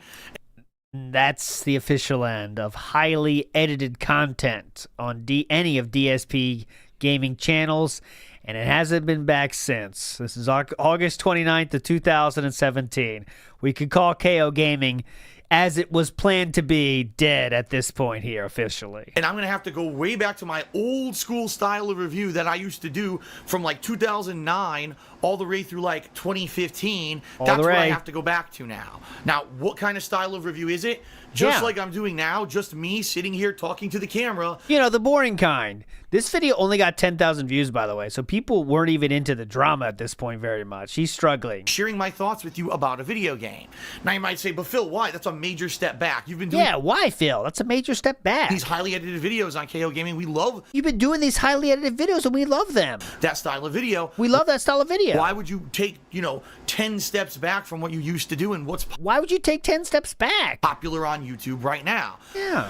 Folks, the answer is very simple. It's a sad answer that I really don't want to kind of... He loves it. It's almost like I feel like I'm throwing in the towel, right? Like I'm giving up on making edited style videos because I liked doing it and I was successful at doing it in 2016 for the most part. Having those videos go viral was awesome. This channel was a pretty decent source of income for me last year. Yeah. And now, because of what YouTube has done, it's not. In fact, just to all YouTube's fault. Give you some perspective. There were, I'm throwing in the jizz rag. A few months last throwing in the jizz rag year where this channel actually brought in a decent amount of money for me. Yeah, you got that was right. Supplemental income amongst all the other things that I do. This year, not so much. This year, ever since YouTube messed around earlier this year with ads, which we're going to talk about in a moment. We're not going to hear that. This channel, at the most, I think, ever brought me $200 in 1 month. And for the amount of time and effort that it takes to put out edited style videos, it's not worth it. I could be doing more raw playthroughs, be doing more vlogging, be doing other things that I enjoy doing just as much as the edited style videos, and being, you know, basically being a better business decision and being able to keep doing this as a job. So this is really when he discovered begging dense is easier than editing. I mean, that's a factual fucking statement. That's not a detractor spin. He learned that begging and getting money from begging is easier than editing videos, and getting a big enough, let's say, stable viewer base that would support it just from watching. Fuck that shit. That takes work. What I like to do is to beg 40 times a stream. That's much easier. This channel just isn't self-sufficient anymore to put in the amount of time and effort. Just to give you a rough idea, to do an edited style game review with all that gameplay footage and everything, it roughly takes me just a few hours, like 2 to 3 hours, just to do the voiceovers for it. Then I have to find in this, you know, many parts of a playthrough all the corresponding video footage to match up to when did you do that? I'd like to see a video with that done, because I haven't seen one yet with the video footage matching what's being said. I didn't see any of those personally. I said in the it was the same game, but you know, the spoken word captured dialogue for the voiceovers.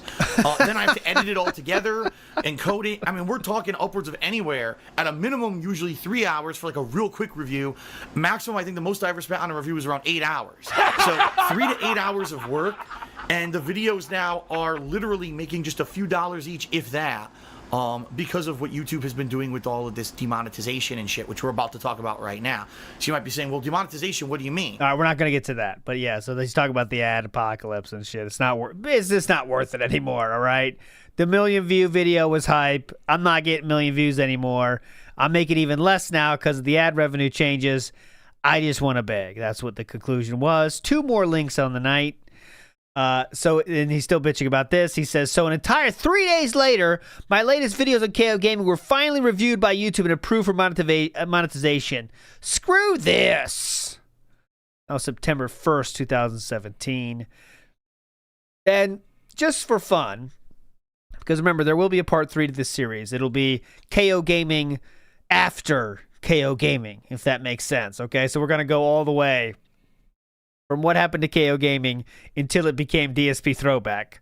Okay, that'll be part 3 in the final. But he did have a modern telling of it, okay? And when I say modern, this is December of 2021. How would he explain KOGaming now? Okay, this is, let's see, 4 years removed from it actually dying. How would he describe it? Now, this is before DSP Throwback as well, so he doesn't have that at all. How would he describe it now, after it happened? Here we go. Did do that in 2017. Things changed for me for the better. Because I'll be honest with you, there was a time frame, I would say probably about 2015 through 2016, when I was absolutely positively bored with my job. I didn't want to just do gameplay commentary anymore. Okay? I was tired of it. I felt burnt out. I was bored to tears with it. And what I should have done was recognize the live streaming trends and became an interactive streamer sooner rather than later. But I was a stubborn idiot, and I decided that I was going to do things differently. Now, in 2016, definitely the popularity of DSP gaming had waned. Yes. And I decided that I wanted to take a new approach to content creation on the internet. I wanted to do what I called a 3-pronged approach. Here's the 3 prongs. So the first prong would be DSP gaming, where I would just do all my raw gameplay and commentary as I always had done. That wasn't going to change. It was always going to stay the same. So that was prong number 1. And then there was a second prong. And the second prong was going to be the King of Hate Vlogs, my vlogging channel, where I would do things like spoken word reviews, spoken word reviews, like not daily, but reaction videos, news videos, that kind of stuff. So that was prong number 2. I want to see the spoken word reviews. That'd be pretty funny. When I go to each planet, the planets there is nothing, but in nothing, it makes us ask ourselves, is our soul empty, or is this planet empty? For that I have no answer, but I can only ask. Sean, I repeat Sean as many times as it takes. to try to understand his vision for what. Okay, here we go. But then there was a third prong. Third prong. And the third prong was all new and something that I had never done before, an edited style content channel. That channel was going to be countdowns. What? Very high production value reviews. Where were those? I'm still missing the very high production value reviews. Mini reaction videos, you know, that kind of stuff. Basically stuff that I'd never done any kind of production value on YouTube. Ah. And I wanted to basically see if I changed my formula up from being Mr. Raw Gameplay Yes. to a guy who put a lot of time and effort into editing content, would it work? So the third prong was a new channel that I created on YouTube called KOGaming. And between the three prongs, this was my strategy for 2016. I figured I'd get you. Now, KOGaming was quite interesting. Because what I did in 2016 is so different from what I do today. Today, as you guys know, Oh my I'm here God, all we day know what you long do now. streaming. I have 2 major streams a day, right? I basically sit here, bitch for 2 hours, then play games for 2 hours, 2 breaks thrown in, add in a bunch of bags, and that's the long and short of it. You get it. First stream is usually longer. It's a more serious narrative-based game, an ongoing playthrough. Usually AAA games I play during my main gameplay streams during the daytime. Oh, okay. Night streams are more chilled, relaxed content. Sometimes games that are way less popular. Or a game that isn't necessarily an ongoing playthrough, for example. Street Fighter, Halo Infinite multiplayer. These things are not ongoing narrative playthroughs. You see, different kind of content on the late streams. Okay. But in 2016, Get to the point. I decided I was going to dramatically cut back on the amount that I was doing live streams. I was just going to do 1 stream a day. That would be raw content. And that stream would be about 3 to 4 hours of gameplay. And then at night, I would be working on KOGaming. Okay? Now, Please.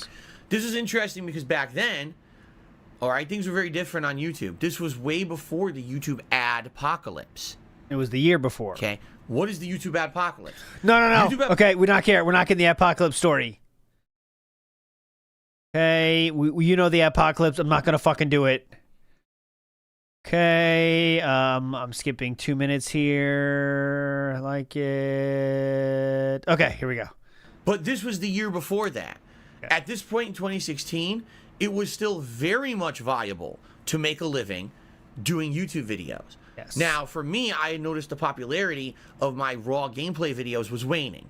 And it very much was waning for years at that point. I noticed that even though it was the same formula and people seemed to like it, and I had a dedicated fan base of people who watched the videos, the income and the views I was getting on YouTube, on DSP Gaming in particular, was dipping. And I said, man, I got to make a change. I can't just keep doing what I'm doing and watch the channel go, boo. I have to do something different. Okay? So, I diversified myself and made this channel KOGaming, which was all edited style content. Yes. When I Highly edited, some say. first started this channel, okay, it didn't really take off at all.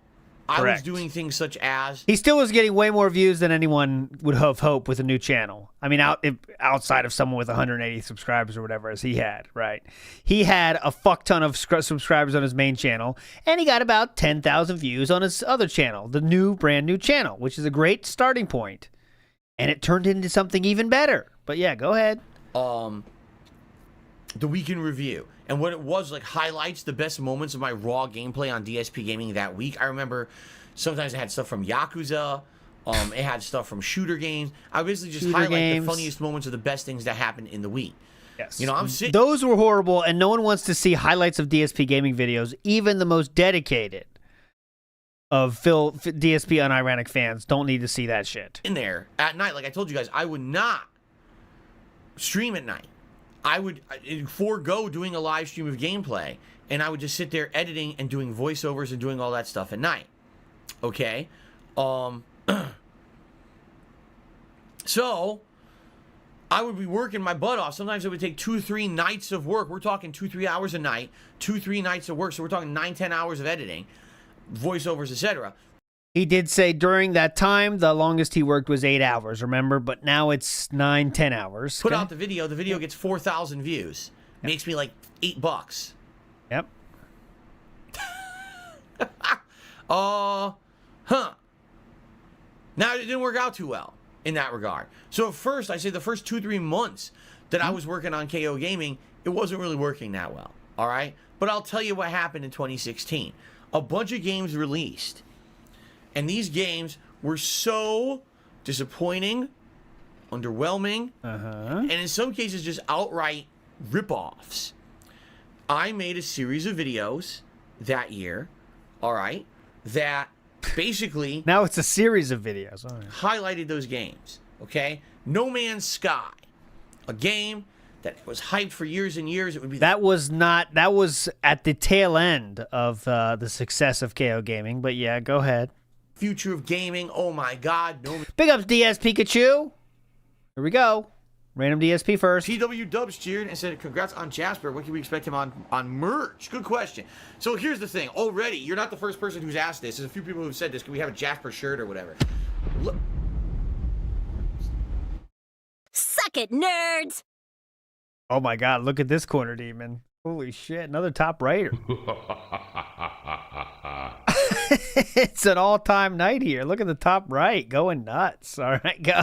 Man, Sky is going to be like the best game ever. Open worlds that you can explore across the galaxy. Unlimited randomly generated planets. Oh my God, you're going to see so many. Okay, we don't need to hear the No Man's Sky so thing. Cool and unique and interesting and yada yada yada. And No Man's Sky, at least at release, today very different, but at least at release was one of the worst fucking games ever. Me covering No Man's Sky, my initial video got like 50,000 views. When I actually did my full-on review after playing it like 2-3 days, it got like 150 to almost 200,000 views. Why is he not talking about HomeFront the Revolution? That's the thing that started the whole boost. Pretty good. Are you going to bring that up, or are we just making the story more interesting for no reason? That was one of the last hits, was the No Man's Sky one. Up-and-coming channel. I did a series of videos that were very highly detailed reviews. They did pretty good, like Doom 2016, Uncharted 4. They all brought in anywhere from 10,000 to like 30,000 views, which is good, again, for a new channel. That's good viewership. Why is he But not talking about the main one? far Yes. blew up the popularity of KOGaming at the time was, of course, a negative video. Because I hate to say this, and I know this over the course of me doing content on YouTube. YouTube has increasingly become a more toxic and negative place over the years. It just has. Someone who makes a video that's about drama, about negativity, about something bad, okay? Compared to someone who makes videos about something good, positive, rewarding. Who cares? The video that blew up on KOGaming back in the day, Yeah, what was that? absolutely brought in attention to the channel was HomeFront the Revolution, when I reviewed the game and said it was the worst game at that point that I had ever played. Yes, exactly. I concretely, in about a 15-minute video, outline so many ways that the game was Concretely, like he acts like it's like this, the quality of the review was what got that many reviews. incredibly unfinished. It felt like it was rushed. Tons of crap gameplay, terrible design choices, unfinished trash. On the PlayStation 4, it was supposed to be next gen, and it really felt like a... So, I made this video, and I'll be honest with you guys, when I made the video, I didn't think anything was going to happen. I thought it'll be just kind of in line with the other videos of the channel. It'll maybe get like 10,000, 20,000 views. As of today, that video has over 1.1 million views. Oh my God. It is the most watched video on YouTube about HomeFront the Revolution, and that includes every video ever put out about it, including the full-fledged reviews from full game outlets and stuff. My video is the #1 video about that game on YouTube. Let's check on that, shall we? I don't know if that's still true. It definitely wasn't back then, because remember he said, yep, nope, that's unfortunately not true. I'll just show you what I have. Okay, well, there's the Russian playthrough, which has 3.2 million views.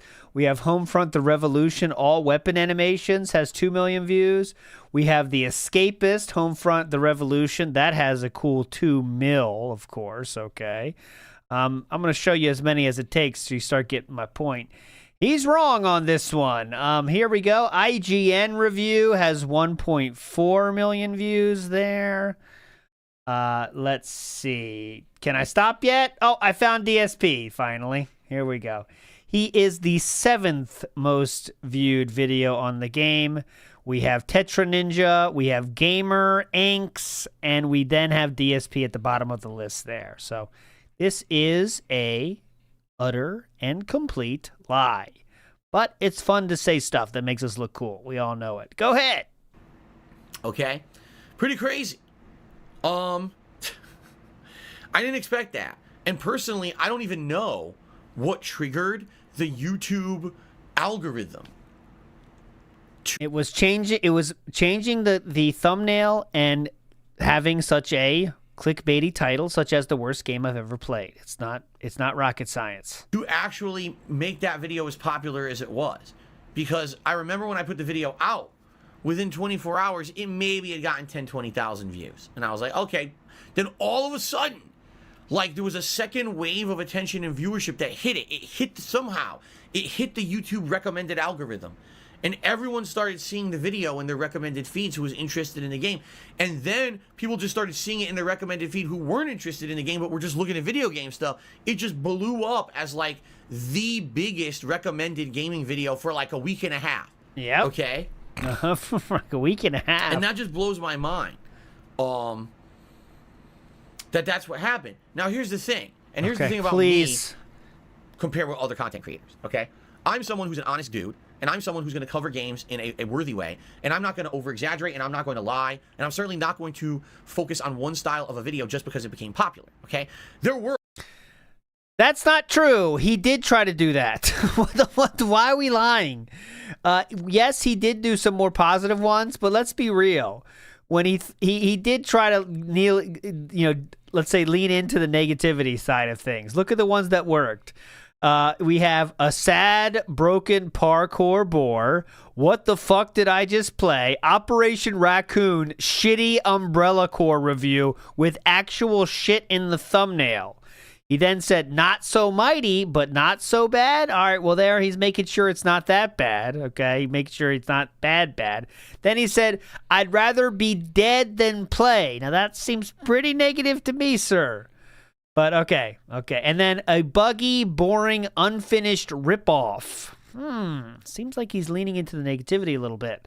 Not all of them are negative, but let's not pretend he didn't go there to that well many, many, many times. Go ahead. Other videos that I made that were negative videos. For example, I played the Ghostbusters video game. That was the year when the Ghostbusters reboot happened, the all-female cast. They ended up changing the name of the movie later to Ghostbusters Answer the Call because it was so bad, they didn't want to tarnish the Ghostbusters name by calling it Ghostbusters. They changed the whole name of the movie because it was so fucking bad. But they had a tie-in game with that. Stay on point, please. And I played it. That was one of the worst games I had played. I did a negative review of that.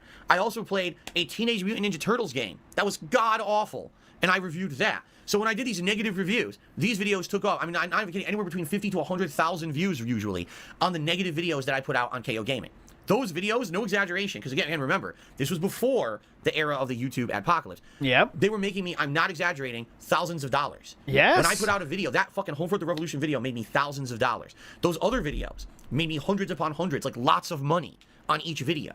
Okay? And by the way, this wasn't, oh, people were tipping. And no, I wasn't even doing that. This was just people watching ads was making me that kind of money on those videos. Seems like you want to work very hard to keep that going, right? You wouldn't take any months off? Pretty crazy back then how different things were.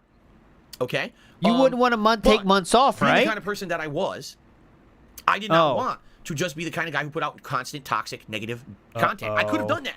I could have made a whole series saying the worst game I've ever played and highlighted reasons why every game that was the worst game. I could, in fact, people were asking me to do that.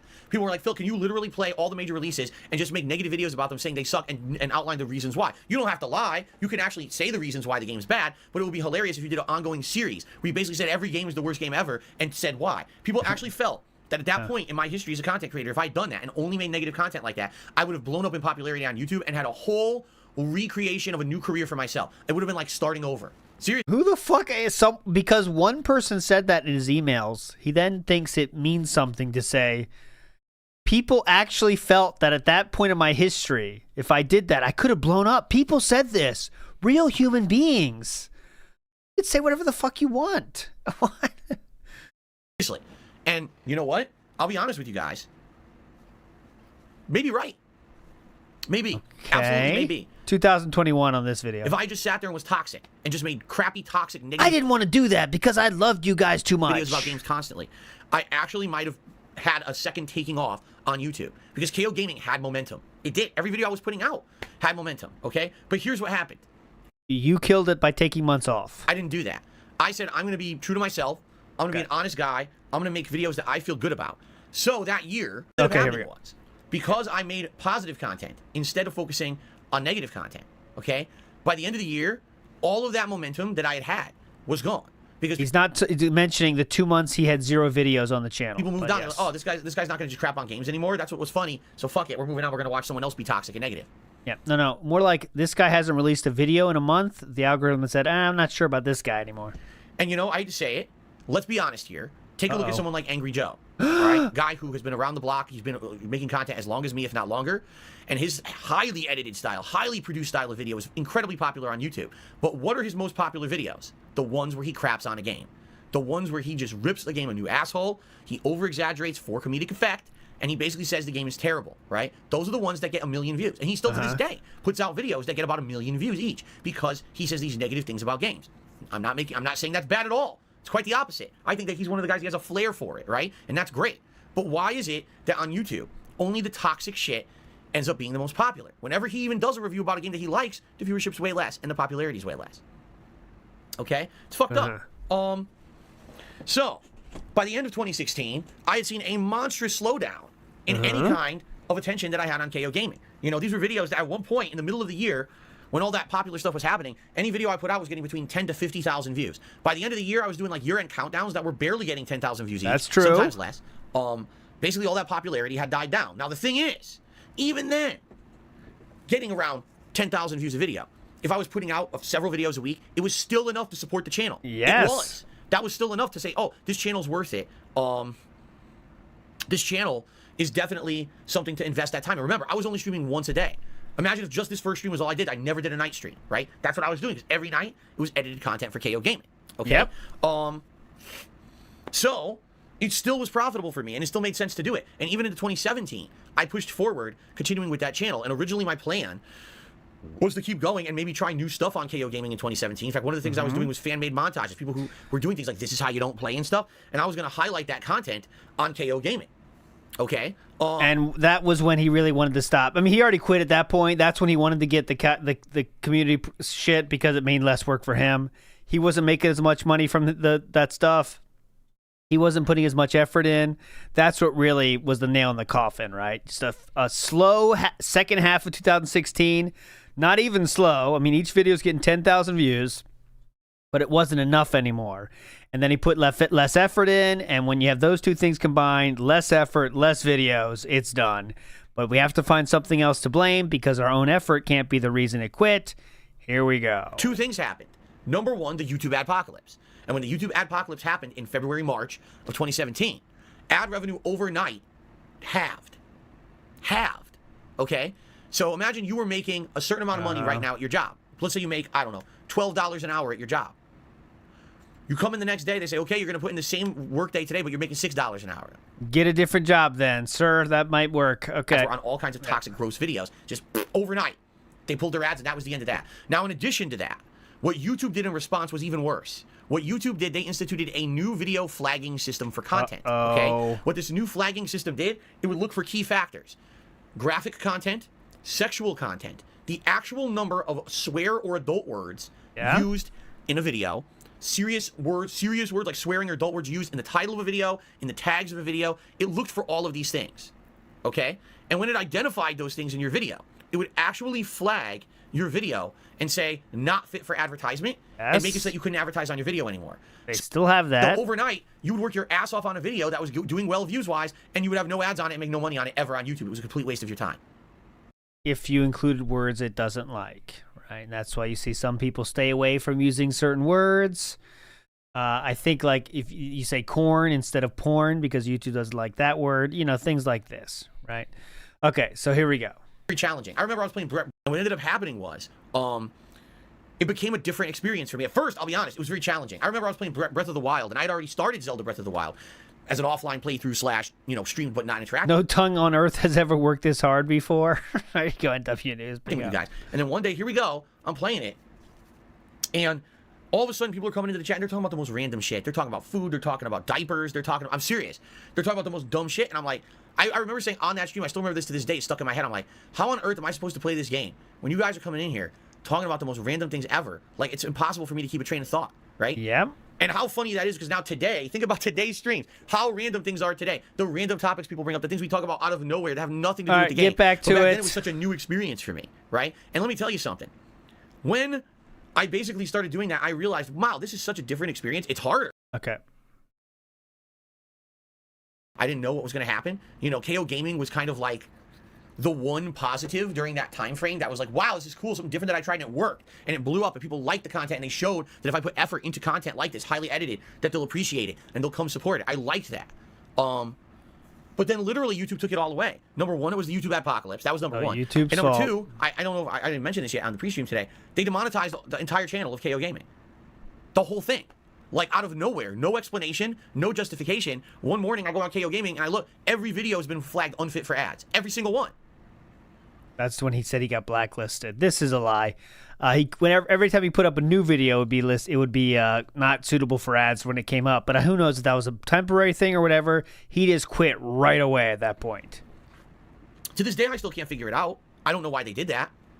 Because when you look at the history of KOGaming, I used far less swearing on there. Everything I did was more professional. It wasn't me standing there flipping off the camera and going crazy. It was professional voiceover videos, production value and everything. I have no clue how that channel got flagged to be unfit for ads, because dspgaming, if anything, right, should have been far worse. And dspgaming never was flagged for being unfit for ads. Okay. It went from, I think at one point I had like a lot of subs and went down to only like 20,000 subs after that. And the only time I ever went back and I started using it again was in 2018. All right, yeah, this is what we're going to go over next time. In 2018, it had to be used for a different purpose. But I think I'm going to tease you with that, so you'll never know what happened in 2018. All right, so next time we're going to start from there. 2018, what happened to KOGaming, and then the more modern change, and that'll be our finish for part 3, all right? So, that will do it, my friends. Very meaningful. Full Kahntext stream coming at you, another Saturday night, late night style, where all the mad ones are out, all the cocks are out, and we are submitting them, my friends. We are definitely submitting them. So tomorrow I will be, no, that being said, tomorrow, unfortunately, but I'll do something, heavy rain style probably, tomorrow at some point. I want to make sure my band tracker's going well, so it'll probably be like when he finishes day stream, I might do heavy rain until the night stream starts, and then we can figure it out. So that'll be on WPIG TV and on Kick, so go check them both out. Of course, you've earned this tonight. Here is the night outro for you, and I'll see you sometime down the road, my friends. Remember, keep those cocks hard and keep grinding. You too can have a windfall such as HomeFront. See you later.